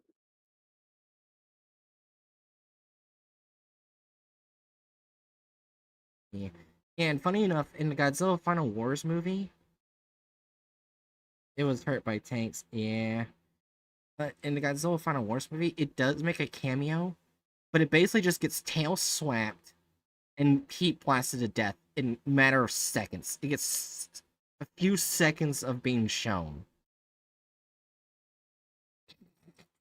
While all the other monsters get multiple minutes of being shown and all their fighting capabilities, Zilla gets multiple minutes of him just jumping and getting killed instantly. That's to show you just how much they do not like Zilla.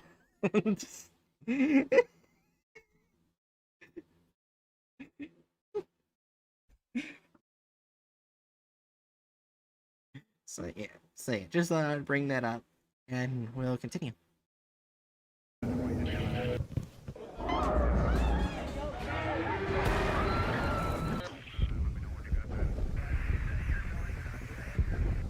Oh damn.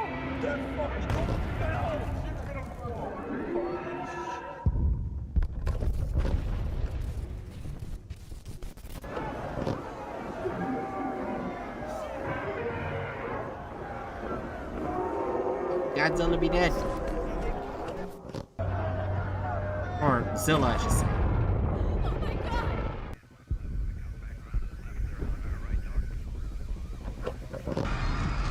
That's Godzilla.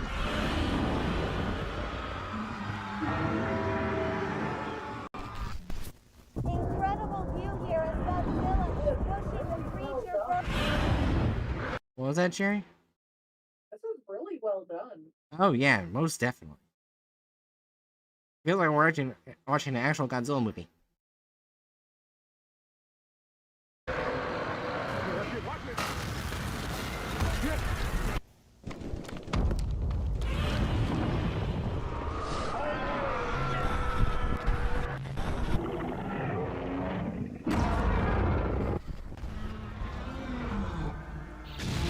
What's the first one? -1. What's the first Godzilla's on our side? That's MonsterVerse Godzilla. I can tell you that. That is MonsterVerse. -1 isn't... How should I put it? As wide as this Godzilla being shown? Oh. Yeah, this is MonsterVerse Godzilla.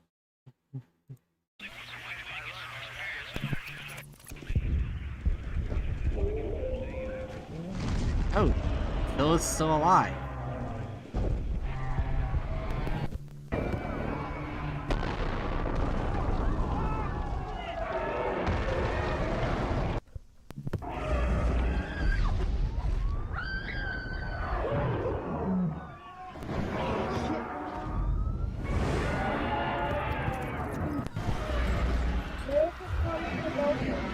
What was that? They just comment with all seriousness that I'm very glad we don't live in that universe, in that city. Oh yeah. If we live in the world of giant kaiju, I'll be the first one to go to Mars because I don't want to be here. Fair. I knew a 500-foot monster could be jumped, but here we are. Oh yeah, Zilla is well known for being able to jump like an acrobat.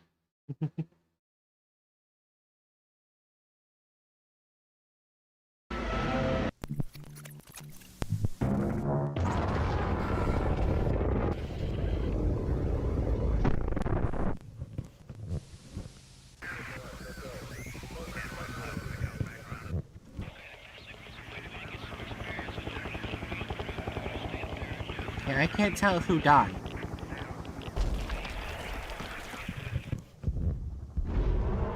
Oh, the alien.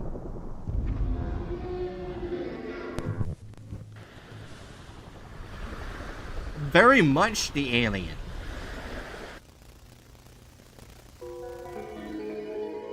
Event analysis. New York City, USA.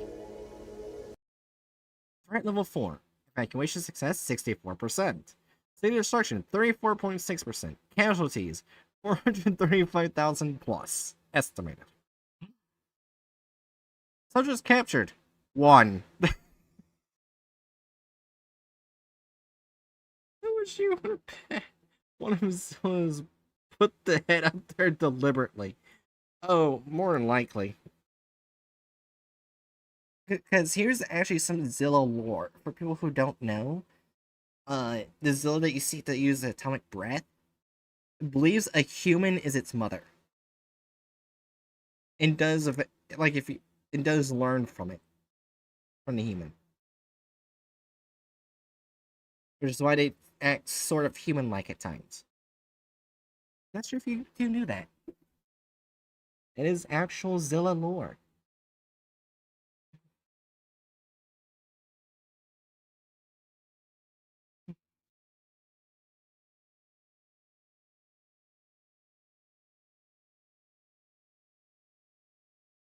And the reason why it does act like it plays a human as mother, because the first thing Zilla saw when hatched was a human. So it imprinted. Yeah. I only know this because I used to have the animated series that continued off the movie because there was supposed to be a second movie, but the movie hit so bad, and the second movie never happened, so they just made the cartoon series. And I'm just gonna say the series wasn't that great either. Well, I never saw or knew of the animation made a series till now, so I'll take your word for it. Yeah. I see why they don't like it. Godzilla's not a duck. Yeah. Because I said Zilla imprinted on a human when it hatched from an egg. It was the first thing they saw, so it imprinted. Oh. Yeah, Godzilla's not a duck. Yeah, also, the only thing I love about that Godzilla animated series was at one point the army was trying to capture some of these group of people who are on the side of Godzilla and whatnot, and they eventually knocked over the car, opened it up only to see Nigel, the robot, and the only line they say is, "You'll never catch me alive, Kappa." It's the only thing I like from the show. It's the only thing I remember too. Honestly, it sounds like a show that knows it sucks. Oh yeah, most definitely.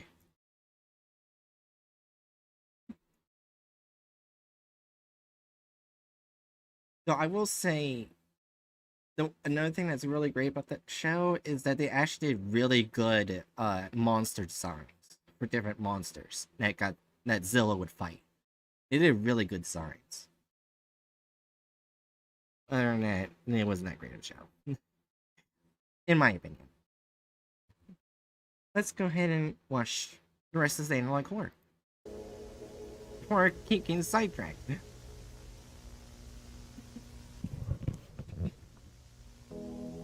Okay, so that's...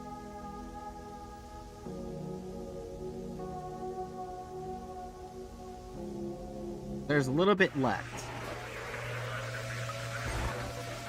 Project Monster.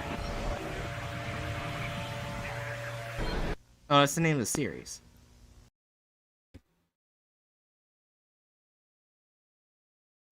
Alright. The next one. Tape number 2. The origins of Godzilla and the superfauna species are explored. Oh, okay. So this is their own interpretation of how Godzilla was created. Because, I hate to break it to you, there's multiple different ways. I believe there's one where they time traveled into the past, accidentally brought a T-Rex over, got hit by a nuclear bomb, and it became Godzilla.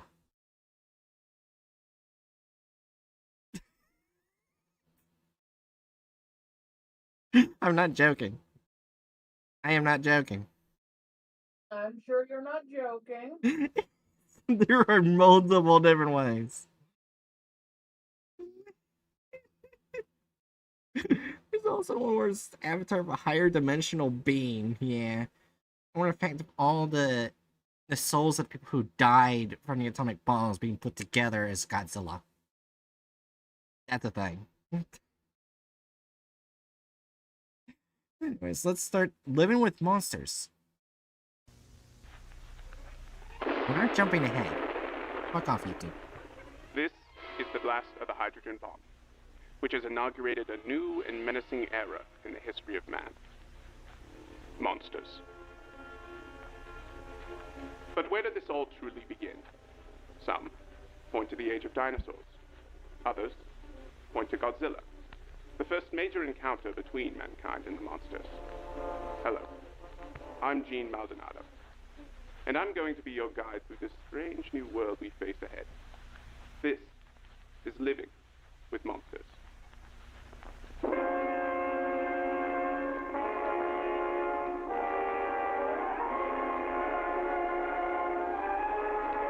History of modern superfauna.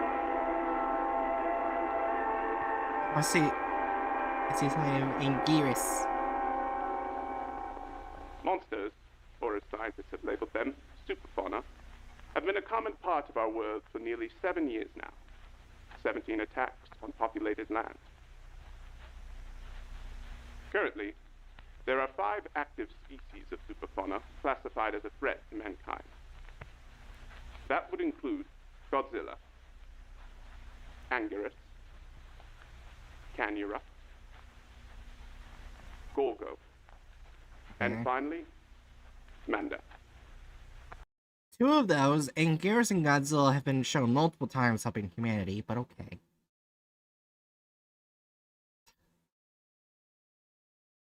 I don't know this third one, but I know the other 2. Like Manda was in Godzilla Final Wars, and Gordo was in the Child's Dream of the Godzilla movie. So yeah. But where did they come from? Sightings of monsters have been recorded since the beginning of man. Ancient artifacts depict strange, weird creatures associated with death. No parent.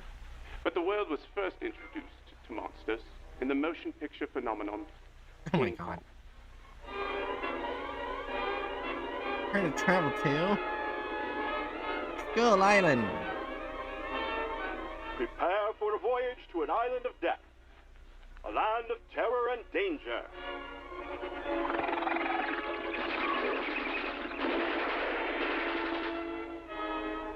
A prehistoric world alive today.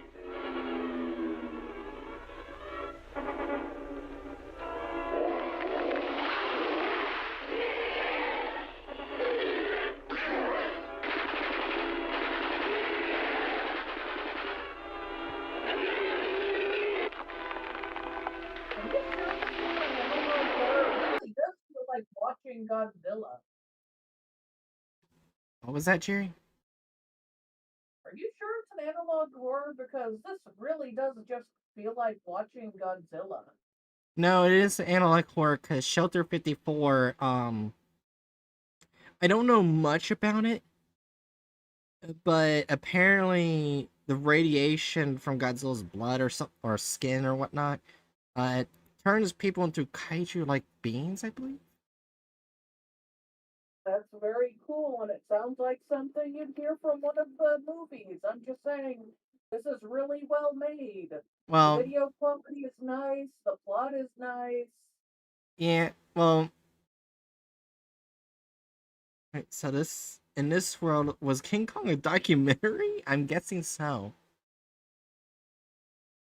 Yeah, I mean, it technically still is analog horror, because like, it does. I know what you mean. Yeah.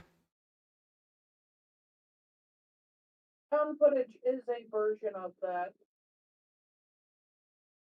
It's This just is not found footage, but you know. Yeah, this is just different than what we're used to the other analog horrors. Right? I'm guessing what I'm trying to say. Yeah. All right. Anyways, continuing in 3, 2, 1. See the Battle of the Titans.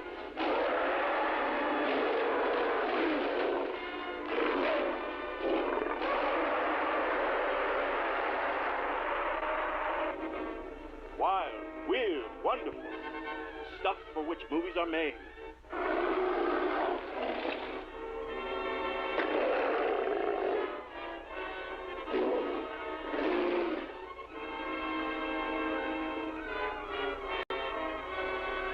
Or only King Kong. King Kong attracted viewers from around the world. At the premiere, Carl Denham showcased 2 native creatures. I think this movie probably has more respect for King Kong than most of the movies he's been in, besides the first one, which was literally the first movie of its kind. Yeah. You think that's getting more love?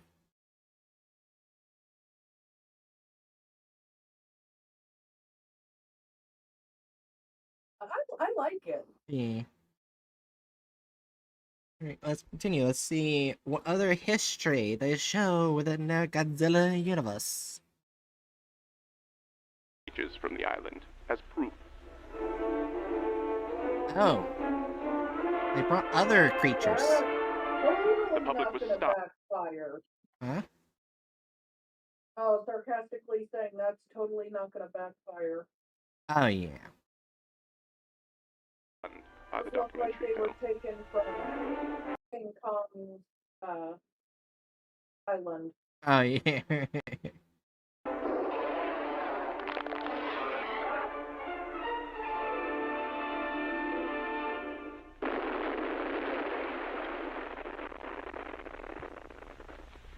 There would be no new developments in the field of superfauna until 4 years later, when the hydrogen bomb testing continued in the Bikini Atoll.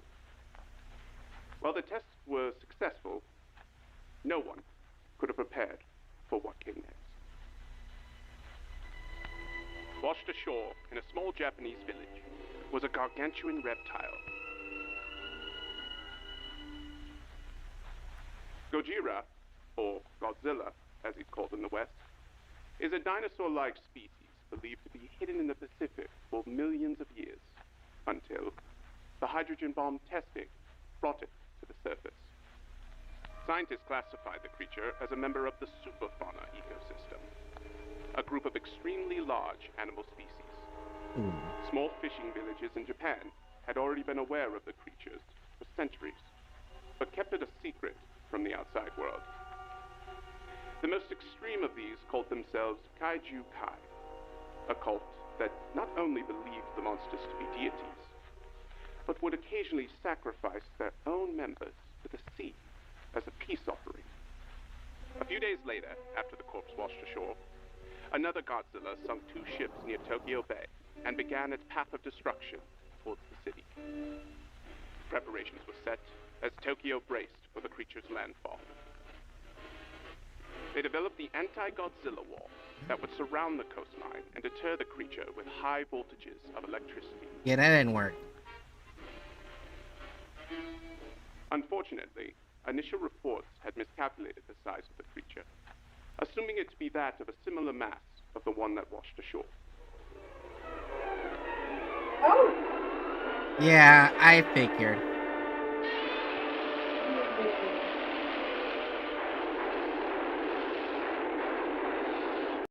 Oh, yeah. Oh, before we continue, here's a fun fact, Jerry. I'm not sure if you knew this. Gojira's name in Japanese, part of it means gorilla, the other part means whale. His name is Gorilla Whale? Yeah.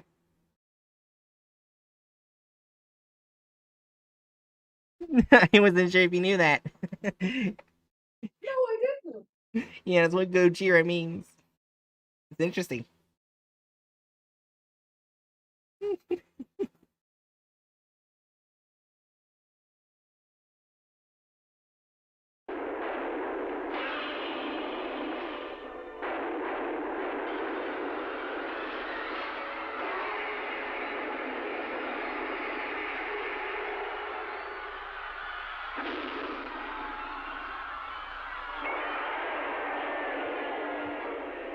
Animation's so good.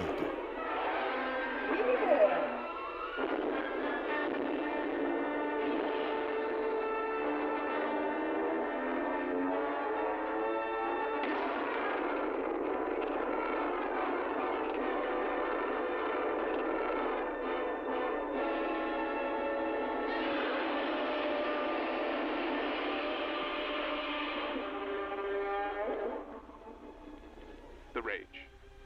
The fury. It was unlike anything our world had ever felt. Oh, jeez.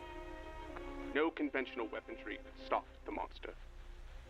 Professor Kyoei Yamane theorized that what washed ashore was an infant of the species, and what Tokyo had faced was in fact the parent. He also believed that the city lights may have been provoking to Godzilla. That theory would be put to the test as Godzilla returned later that week. A citywide shutdown was enacted, resulting in Godzilla appearing to have no interest. Huh? The United Nations held an emergency meeting. The images of Godzilla's power and devastation shocked the panel of leaders. the hydrogen bomb became a topic of discussion on how to eliminate Godzilla. The oxygen The UN destroyer. launched a joint mission between countries, codenamed Operation Kismet. Its existence, a secret. The plan was to lure Godzilla into a specified area when he would be eliminated by the H-bomb.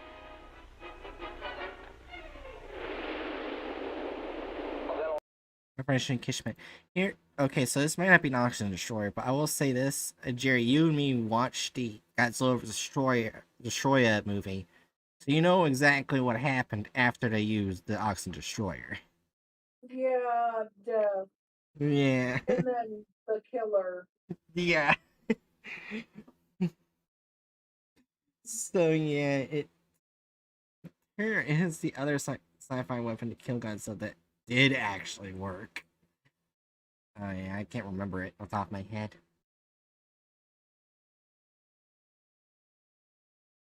Orthogonal diagonal ozer. That thing.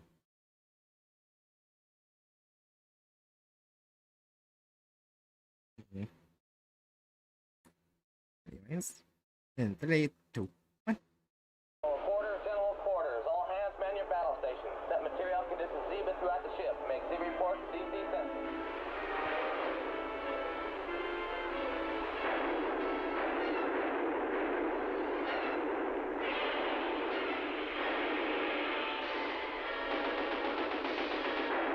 Dang it.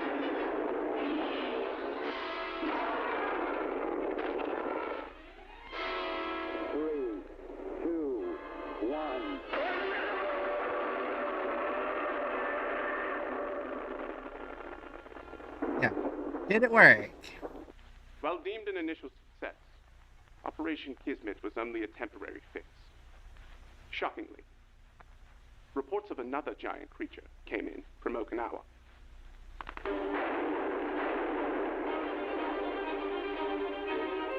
Anguirus!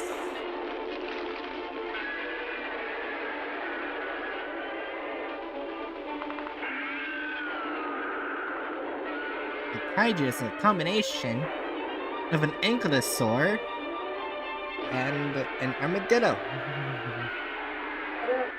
The monster was named Angus. Not Yeah. much was The reason why I say the armadillo part is because they can go right into a ball and roll around. Oh. Yeah, and with the spikes part, that's Not kind of... all of them can roll, though. Yeah. So, the fact that he has spikes and rolls around in a ball, that's not all that good. Not for the people who are spiked. Yeah. So we're going to rewrite time to race Godzilla. Oh yeah, that thing. was known about this horned behemoth, but it was moving towards Japan, and it was moving fast. It was unclear why until news came from Tokyo. Godzilla was still alive.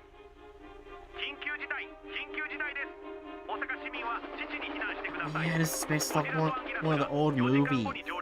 That was still in black and white. Godzilla vs. Anguirus. I don't think it was called that. But...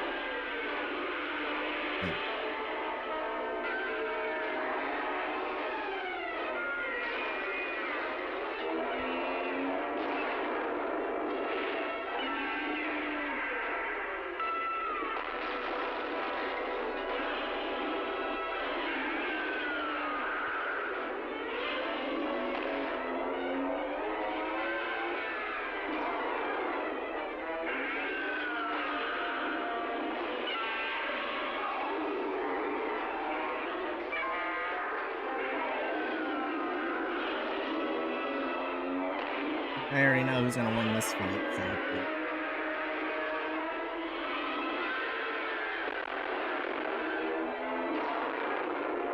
Maybe you're just a big Godzilla fan.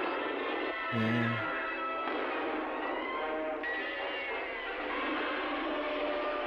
Oh, that's a cool pose. Eventually, Anguirus burrowed underground, deeming the territory Godzilla's. It traveled to New Zealand, where it has since been a constant threat to the island's inhabitants. News of the battle shocked the world. Hope for normalcy was a thing of the past. Mankind had to now accept the possibility that we were no longer in control. The great food chain had altered once again. The battle between Godzilla and Anguirus provided information on the superfauna we were unable to obtain by any other means. For example, various body parts of the creatures, including fins, teeth, and small appendages, were found throughout the wreckage. Experts also noted certain physical abilities that pointed towards evolutionary adaptation, such as Anguirus' natural ability to shield itself from Godzilla's atomic breath. Meaning, these species have evolved to battle each other throughout time. The Battle of Osaka was just the beginning. In Chile, the Chaitin volcano erupted. An ancient species of dragonfly awakened from hibernation and fed on several small villages before being sealed in an abandoned mine.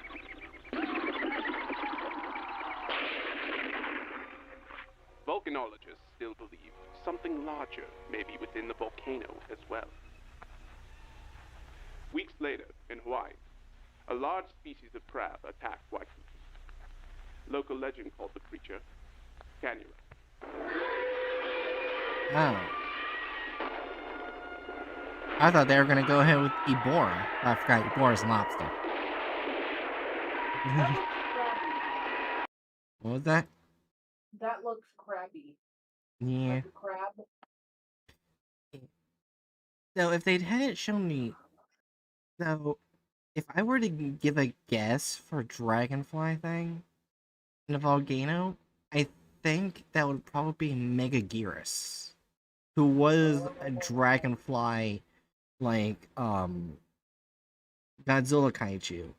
The most terrifying thing about it is when it stabbed you with its pincer tail, it can absorb the radiation from within the Godzilla creatures, meaning it can take the powers away from Godzilla. Like his atomic breath, he can't use it when being drained. Despite being a bug, it was a big threat to Godzilla.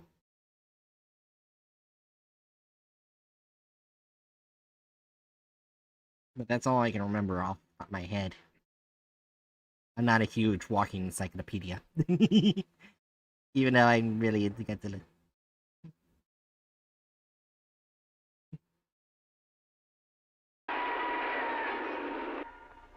Cargo ships found entering the area to be impossible.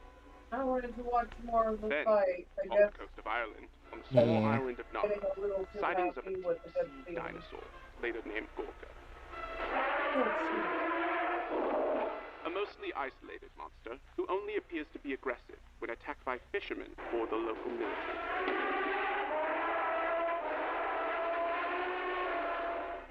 Then finally, China. The giant serpent manda hunts for food in the mountains. Oh! Very friendly too. Yeah, despite this thing, here's some lore about Manda. Despite not having wings of any kind, it can propel itself into the air and fly. That's literally what Chinese dragons do. Yeah. However, it is shown in Godzilla Final Wars, I think. I think they were underwater. It's been a while, but it's been shown to be a lot faster underwater than in the air. If I remember correctly. Oh, that's an actual Godzilla enemy? Oh yeah, no, this is an actual Godzilla enemy. It was in Final Wars. Manda was in Final Wars. Oh.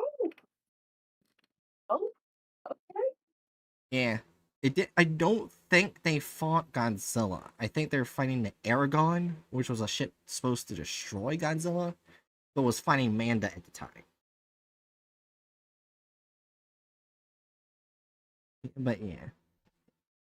It's been a while since I saw the movie. You know what? After I get back from vacation, why don't we just watch Godzilla Final Wars? So you can see all the Godzilla creatures. Almost every single one got put in that movie. There were a few that were left out. mainly because they were either dead before the movie, or they couldn't be defeated, like destroyed, for instance. So yeah, let's continue. Professor Yamane theorized that further nuclear weapon use may have awoken these superfauna, who otherwise may have remained dormant. Godzilla, monsters invade Earth. Yep. Species who had never lived together before suddenly had to compete over resources and territory. As noted by Kangaro's home of Hawaii being within Godzilla's space, the conflicts have been numerous.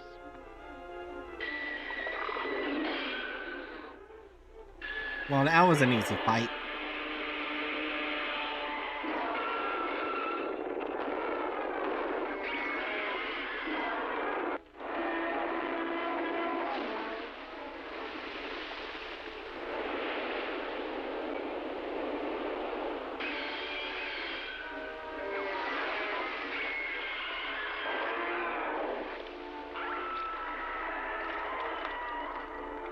Similarly, Manda has been a constant rival where their territories collide in Hong Kong.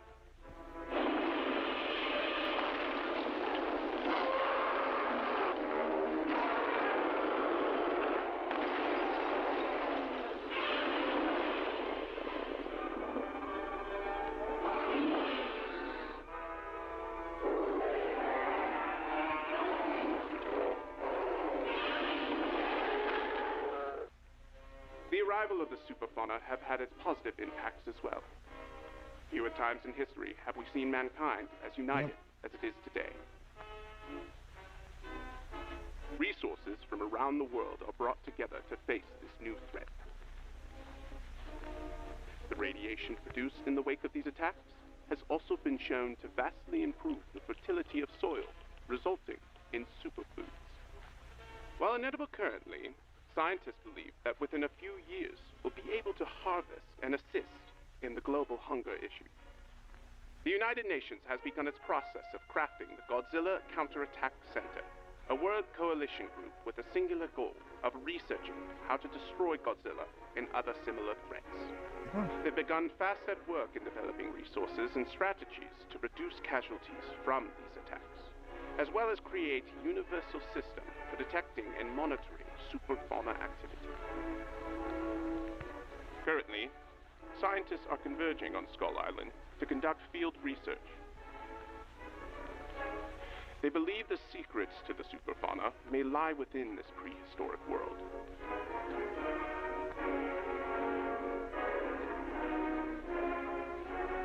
As humanity bands together in these dark times, we become closer and closer to a day of peace.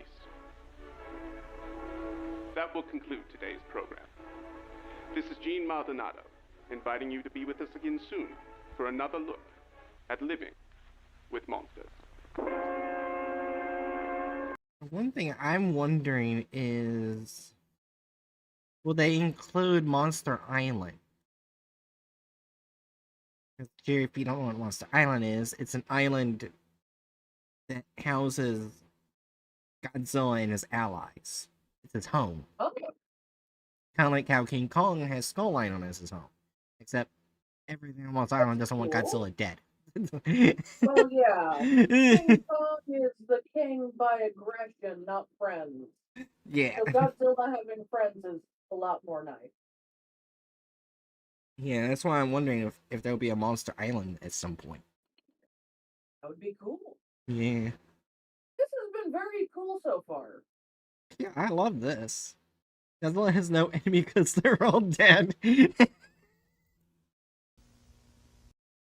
Yeah, alright. Oh shit, this is a location. In the description. Hold on. Google Maps. Let me put the location.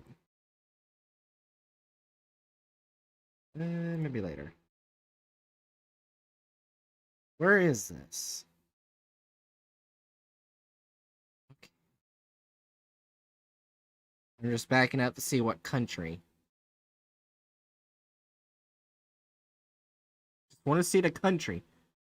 Okay, whatever's next to Ecuador. Looks like one of the multiple countries in South America. Peru. Peru. It's Peru. I'm getting closer.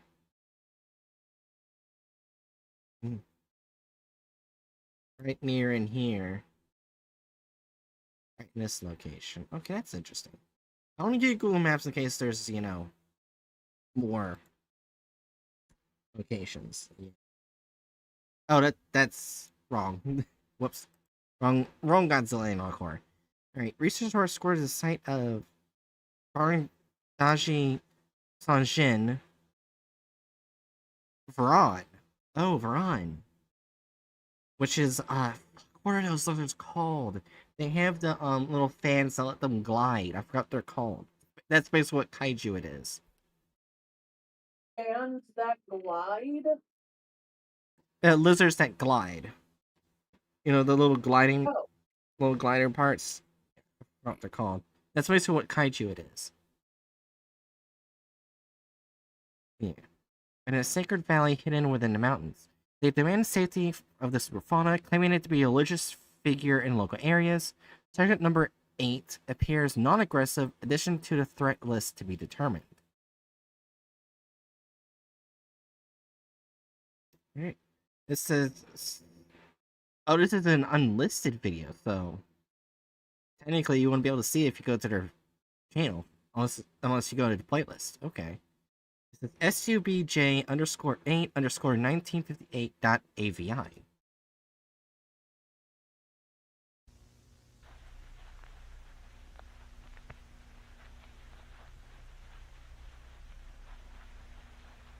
Okay.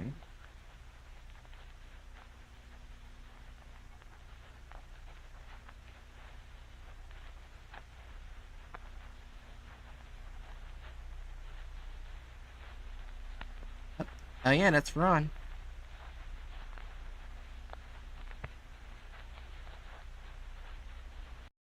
My name is Dr. Shiragami. Oh, fuck off. Why'd you go all the way there? My ass. Alright, so that was... Now you got to see what Ron looked like when it was first created. It did change over the years, but... I like how they included the original. Instead of just throwing in... let's just throw in the most recent. I like seeing the old ones.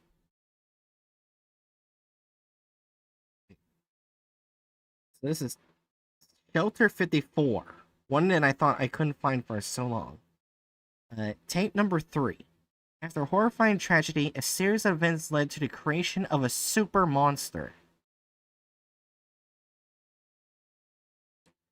Oh, I wonder if this is Biollante. This might be Biollante. We'll see. We'll see what happens. What they do. I might be correct. It might be Biollante. Which is, very, basically a sibling of Godzilla, technically, where some of the G cells from Godzilla got fused with a plant, hoping to end world hunger, and it created a kaiju. Oh! Yeah. Created a giant plant creature that is technically related to Godzilla. Yeah. Interesting. Well, I'm not sure if I'll be correct, but it kind of sounds like it is. We'll see. 3, 2, 1.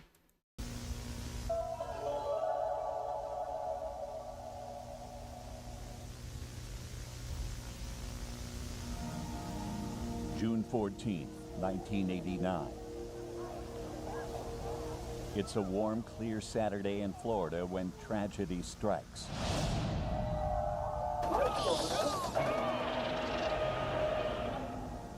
A shelter is flooded by highly radioactive material. Ow. Over the course of a year, poor management and negligence leads to thousands of deaths and the creation of a monster unlike anything our world has known. So that world has Florida Man and Florida Kaiju? Okay, so this is not Biollante, or it shouldn't be Biollante, because Biollante was created in Japan, not Florida. May I just comment that I Yeah. hope if they put kaiju in Florida, that at some point they have a crocodile or alligator kaiju? I'm pretty sure it's already been made.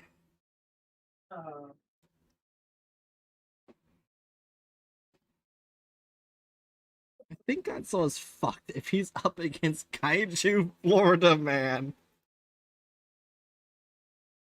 Yeah. Fauna Hazard Investigation Report, Shelter 54. I've been wanting to watch this for so long, and now I can.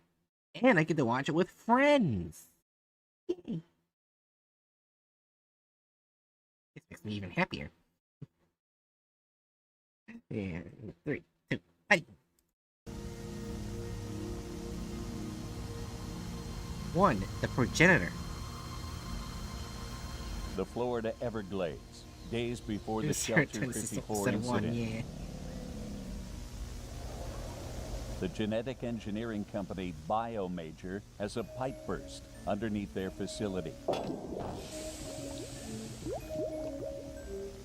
The contamination reaches parts of the Everglades and causes a mutation in a small mosquito population, causing them to grow to extraordinary size. Oh no.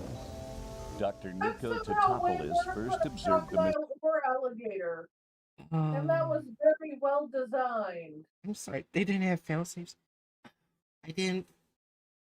Okay. They're going off the Zilla cartoon series with this creature. I don't remember its name.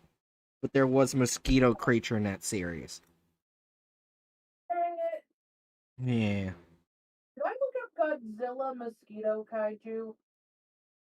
If you want to, you'll probably get a name. I'm pretty sure it does have one.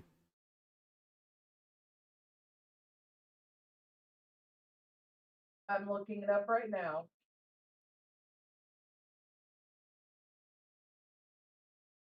Tira? What?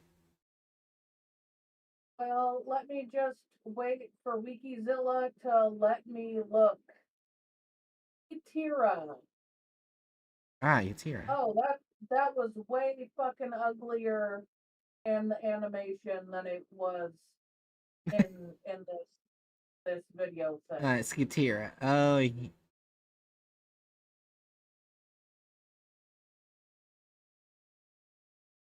I think this analog horror thing is definitely better at designing Skitira.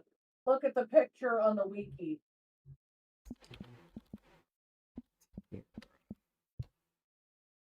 oh yeah, now I remember it. Oh yeah, the thing was terrifying. And remember, this is a show for kids.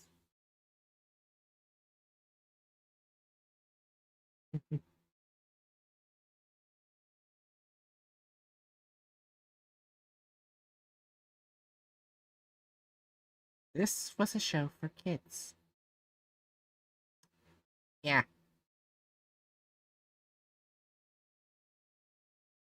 Anyways. 3, 2, 1.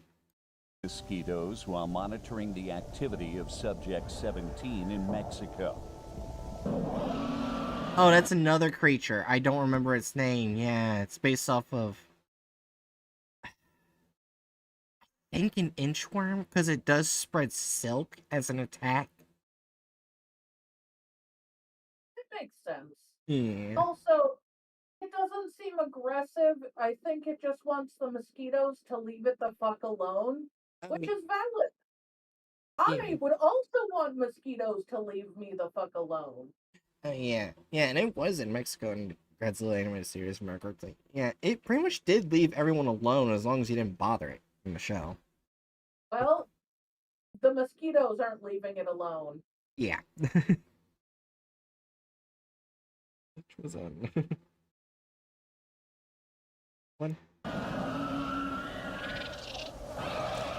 do like the design for research team that. Oh yeah, that's another to the sites cartoon of creature. several other Komodo dragon. superfauna as they fed. Oh, that's not. That's Baragon from the movie. They named the invasive species of mosquito Skitira.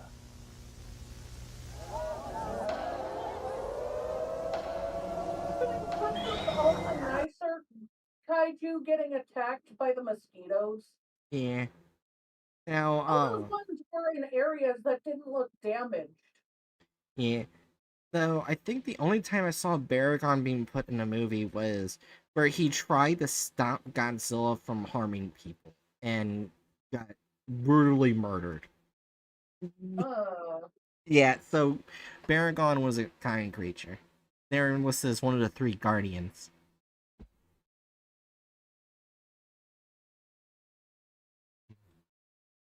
Yeah.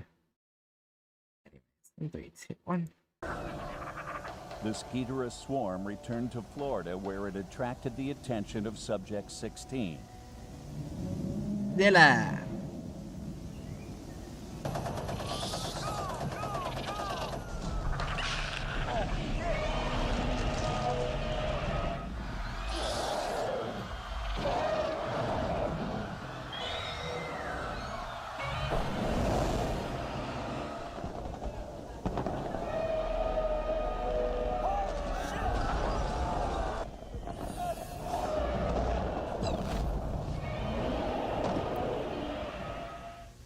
This is when the Shelter 54 incident began.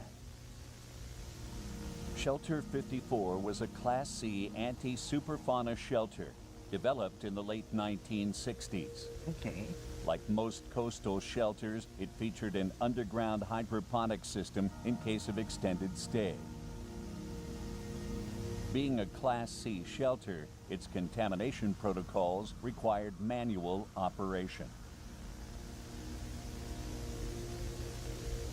Civilians were taking cover in Shelter 54 when Subject 16 landed a fatal blow on the large female Skeetera.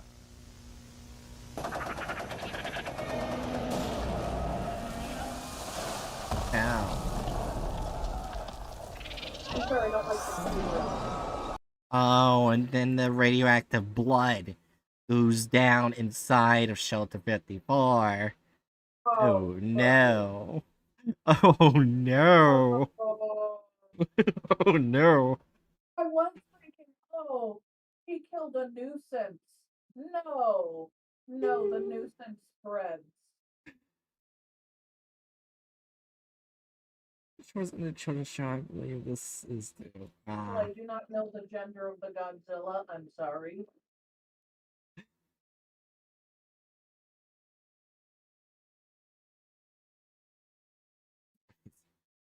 Three, one. Well, we're gonna see what happens when we interact with radioactive Anthony anomalous Harris and Stephen radioactive Kessler kaiju were blood. the UNGCC operators of Shelter 54 at the time of the incident. Stephen Kessler was speaking to a group in the shelter common room. Anthony Harris was at the main entrance helping the remaining civilians enter. After Skeetera was crushed, her internal organs and collected blood rushed down into Shelter 54. The entrance was flooded with over 200,000 gallons of radioactive fluid. Oh, they're fucked. Stephen ran from the main room to investigate the noise when he was drowned. Stephen never secured the main door. They're all dead. The following phone call is the last known communication from Shelter 54.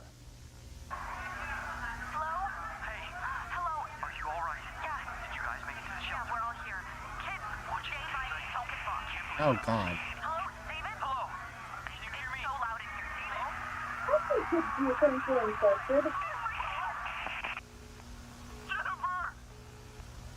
He's dead. Due to the intense radioactivity, Shelter 54 wasn't properly explored until 5 days later. It was considered a complete loss of life. Yeah.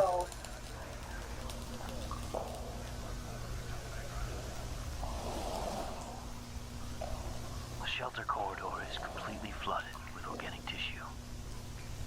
The smell is horrible. I feel like this just further proves Kitara's an asshole. Yeah. Also, to put in more perspective how dangerous their radioactive blood is, if you think about it, majority of the kaiju drink from nuclear reactors and are completely fine. Meaning that their blood is probably more radioactive than a nuclear reactor. That's why I said they were fucked the second that shit touched them.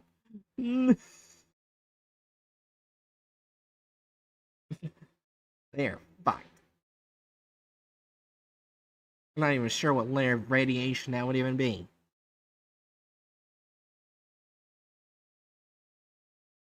To be fair, the water's nuclear reactor won't kill you from the radiation.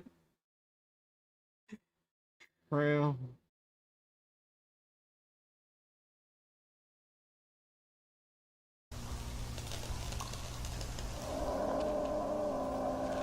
Oh, God. She's saving up to swim in. It looks like tendrils are growing from the shelter door. Plant-like in nature. I'm getting a massive radiation reading from inside. My God. This is impossible. In the main chamber, a massive botanical growth had taken over the room. The victims inside had not just been consumed by the organism, but were a part of it, as were the plants from hydroponic storage. The hybrid organism, at this time referred to as Subject 19, was hidden from the public. So, Jerry, you said where was the analog horror aspect? I think we found it. Yeah, I'm sorry. I think we found it. Yeah. Yeah. After being extracted, Subject 19 was transported to a UNGCC lab near Yokohama, Japan. Full of rose. Oh shit. This is where Biollante comes from. Because I think, if I remember correctly, I think another reason the guy was studying G cells was to bring back his dead daughter. If I remember correctly. And I think a part of his dead daughter did get put in Biollante. Oh my. Yeah. So now, which actually makes it more fucked up, because I think the scientist did survive and watch Godzilla kill his daughter. Because Biollante did die. So then when he watched his daughter die twice.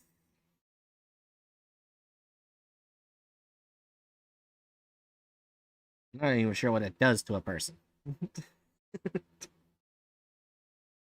Yeah, but the second I see Soul of a Rose, yeah, it's Biollante.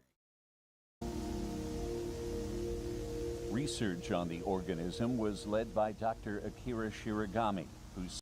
Yep, it's Biollante. Absolutely Biollante. Dr. Akira Shiragami is the one who created Biollante. I called it. I knew it. My Godzilla knowledge is too impressive, Jenny. I want those grapes if they don't murder me if I touch it. I'm suddenly very weary of the Godzillaverse. Yeah. Granted, Dr. Akira Shiragami was not a bad person. He just fucked up massively. Well, yeah, fucking up doesn't make you a bad person. 3, 2, 1. Superfood research was slowly helping regrow the world after the smog attacks of the 1970s. Subject 19 was contained in a water tank with artificial sunlight. Dr. Shiragami estimated as many as 15 victims were being kept alive within the deep tissue of the mass. Medical extraction was ruled out when it was discovered the victims had been anatomically rearranged and conjoined together. Ugh. The only victim that scientists were able to make contact with was 17-year-old Erica Johnson, who had not yet been fully merged.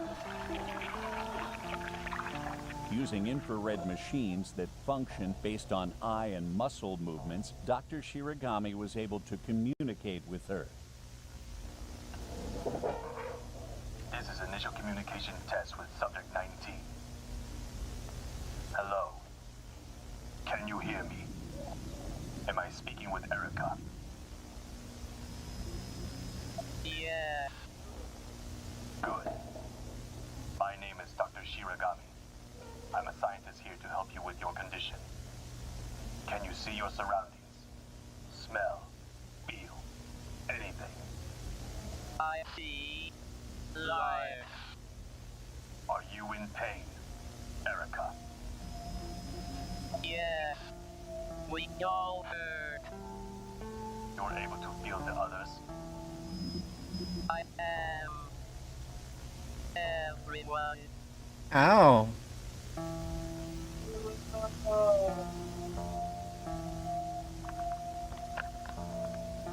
Despite the efforts of myself and my team, I believe the mutation has become unstable. For the sake of the victims, this may be a blessing. But why do I feel so conflicted?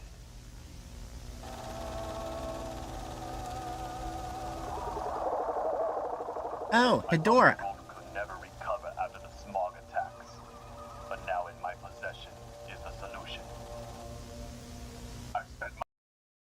Now, here's one thing, Jerry. Hedora, the one you just saw, the smog monster, Yeah. is actually was only born and created because of pollution humanity did. That's the only way they were actually born. It's because of humanity's pollution. Oh.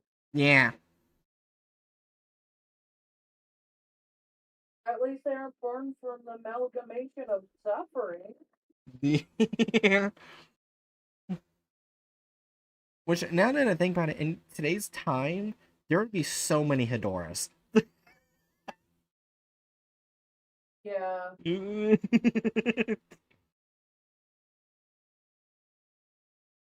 My career strongly opposes the use of Godzilla DNA. But it may be my only option. On October 22nd, Dr. Shiragami began transfusing the organism with Godzilla cells for their regeneration property, G1. Yep, just like I said before. We all know how that turns out.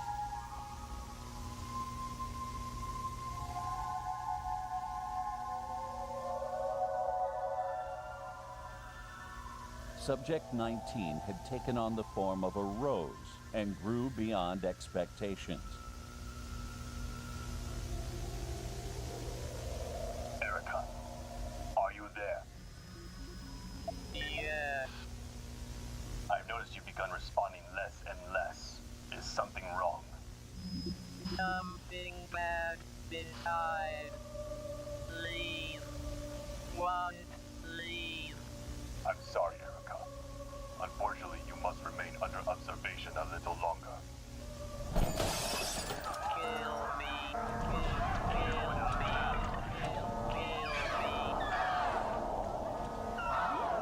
Yeah, okay. Those are the cries of Biollante. Dr. Shiragami reported that in the days following the incident, Erica had fully merged with the rest of Subject 19 and was unable to be contacted further. Colleagues noted that after this, Dr. Shiragami withdrew himself from social contact and dismissed his assistants for the holiday break. My request to euthanize this being have been denied by my superiors. What was that, Jerry? Oh, he said it was a mistake. Yeah, he said it was a Looks mistake. like he's punishing himself when he's already punished himself. Yeah. Sorry. I know what I must do. I've locked down the lab. No one is getting in. On the night of November 29th, Dr. Shiragami tampered with the container controls to This is supposed to be electrocute depicting subject. the 90s, isn't it? That is 90s animation. Yeah. That is magically 90s.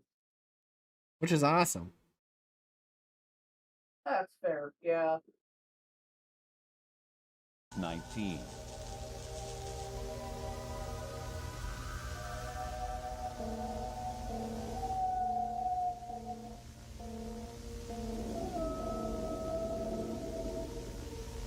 An industrial flamethrower was reported missing during an inventory check. When security confronted Dr. Shiragami outside the examination room, he revealed the weapon. Doctor, put the weapon down. This doesn't need to be a situation. This is your final warning. Just wait until the process is done. Put the weapon on the ground and move away from the door. Hold your fire.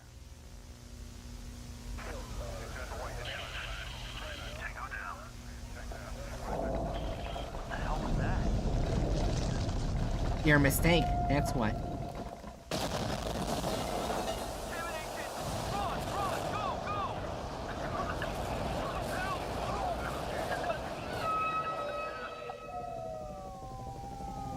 Subject 19 had begun growing exponentially and escaped underground, taking the facility with it and killing 112 in the process. Yep, Biolante. So yeah. Oh yeah. Oh wow, they actually got accurate to the size of Biolante. Yeah, Biolante is significantly larger than Godzilla, as you can tell. That's pretty. But also horrifying. Yeah, there is another form. I'm not sure they're gonna show it. I guess we'll find out. Yeah. Citizens of Yokohama awoke the next morning to the startling sight of Subject 19's new form.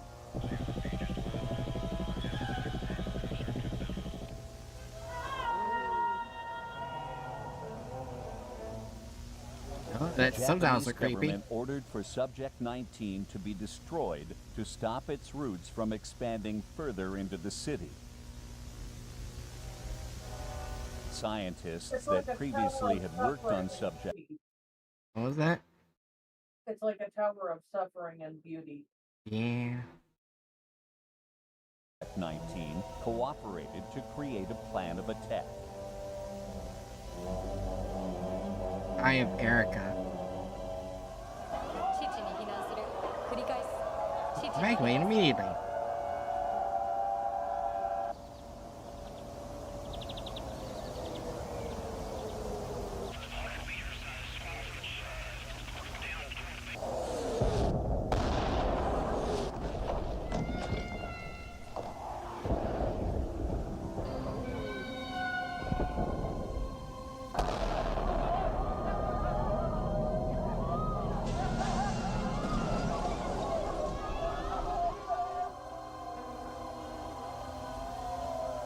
After the flower's collapse, aerial photography revealed that not only was Subject 19 still alive, but mutating. Well, this is second form.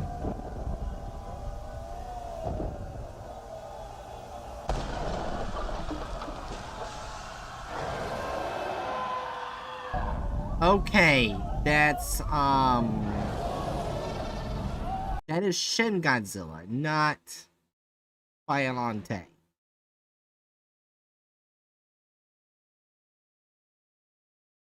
Okay. Well, that's an interesting turn of events. Hold on. Let me see if I can show you what I remember. Yeah, that's the second form. Oh. Yeah. It looks even more like it's suffering, but somehow beautiful. Yeah, that was... Is there any form where it doesn't look like it's in pain? Yeah, this was the first form as you saw it, and... Yeah. That's the second one.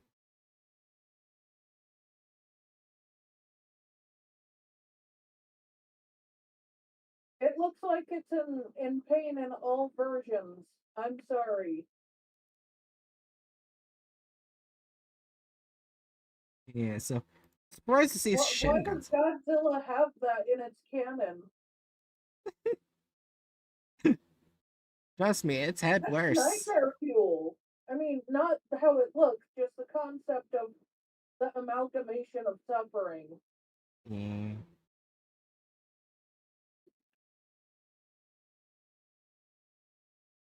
Granted, a lot of the Godzilla creatures tend to like symbolize stuff. Like, Hedorah, for instance, resembling pollution.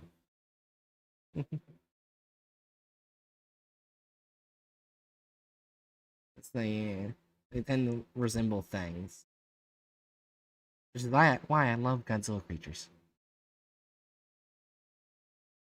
I'm starting to think we're not going to get to Man in a Suit tonight. I don't think so. Might not even be able to finish this one. It's like already getting pretty late. This should probably be the last video. Last video? Yeah, that's fair. We'll finish this off next Wednesday. Yeah. This is awesome. Alright, let's continue Shelter 54.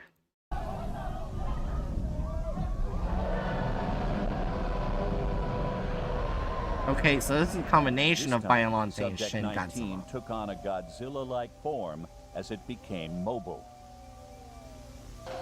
The UNGCC debuted the MBT-92 Maser Cannon, the newest arsenal in fighting super fauna threats. Oh, that looks familiar, Jerry. Yeah.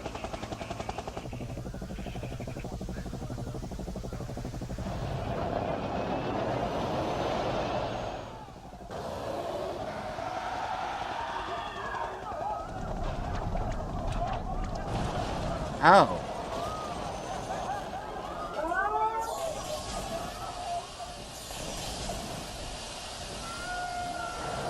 Well, the ones we saw froze, not much.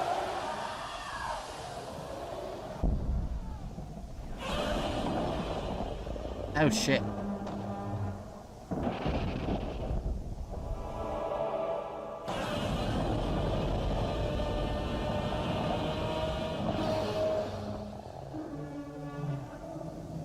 In a rare instance, Godzilla's immediate reaction was curiosity instead of aggression.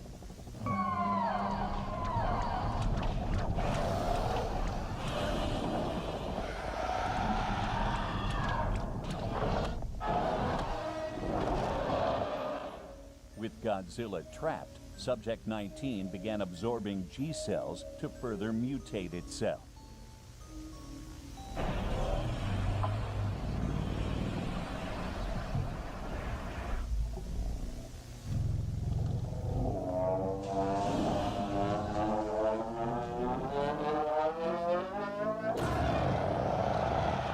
Well, you didn't quite get it right.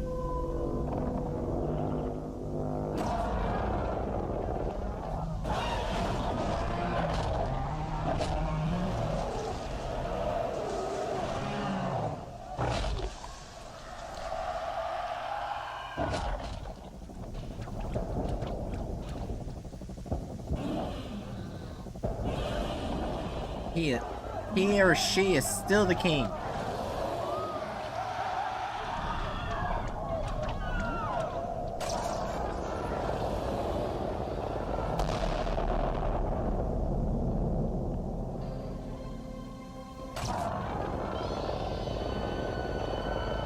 Well, Erica got what they wanted.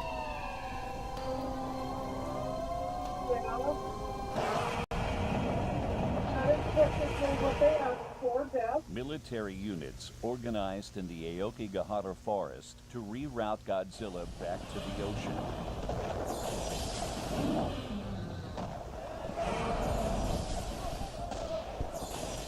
Radar showed a large mass moving in on his location.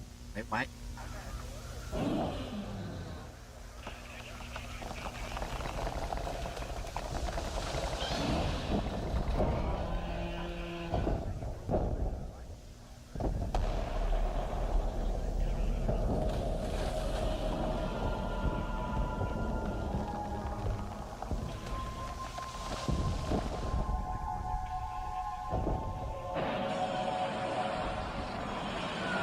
Oh, there's Biollante's second form.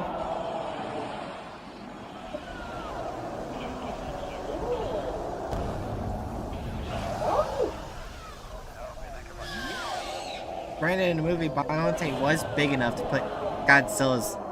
Well, I will pause this real quick. Biollante was big enough to have half of Godzilla's body in its mouth. That's how big Biollante was in the second form. Oh, Able to eat half a Godzilla. that's terrifying. Yeah.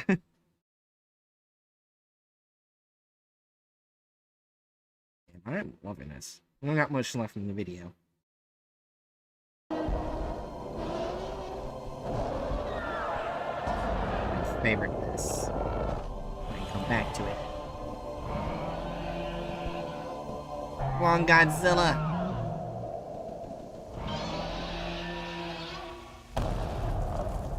Ooh, that got hurt.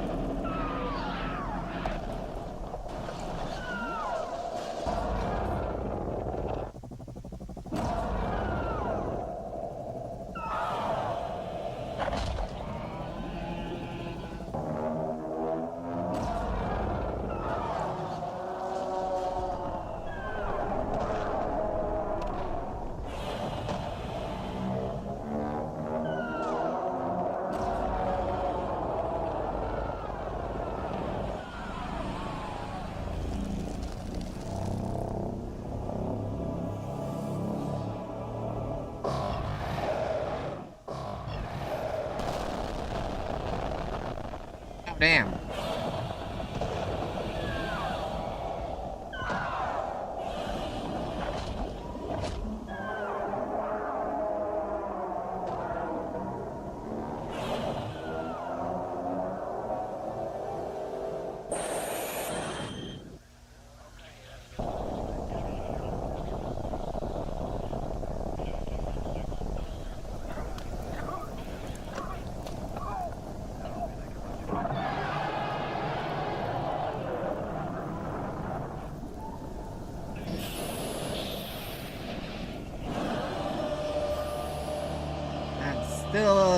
Still living. The toxic blast released by Subject 19 seemed to have a paralyzing effect on Godzilla.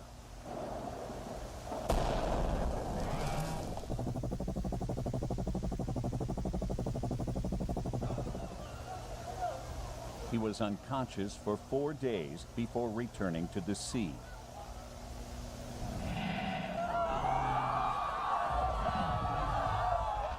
He was inactive after this event for 3 months. In the end, thousands died or were seriously injured. Yokohama had transformed forever. Damn. Today, Subject 19, now officially named Biollante, has taken control over parts of the Okigahara forest. Although generally peaceful now, Biollante's presence has attracted several other superfauna that sometimes become aggressive when she's threatened.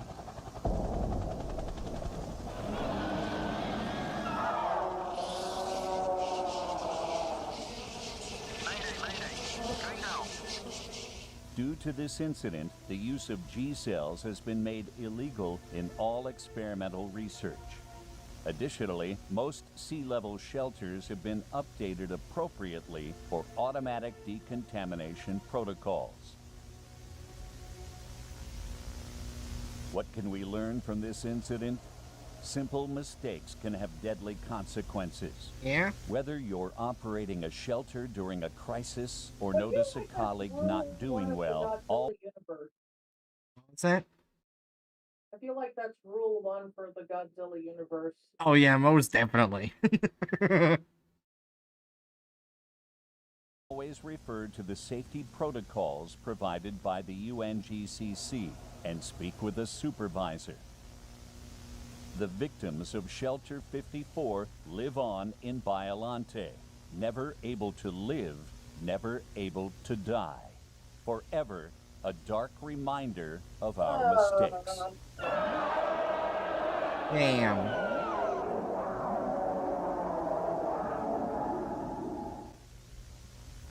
Granted, in the movie, Biollante was incinerated.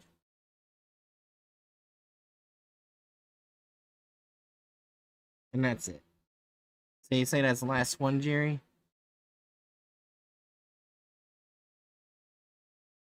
I should say yes. I'm going to say yes. I want to watch more, but I know that's my brain talking.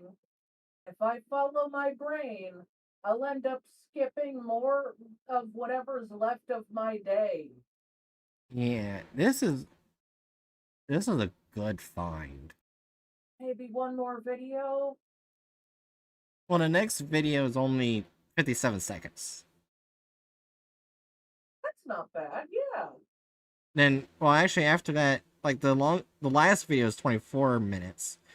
Then it's but the others are like less than a minute, and the second last one is 2 minutes 30 seconds. So. Okay.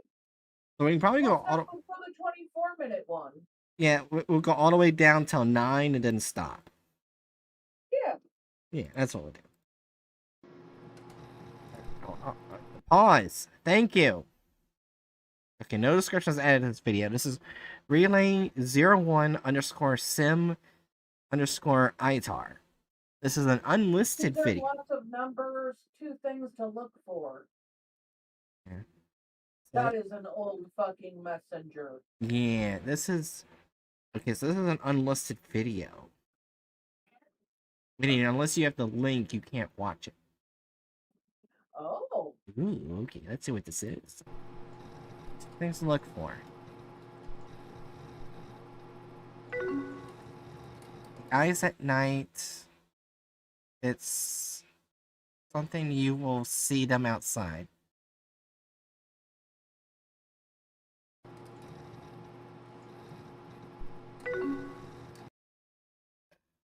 Aging, they will look for throughout the years, hard to tell. Like, people have good genes. I wonder if anyone's...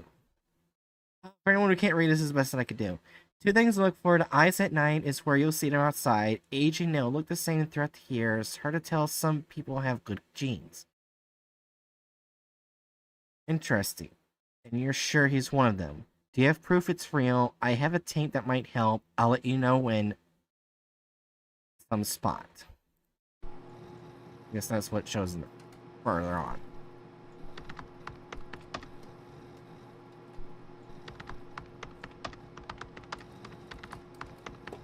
Yeah, because it is blurring my eye.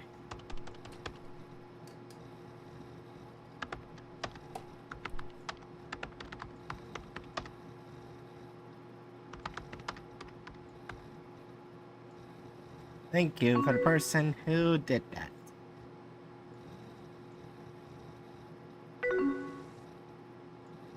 I just like the sounds.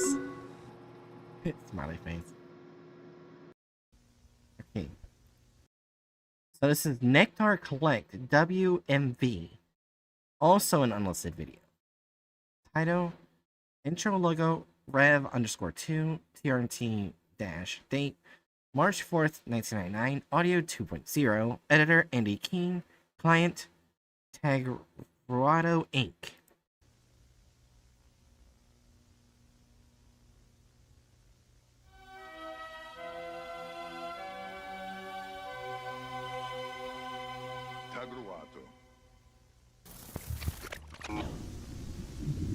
No. Oh, is it gonna be a Nemini Kaiju?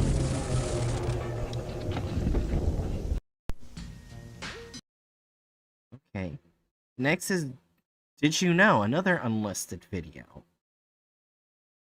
So there's Fox 28 and 40, KFXA, KFXB, Cedar Rapids, Waterloo, through Block, Iowa City.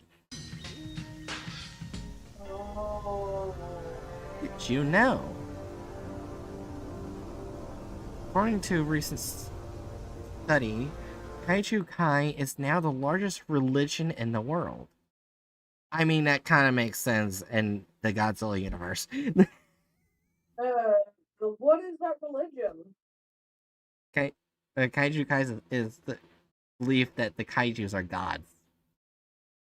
Oh, well, yeah, that makes sense. Yeah. I wish I could argue with it, but you know, in the world of kaiju. Yeah.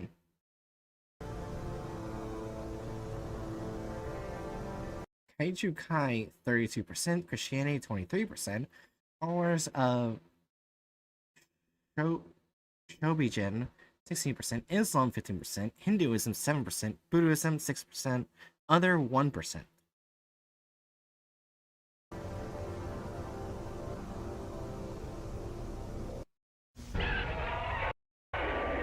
Okay, Super Fauna Safari.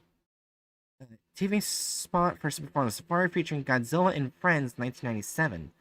Oh, this actually might be Monster Island.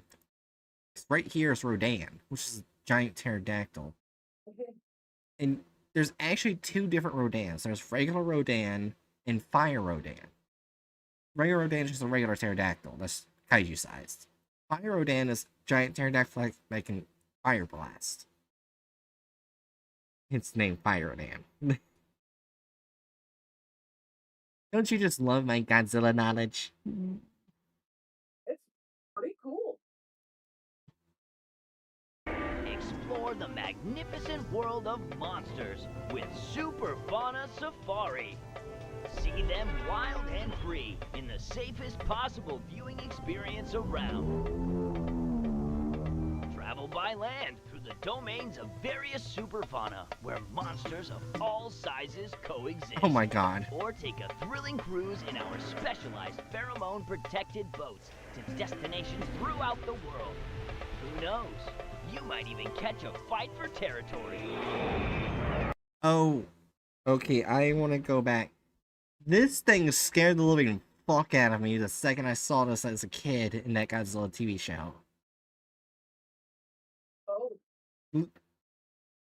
Because this little thing on here can extend to a bunch of tentacles that can grab you up and pull it into the stomach.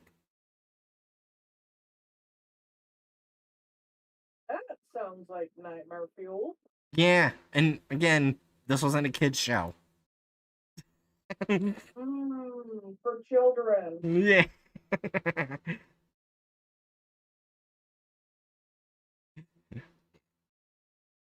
And another terrifying aspect, this thing can dig somehow. It can dig. And just don't question it. 'Cause even I don't know.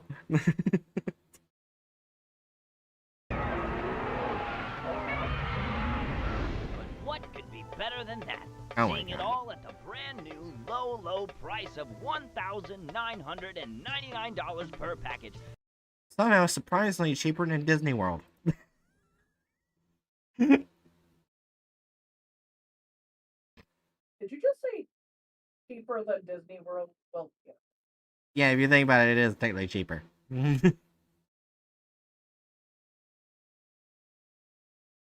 gotta get plane tickets to go there if you're not in Florida. If you got plane tickets to go there, you gotta get a place to stay, food for during your time there, maybe merch, as well as tickets to go inside the park, and maybe fast passes. That costs way more than $2,000. If you think about it. Especially since I think they upped their prices quite a bit. Yeah.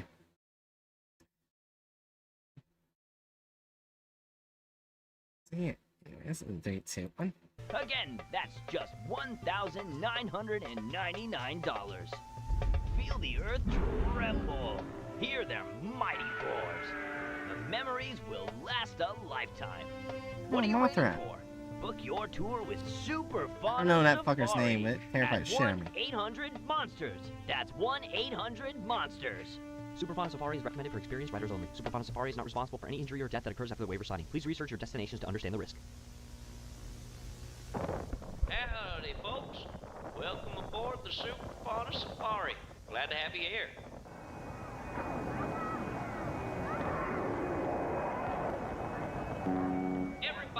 Everybody, just remain calm if you'll just... That makes sense. Rodan is extremely territorial to everything that isn't the things on Monster Island. It's a territorial bird.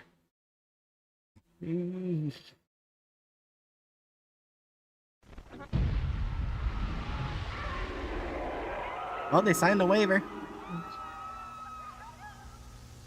Despite the risk of superfauna tourism, attracts visitors from around the world. By 2010, it's predicted to become a multi-billion-dollar industry.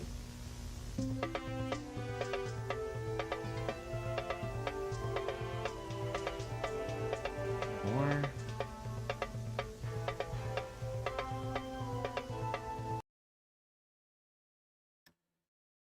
And yeah, that's right before the final one.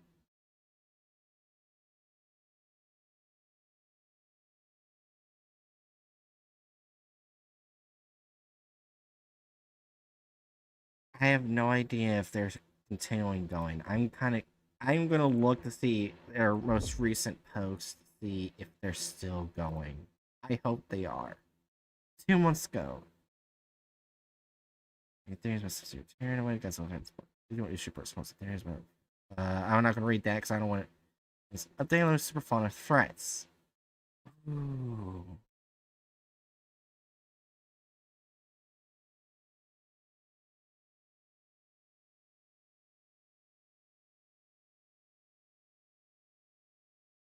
Gorosaurus, that's who I saw. I couldn't remember the dinosaur's name. Yeah, Gorosaurus.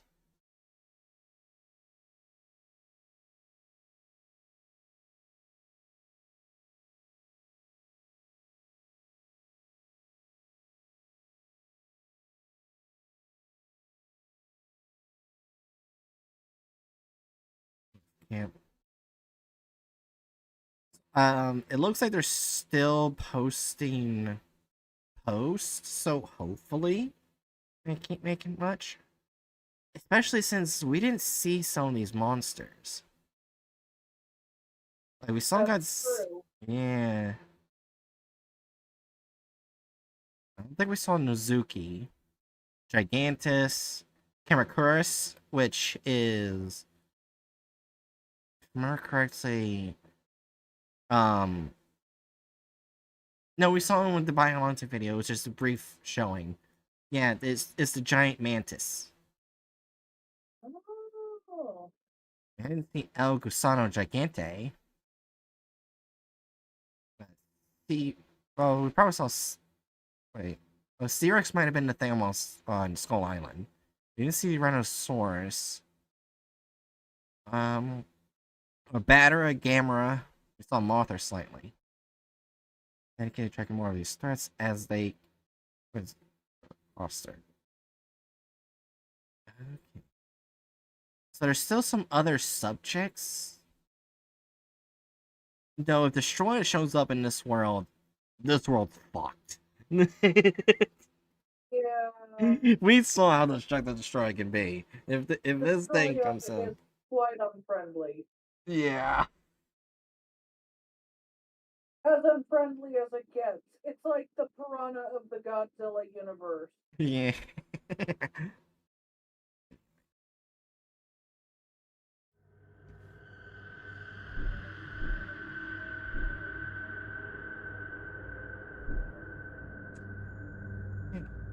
So yeah, from now on, I'm just gonna record Monument Mythos when I have the time to do so. I'm rather busy. That sounds wonderful. I'm sorry I lost interest. That's fair.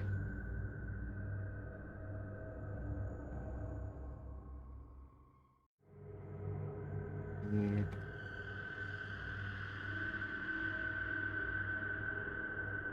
So, do you have any last words for stream, Jerry? Before I hit the end button?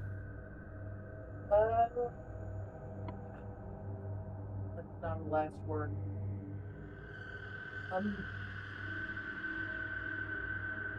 I guess if you ever enter the Godzilla universe, don't become a Godzilla fanboy?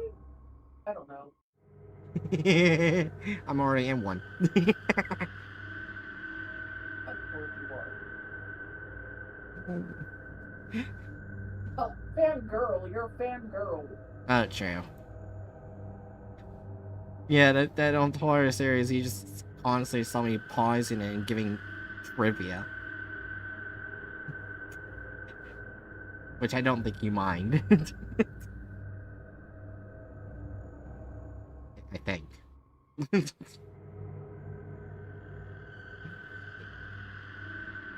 Yeah, but anyways, Danger Noodles. Tomorrow we'll be doing tier listing. And I may play, depending if I can get some stuff done before, like, 6, I may play an indie horror game before a tier listing stream. But more than likely, I might not be able to. Oh. Busy day tomorrow? Yeah, I have to...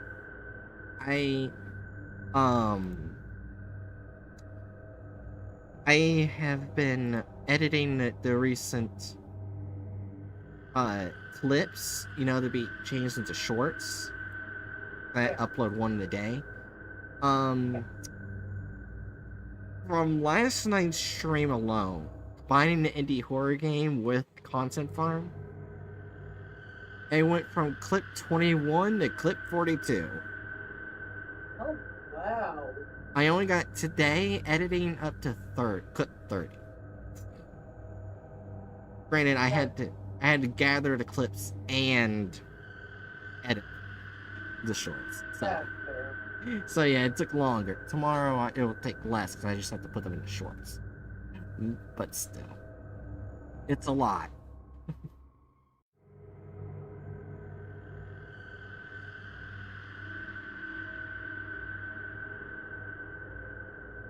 I still find it funny how you and Hatchet gaslit me into thinking that I was the one who said it was instant.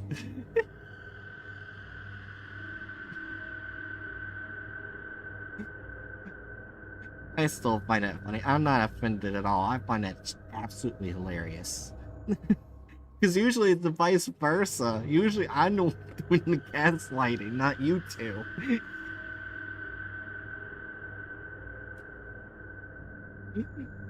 But anyways, yeah, Danger Noodles. I'll see you guys then. There will definitely be a tier list stream tomorrow. That's guaranteed. But there might not be an indie horror game. We'll see. I'll see you guys then, and...